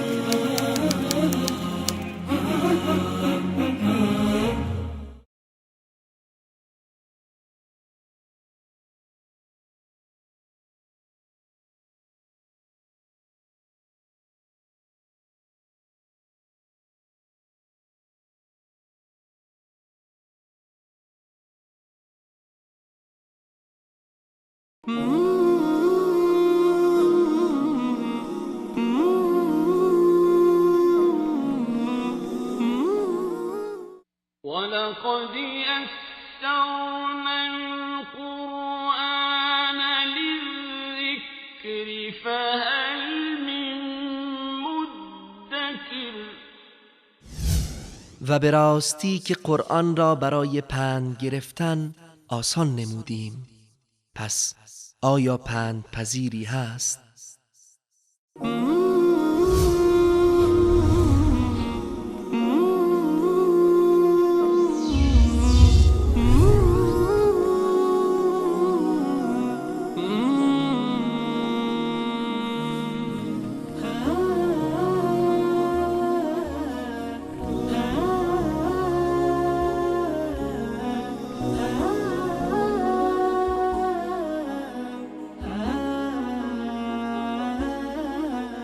بسم الله الرحمن الرحیم.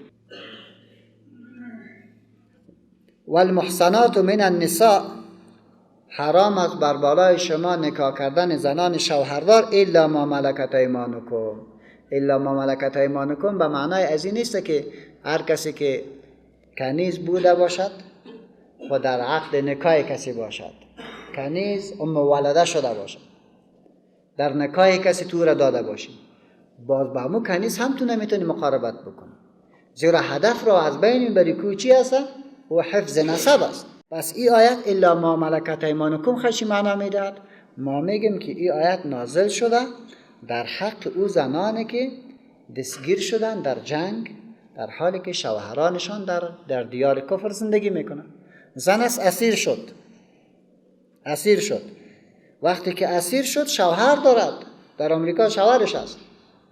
این زن اسیر که شد حلال است براتون ولی کجا شوهر دیگری دارد. الا ما ملکت ایمانکم، مگر آنچه که مالک است دستان شما.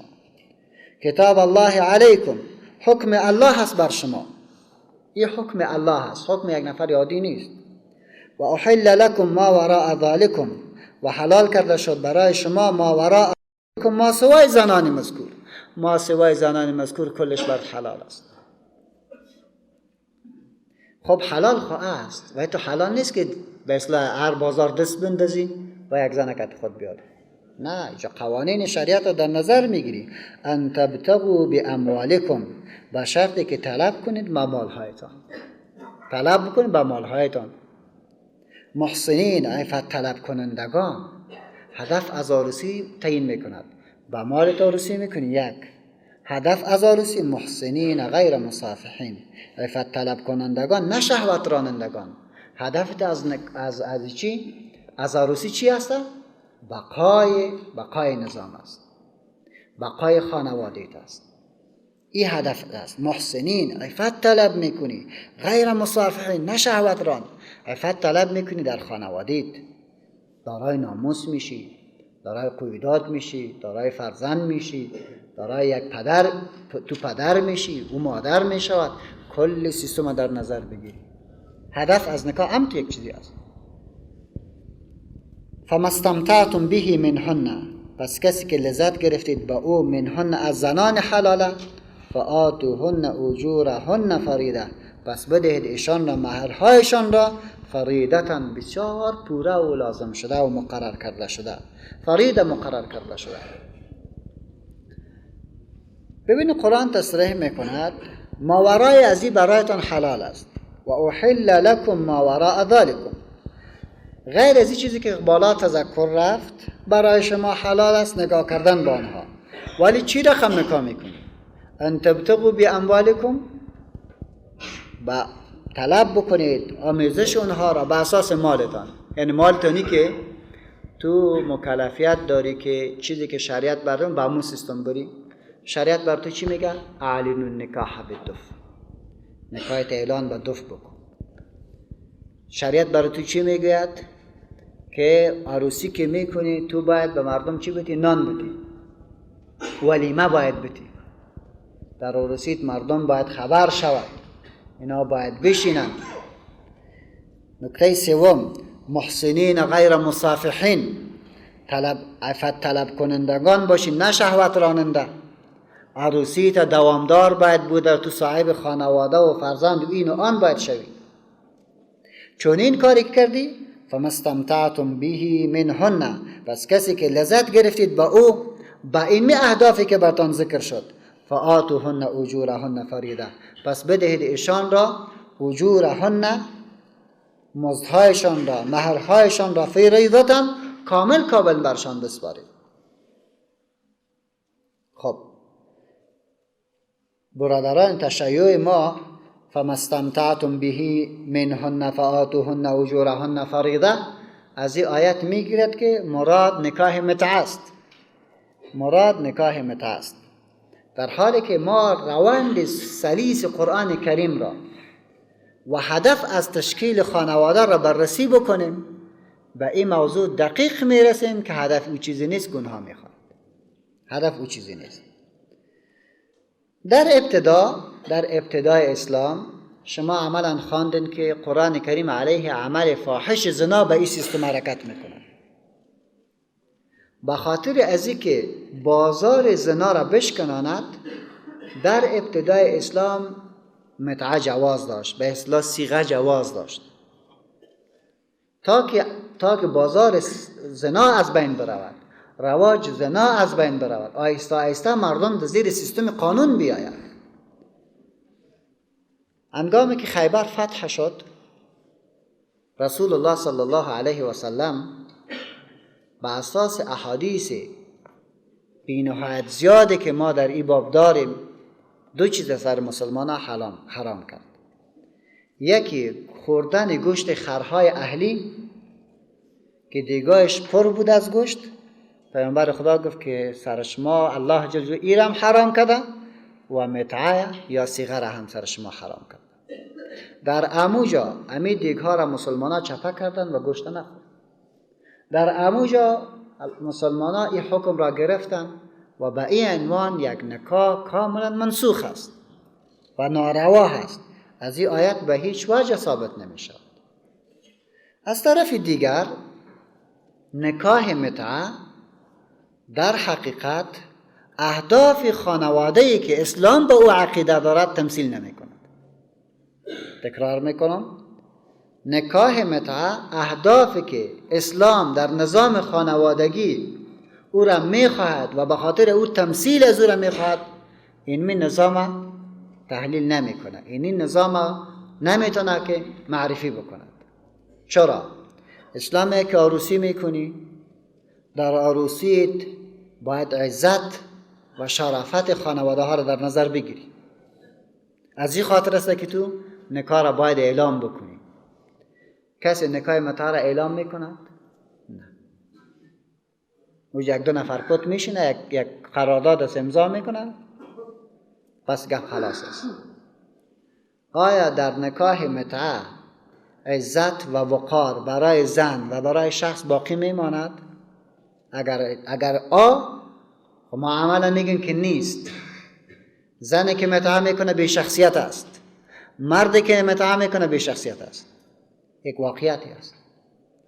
زیرا میبینیم که آنانی که کلانا هستند، آنانی که بزرگ هستند در عالم تشیع، برین پرسان بکنین برای شیوخ، برای کلانا که تو آماده از این هستی که دخترت به کسی صیغه بدی؟ برین برای کلاناشان بگوین تو آماده. تکرار میگه جواز دارد، دلایل پیش میکنند. برش بگو آماده هستی که دخترت صیغه بیتا، خواهرت می کاره بکنه؟ از قهر دو پاره میشن. از قهر دو پاره میشن. به خواهرش، به دخترش، به قوم خودش اجازه زیر نمیده که صیغه ش کنه. در حالی که در اسلام دو نظام نیست. این دین عدل و انصاف است. در این دین برای احمد یک نظام، به محمود دیگر نظام نیست. همگی از اولاد انسان است و به همگی یک قانون است. مردم غریب، مردم ناشناخته، مردم بیچاره باید سر دخترایشان، سر اولادایشان باید ساتیری مردم شود برای تو که تو خوش بوده باشی. خب این حکم برای دخترای تو نباشد؟ یک قضیه است، واضح است و روشن است. سومی که اگر ما اجازه بدیم برای نکاح متعه، در حقیقت دروازه زنا را خلاص کردیم. هر کسی که شما گیر کردیم بگوید که من متعه دارم، یک زناکار هم شما پیدا نخواهد کرد مگر اینکه کلش متعه والا باشد. سوم، اسلام برای زن احترام قائل است، شخصیتش گرامی می‌دارد. زنی که متعه میکند با او کس دیگه عروسی نمیکند. کسی که متعه میکنه خانه ثابت ندارد، آیندهش تضمین نیست. در حقیقت با این زن جفا می شود، با حقوقش جفا می شود و غیر مستقیم زن را ملعبه و وسیله شهوت برای یک مرد معرفی میکنه، در حالی که اسلام چنین نیست. در اسلام زن که عروسی میکنه در حقیقت بقای خانوادگی خود را میخواد همیشه در این خانه باشد، در اینجا اولاد داشته باشد، اولادش صبح اساچوبش شود. در نظام متعه نه اولادی وجود دارد، نه خانه ثابتی وجود دارد، پس امروز بر 1 ساعت هم صیغه است اجبارای خدا، بر 1 ساعت صیغه، بر 1 روز صیغه، بر 2 ماه صیغه. چی ریشخندی است؟ این در حقیقت ملعب قرار دادن زن است و بازی کردن با هویت زن است و شریعت اسلام چنین چیز را قبول نمی‌کند. دلایل موجه دیگری است که نسب از بین می‌رود. نسب از بین می‌رود ولو که می‌خواهند که برش دلایل جور بکنند، ولی ناممکن است یک زن که به بداند که پول ما از این طریق به دست میارم، پول از این طریق به دست میارم، در حقیقت وجود خود را در بازار عرضه می‌کند و اسلام با چنین عرضه کردن مخالف است. از هر طریق دلایل قانع کننده به وجود داره که اسلام که دین کامل، شامل و محافظ حقوق مردم است، با چنین خرافات اجازه نمیدهد. علمای اهل سنت و الجماعت با دلایل قاطعی که از قرآن و حدیث دارد صراحتا میکنه که متعه و سفاح زنا است و فقهای ما کسی که چنین کار بکند سرش رجم را حاکم میکند، سر حد را لازم میداند و این موضوعی است که هر انسان عاقل یک کمک متوجه شود بعد موضوع را در میابد. دلایلی که میگه این مجبوریت است، زمینه را ما مساعد میکنیم که یک تعداد نفر که مسافر میشود او باید منحرف نشود. قرآن کریم برش راه را خلاص کرد، مثنا و ثلاث و رباع، بر دیگه زن بگیرد.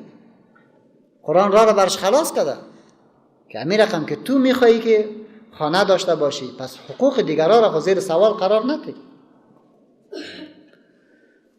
ولا جناح علیکم، و نیز گناه بر بالای شما، فیما تراضیتم به من بعد الفریضه، در آنچه که راضی شدید من بعد الفریضه، بعد از مقرر کردن آن. در این گناه نیست.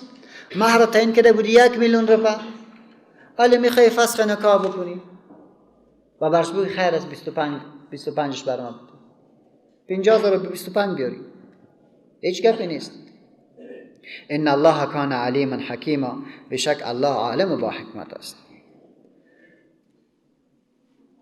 در قرآن کریم در یک جای دیگری هم میفهمیم که وقتی که نکارت بررسی میکند باز میگه و فمن ابتغى بعد غیر ذلك فاولئک هم العادون. هر کسی که غیر از نکاح صحیح راه دیگر را برای آموزش خود طلب میکند فاولئک هم العادون، همین جماعه تجاوزکاران هستند. غیر از نکاح راه دومی که تو برای خود پیدا میکنی در حقیقت تجاوز است.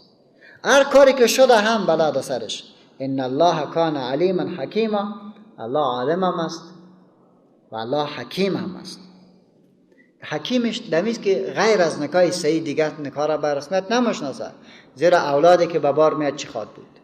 تو به شخصیتش کردی. طفلی که در نکاح متعه به وجود بیاد خب مادرش خب پس ایلا میکنه، بعد از این طفل بار امرای جفا نشده. طفلی که تو به اساس نکاحش با تمام حقوق خویشاوندیش سرش قطع میکنی، در حقیقت ظالم است. و من لم یستطع، هر که توان ندارد منکم از شما طولا، از نظر مالی، طولا از ماده طول گرفته شده به معنای توانایی و امکانات مالی. فمن لم یستطع منکم طولا، کسی که توانایی مادی ندارد، ان ینکح المحصنات، این که به نکاح بگیره زنان آزاد را، همین توانایی نداری. المحصنات المؤمنات، زنان آزاد مؤمن را. فمما ملکت ایمانکم، پس نکاح کنید آنچه که مالک است دستان شما. من فتیاتکم المؤمنات، از کنیزان مسلمان. از زنان اصیل آزاد به نکاح گرفته نمیتونی، به متعه نرو. از زنان اصیل گرفته نمیتونی، به زنا نرو، بلکه برو با کنیزان مسلمان عروسی بکن. قرآن کریم در اینجا تصریح میکنه من فتیاتکم المؤمنات، پس از کنیزان مسلمان با او نکاح بکنید، با او هم نکاح اصلی دوامدار. والله اعلم، الله خوب دانا است. والله اعلم بی ایمانکم، الله داناتر است بس مسلمانی شما. با تفاوت ایمان شما الله خوب آگاه است. یک تعداد چقدر ایمانش قوی است و دیگه چقدر ضعیف است. از این خاطر الله تو اجازه هم برای شما داد. بعضکم من بعض، بعض شما از بعض دیگری هستید. و زنی که کنیز است او هم انسان است، او هم مسلمان است. فانکحوهن، پس نکاح کنید ایشان را به اذن اهلهن، به اجازه مالکانشان. و آتوهن، و بدهید اجورهن بالمعروف، مهر زنان را هم بالمعروف، به وجه پسندیده مطابق با عرف. بالمعروف، مطابق با عرف. هدف از عروسی محصنات غیر مصافحات. مراد چرا عروسی باید بکنی؟ با کنیزا، به خاطر نگهداری خودت. ولی با کی عروسی میکنی؟ محصنات، در حالی که عفیفه باشد امی کنیز. غیر مصافحات، نه زنا کننده. نه زنا کننده. متع چی میکنه؟ اینجا یکی میکنه، بعد یک چند روز که گذشت با کس دیگه باز بکنه، دیگه همون دوام بکنه کل عمره، گاهی از او گاهی از او گاهی از او گاهی از او. غیر مصافحات، نه زنا کننده. ولا متخذات اخدان، نه مستی کننده با دوستای پنهانیشان. نه آنانی که دوستای پنهانی دارد، با آنها هم عروسی نکنید و حفظ بکنید ارزش وجودیتان را. ببین، اخدان در اصل به معنای دوست است، دوست و رفیق. اما معمولا به افرادی که دوستی را میکنن به اساس غرایز جنسی، با آنها هم عروسی نکنید. فاذا احسن، پس چون در قید ازدواج آمدن، کنیز در قید ازدواج آمد. فان اتینا بفاحشه، اگر باز هم اتیان به یک عمل قبیح فاحش کرد، فعلیهن نصف ما علی المحصنات من العذاب، پس بر ایشان است تطبیق نیم از جزای آنچه که بر زنان آزاد است. 100 دورش به 50 دوره، رجمش به دوره تبدیل می شود. ذالک، این برای کسی است، این عروسی کردن با کنیزان برای کسی است که خشی العنت منکم، می ترسد زحمت را از شما. ذالک، این حکم که نکاح کردن با کنیزا است برای کسی است که خشی العنت منکم، می ترسد زحمت را از شما، نمیتونه که تحمل بکند به همسری را. و ان تصبروا، و اگر صبر بکنید از نکاح کنیزا، از او خود دور بکنید، خیر لکم، برایتان بهتر است، این برایتان بهتر است. و ان تصبروا، اگر صبر بکنید از نکاح کردن با زنان کنیزه، خیر لکم، برایتان بهتر است. چرا؟ به خاطر از اینکه دوام بقای و ثبات شخصیت برای خود و خانواده و اولادتان را از این طریق خوب کمایی نمیکنید. والله غفور رحیم، الله بخشاینده مهربان است. یرید الله، الله میخواهد، لیبین لکم، یرید الله بالقرآن و بهذه السوره، الله میخواهد که با این کتاب عظیمش و با بیان این سوره مبارکه، لیبین لکم، تا بیان کند برای شما احکام خود را، و یهدیکم سنن الذین من قبلکم، و راهنمایی بکند شما را بر روش آنانی که من قبلکم، پیش از شما بود، و یتوب علیکم، و ببخشاید شما را. الله به این دو چیز دارد در این سوره و در این قرآن، میخواد که هدایت بکند شما را بر روش‌های پسندیده آنانی که پیش از شما بودند، و یتوب علیکم، و بر رحمت برگردد بر بالای شما و شما را ببخشد. والله علیم حکیم، الله عالم است ای که چنین دستور را به شما میدهد، چنین فرامین را به شما صادر میکند. حکیم، با حکمت است، ما شما را شناخته است، مطابق به حال ما این دساتیر را داده است. والله یرید، الله میخواهد، ان یتوب علیکم، که به مهربانی خاص شما را مورد انعطاف قرار بدهد. ان یتوب علیکم، که به رحمت برگردد بر بالای شما. و یرید الذین یتبعون الشهوات، و میخوان آنانی که پیروی شهوات میکنند، ان تمیلوا میلا عظیما، که شما بگردید از راه راست، میلا عظیما، راه بس دور از هدف. ان تمیلوا میلا عظیما، که شما بگردید از راه بسی دور. یرید الله، الله میخواهد، به اساس این دستورها خوشی و سعادت را برای شما تثبیت بکند و از طرف دیگر ان یخفف عنکم و سبک بکند از شما مشکلاتتان را. و خلق الانسان ضعیفا و آفریده شده انسان بسیار ضعیف و ناتوان. انسان ضعیف و ناتوان آفریده شده، نمیتواند که در رابطه با شهوات مقابله بکند. این کار کرده نمیتونه که شهوات خود را زیر پای قرار بدهد. خامخا باید بر او جواب مثبت بدهد و راههای خوبی را الله برای شما انتخاب کرد. بعد الله جل جلاله وقتی که بحث از خانواده را برای ما و شما تشریح کرد، قرآن همیشه آیاتهایش مانند کتاب‌های دیگه واری نیست. کتاب‌های دیگر خود نامش که گرفت ساینس، باز یک کل گپ از ساینس میزند. نامش که گرفت تاریخ، باز کل گپ از تاریخ میزند. و یک عنوان که برداشت در یک عنوان میچرخید. قرآن ایتو یک کتاب زیبایی است که در هر ورقش، در هر آیتش به چندین موضوعات تو را فرا میدهد، به چندین موضوع تو را متوجه میکند. نظام از خانواده شد، در مابین خانواده نکات دیگری برات داد، این را متوجه بوده باش. بعد از او باز یک بار در معاملات تو را انداخت، ولی باز متوجهت میکنه که نظام خانواده را خود گرفتی، خود کلا در خانواده که نچسبی که نظام روابطت را فراموش بکنی. میگن که یا ایها الذین آمنو، ای مؤمنان، لا تأکلوا اموالکم، نخورید مالهای خیش را بینکم در میانتان بالباطل، به طریقه ناروا، به طریقه نامشروع.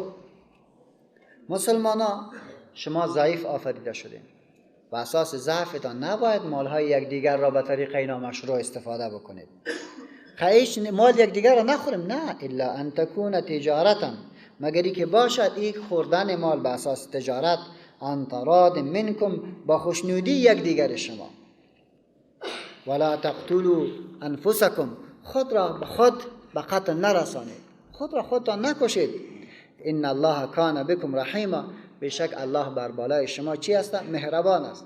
خودتان نکشید، این کار نکنید. ان الله کان بکم رحیما، بیشک الله جل جلاله بر بالای شما مهربان است. خود به قتل نرسان، با مفتکی گپت معلوم نبوده باشه، این کار نکنید. و در پهلویش وش کنید مال یک دیگر را نخورین به اشکال ناروا. مالتان متوجه مال یک انسان گرفته میشه، به اساس رضایتش گرفته میشود. و من یفعل ذلک، هر کی بکند مال حرام را بخواند و طلب تجارت را خلاف شریعت انجام بدهد، و من یفعل ذلک عدوانا، و او هم به قصد تعدی و زیادت بر قانون شریعت خدا تمثیل بکند، و ظلما به ستم، فسوف نصلیه نارا، پس به زودی وارد سازیم او را در آتش. و من یفعل ذلک، هر که چنین کاری بکند، مال را بدون رضایت کسی بگیرد، عدوانا به تجاوز و تعدی، و ظلما به ستم، فسوف نصلیه نارا، پس به زودی وارد سازیم او را در آتش. و کان ذلک علی الله یسیرا، و این به الله جل جلاله بسیار آسان است، بسیار آسان. ارگو ما قوانین اصلی در نظر گرفتیم و مطابق به اساس از او شالودی خانواده خود گذاشتیم. بعد ایتو نیست که ما رها بوده باشیم، هر چی که خواسته باشیم همون تو انجام بدیم. قرآن میگه ان تجتنبوا کبائر ما تنهون عنه، اگر شما اجتناب بکنید از گناههای بزرگ که عبارت از چیست؟ مال یتیم نخو، زنا نکو، قتل نکو، کسایی که برتان ذکر شد با آنها نکاح نکو، از این گناه کنار رفتی. نکفر عنکم سیئاتکم، ببخشیم برای شما گناههای صغیره شما را. هرگاه از گناهان کبیره دوری گرفتین، نکفر عنکم سیئاتکم، گناههای کوچک را ما بر شما میبخشیم. و ندخلکم مدخلا کریما، و داخل کنیم شما را در مقام و جای بسیار گرامی، در جای بسیار گرامی داخلتان میکنیم. از گناه کبیره دست بردار، گناه صغیره را الله برات میبخشه، در صورتی که تو تائب باشی، در صورتی که با او متعهد باشی و توبه را در دل خود قصد کرده باشی. ولا تتمنوا ما فضل الله به بعضکم علی بعض. ولی قرآن آهسته آهسته می رود برای آنچه که سبب شکستاندن نظام فامیلی می شود، آنچه که وسیله برای تخریب نظام فامیلی می شود، او را از ما منع میکنه. یک نفر عروسی کرد، مهرش هم داد، خواست که با خانمش زندگی خوب بکنه. خانم نازنین جان که آمد، یک بار برش گفت که این خانه ما خراب است، هر سال ما باید پرده های خود تبدیل بکنیم، این فرش ما خراب است، این یخچال ما خراب است، امسالی نیم مود آمده، صبح دیگه آمده، این کالا را خمده ای عروسی پوشیدم، ده یا عروسی دیگه چه تو باز بپوشمش. این گپای مفتکی و احمقانه را پرسان کرده رفت. وقتی که شوهرش پرسید از برای خدا یک بیچاره آدم هستم، کل عایدات ما 5000 الی 10000 افغانی است، من نمیتونم این را بر تو خریداری بکنم، ولی که لباسی که مردم دید دیگه بار دوم موضوع نمیپوشی. این نکات را اگر یک بار بگه او فلان همین تو میکنه، فلان همین تو میکنه، نمونه ها برش بدهد. قرآن کریم از همچو زنا را و همچو مردا را و همچو اشخاصی که میخوان در یک فامیل زندگی بکنن و دیگرها را که میبینه عین قاعده را بر خود میخواد، کلگی میخواد که پول پیدا بکنه، کلگی میخواد که یک چیزی داشته باشه، اونا را منع میکند. میفرماید که ولا تتمنوا، وارزو نکنید، ما فضل الله به بعضکم علی بعض، آنچه که الله برتری داره بعض شما را بر بعض دیگری. یک نفر خداوند متعال زندگی بسیار زیاد داده، پول دارایی برش الله داده، خانه خوبه برش داده، موتر خوبه برش داده، همه چیز برش داده. تو یک بار دعوا میکنی که من هم تو باید باشم. اگر هم تو برام میسازی خوب، اگر نمیسازی جنگ میکنم. اگر هم تو برام یک لباس میخری خوب، اگر نمیخری دیگه من عروسی نمیرم. بس دیگه شروع بکنه. چرا عروسی نرفتین؟ برام لباس نو نکردم. چرا فلان خدا نرفتین؟ به این بانه تراشی ها را نکنه و به این طرز دید نبوده باشین. للرجال نصیب مما اکتسبوا، مردان را نصیبی است آنچه که کسب کردند. وللنساء نصیب مما اکتسبن، و برای زنها هم نصیبی آن چیزی که کسب کردند. هر کدام در جایگاه خود یک بار خود قرار بدهد. یعنی یک تعبیر دیگه تو بکنم، یک کسی که مدارج بسیار زیاد بلندی دارد، یک بار او هم پرسان بکنی که خانمش هم باز از کسی، اما تو یک خانواده کلان است، تو که جنجال شروع کردی با اما تو دختر اما تو کلان آدم هستی؟ یک باری سوالم بکنی. زیرا همچو خواسته ها را غالبا او زنان مطرح میکنه که تربیت فامیلیشان ضعیف است. تربیت فامیلی که ضعیف بود باز حدود خود نمیشناسد. برای ایتو یک خانواده ضعیف و بی تربیه اما تو برش گفته شد که تو اینو تو چیز میخوانی، تو دختر اما تو کسی هستی یا نیستی؟ 10 سال پیش 5 سال پیش چی رقم زندگی داشتی؟ کاری از پیش من تو زندگی میخوام، اما تو صراحتا برش بکن و جور شود. و ما به یقین دارم او خانواده هایی که آنها تربیت یافتند، از خانواده های خوبی با شخصیتی هستند، اونا هیچگاه به شوهرشان به این انگشت نمشکنند که لباس برم بگی، فلانه برم بگی، دستانه بگی، تو بلا زده تا که اون تو نشدی، دیگه فار باز برش طرح نمیکنه. این نکته را باز نمیگوید. واسأل الله من فضله، شوهر و زن اردوش از الله بخواهد. واسأل الله، بپرسید از الله، بخواهید از الله من فضله، از بخشایشش، از دنیایش. همیشه دعا بکنی که پروردگار به کسی ما را محتاج نکن، پروردگار عزت دنیا و آخرت نصیبم بگردان. یا الله به چیزی که داریم تو ما را از توفیق بدی که شکرش ادا بکنیم. این را پرسان بکنیم. واسأل الله من فضله ان الله کان بكل شیء علیما، بیشک الله به هر چیز عالم است. پس شناختیم که یکی از عوامل طلاق بد اخلاقی، جار و جنجال در خانه ها چیست؟ همین که دیگرها را ببیند باز به دیگه برای شما شروع بکنه، فلانه این تو بود، فلانه این تو بود، تو هیچ بلا زدی، تا هیچ کاری هم کردن نتونست. ولکل جعلنا موالیه، و مقرر کردیم وارثان را برای هر چیز مما ترک، از آن چی گذاشتند، الوالدان والاقربون، والدین و خویشاوندان. برای هر کسی که وفات میکند وارث را برش تعیین کرد، چی از پدر و مادر چی از نزدیکان. والذین عقدت ایمانکم، و کسانی ایشان را که مربوط ساخته است ایشان را، ایمانکم عهدهای شما، فآتوهم، پس بدید ایشان را، نصیبهم، حصه ایشان را. کسایی که به اساس عقد در نظام خانوادگی شما داخل شدند اونها را هم نصیبشان از میراث باید بتین.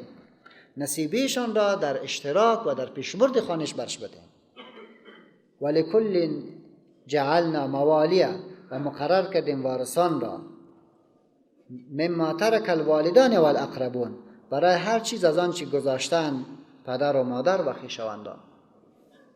والذین عقدت ایمانکم، و کسانشان را مربوط ساخته است عهد شما، فآتوهم، پس بده ایشان را نصیبه ایشان را، مهر ایشان را.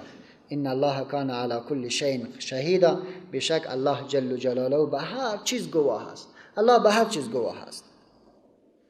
پس معنی چی شد؟ خانواده که تشکیل می شود، هر کس حقوق خود را دارد، به هر کس حقوق خود را بسپارید و مطابق به او حقوق چی کنید؟ زندگی بکنید. الرجال قوامون علی النساء، این حقوق را تثبیت میکنه، جایگاه هر یکی را مشخص میسازد.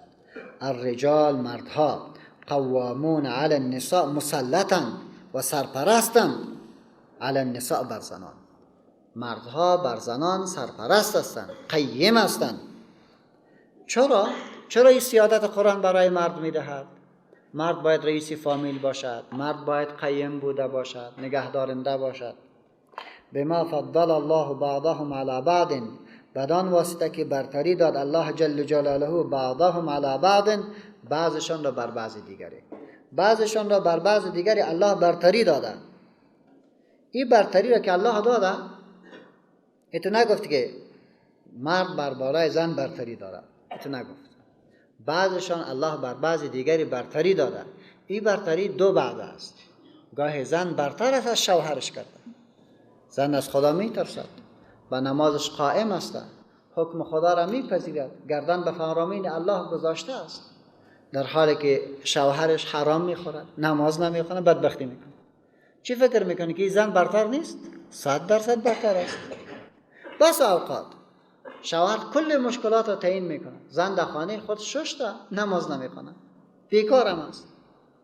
ولی این زن بدبخت نیست؟ این زن کوچک نیست؟ برتری همیشه تنها به اساس جسم نیست، یگان با برتری های معنوی یکی بر بالای دیگری دارد.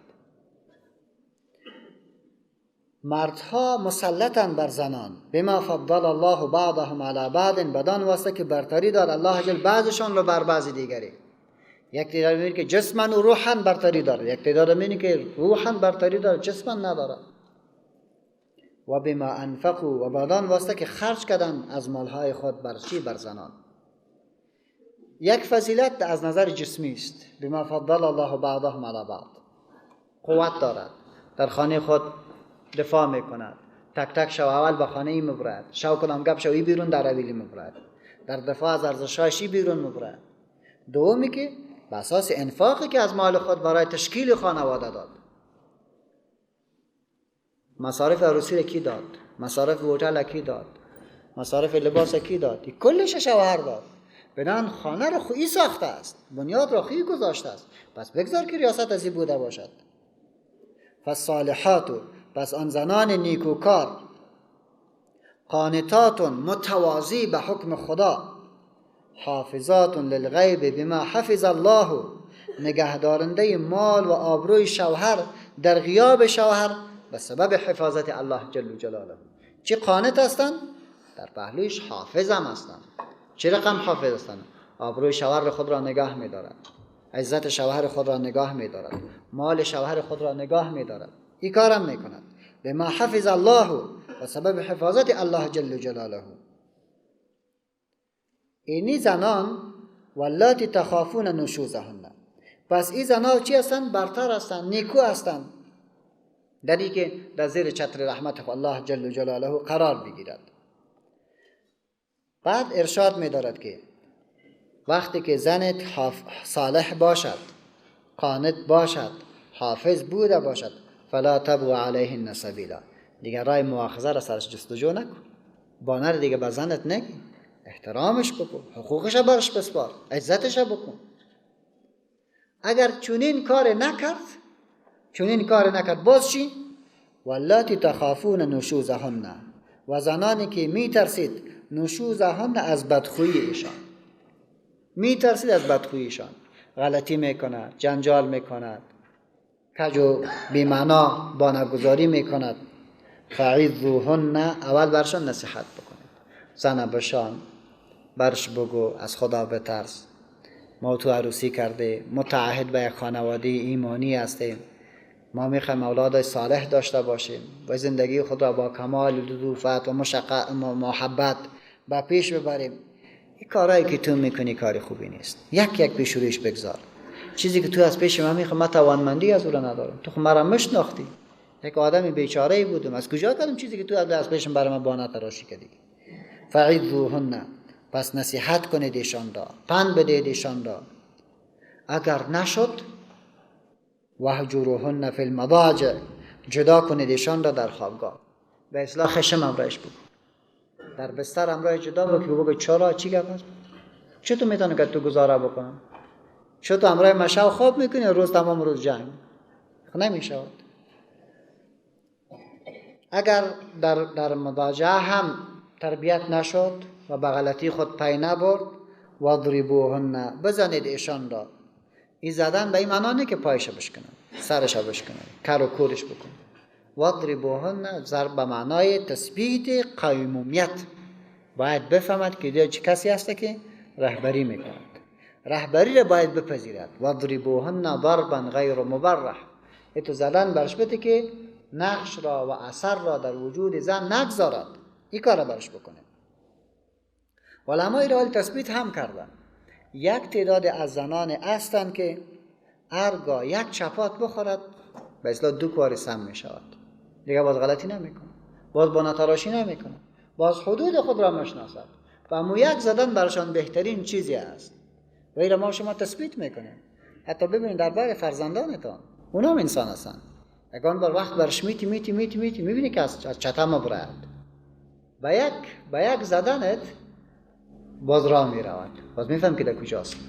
عین شکلش قیمومیت انیست. یعنی پادشاهی که رهبری که رئیسی که صلاحیت نداشته باشد از چی؟ از مکافات و از مجازات و ریاست نیست. صلاحیت نداشته باشی، دولت موارد نه، صلاحیت باید داشته باشی.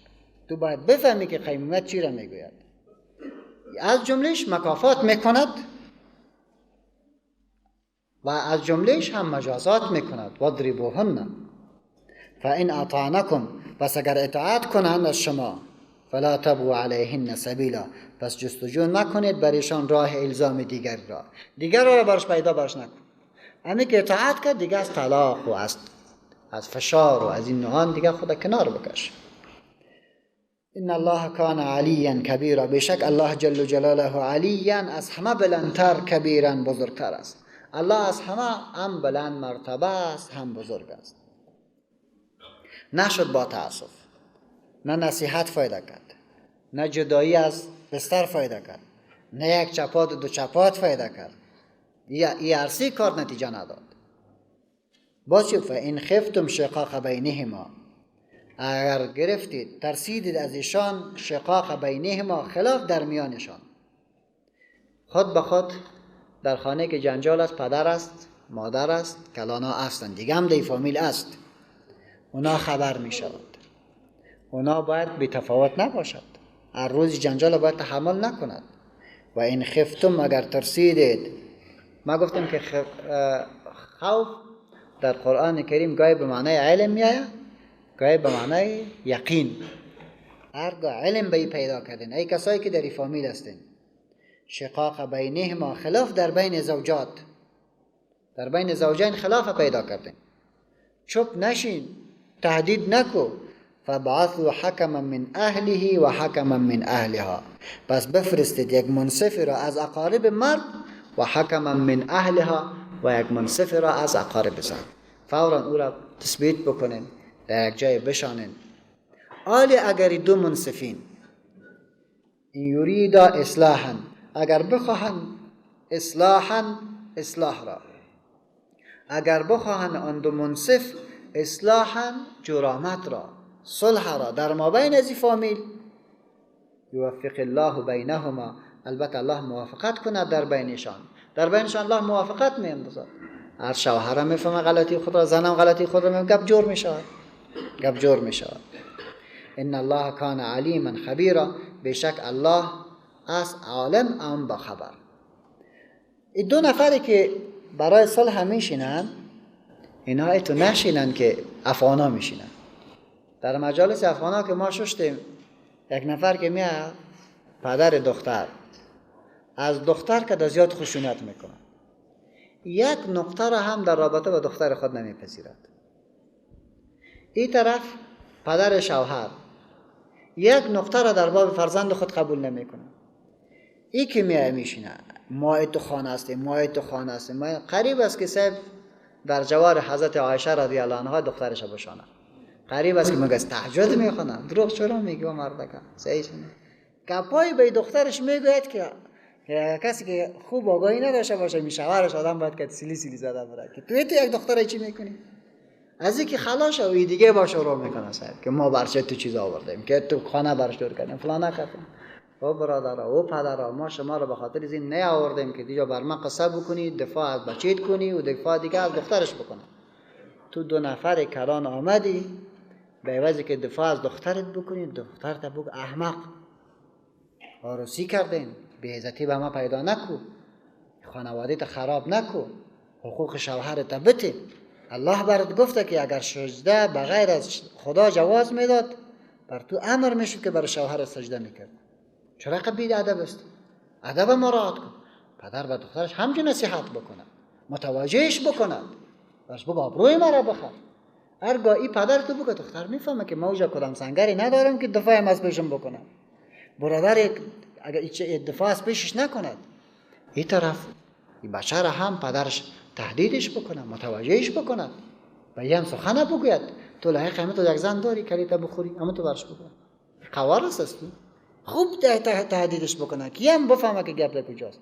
بعد اردویش جور میاد. اگر اردو از اینجا بی سوادا باشه یا رب العالمین ایران بانی که چرا کتش شده. صحیح شد نه؟ یک جا در چلستون بود، دمت یک مجلس ما رفتم که شروع کردن، کیو هم شروع کرد، او هم شروع کرد، بعد دیدن که دولدن هم شروع کرد. بعد ما گفتم مردو ایتان، هر دو طرف خانواده ایتان از این کسایی هستن که کاش که چارپایا می بودین، هیچی حال است که شما انداختین.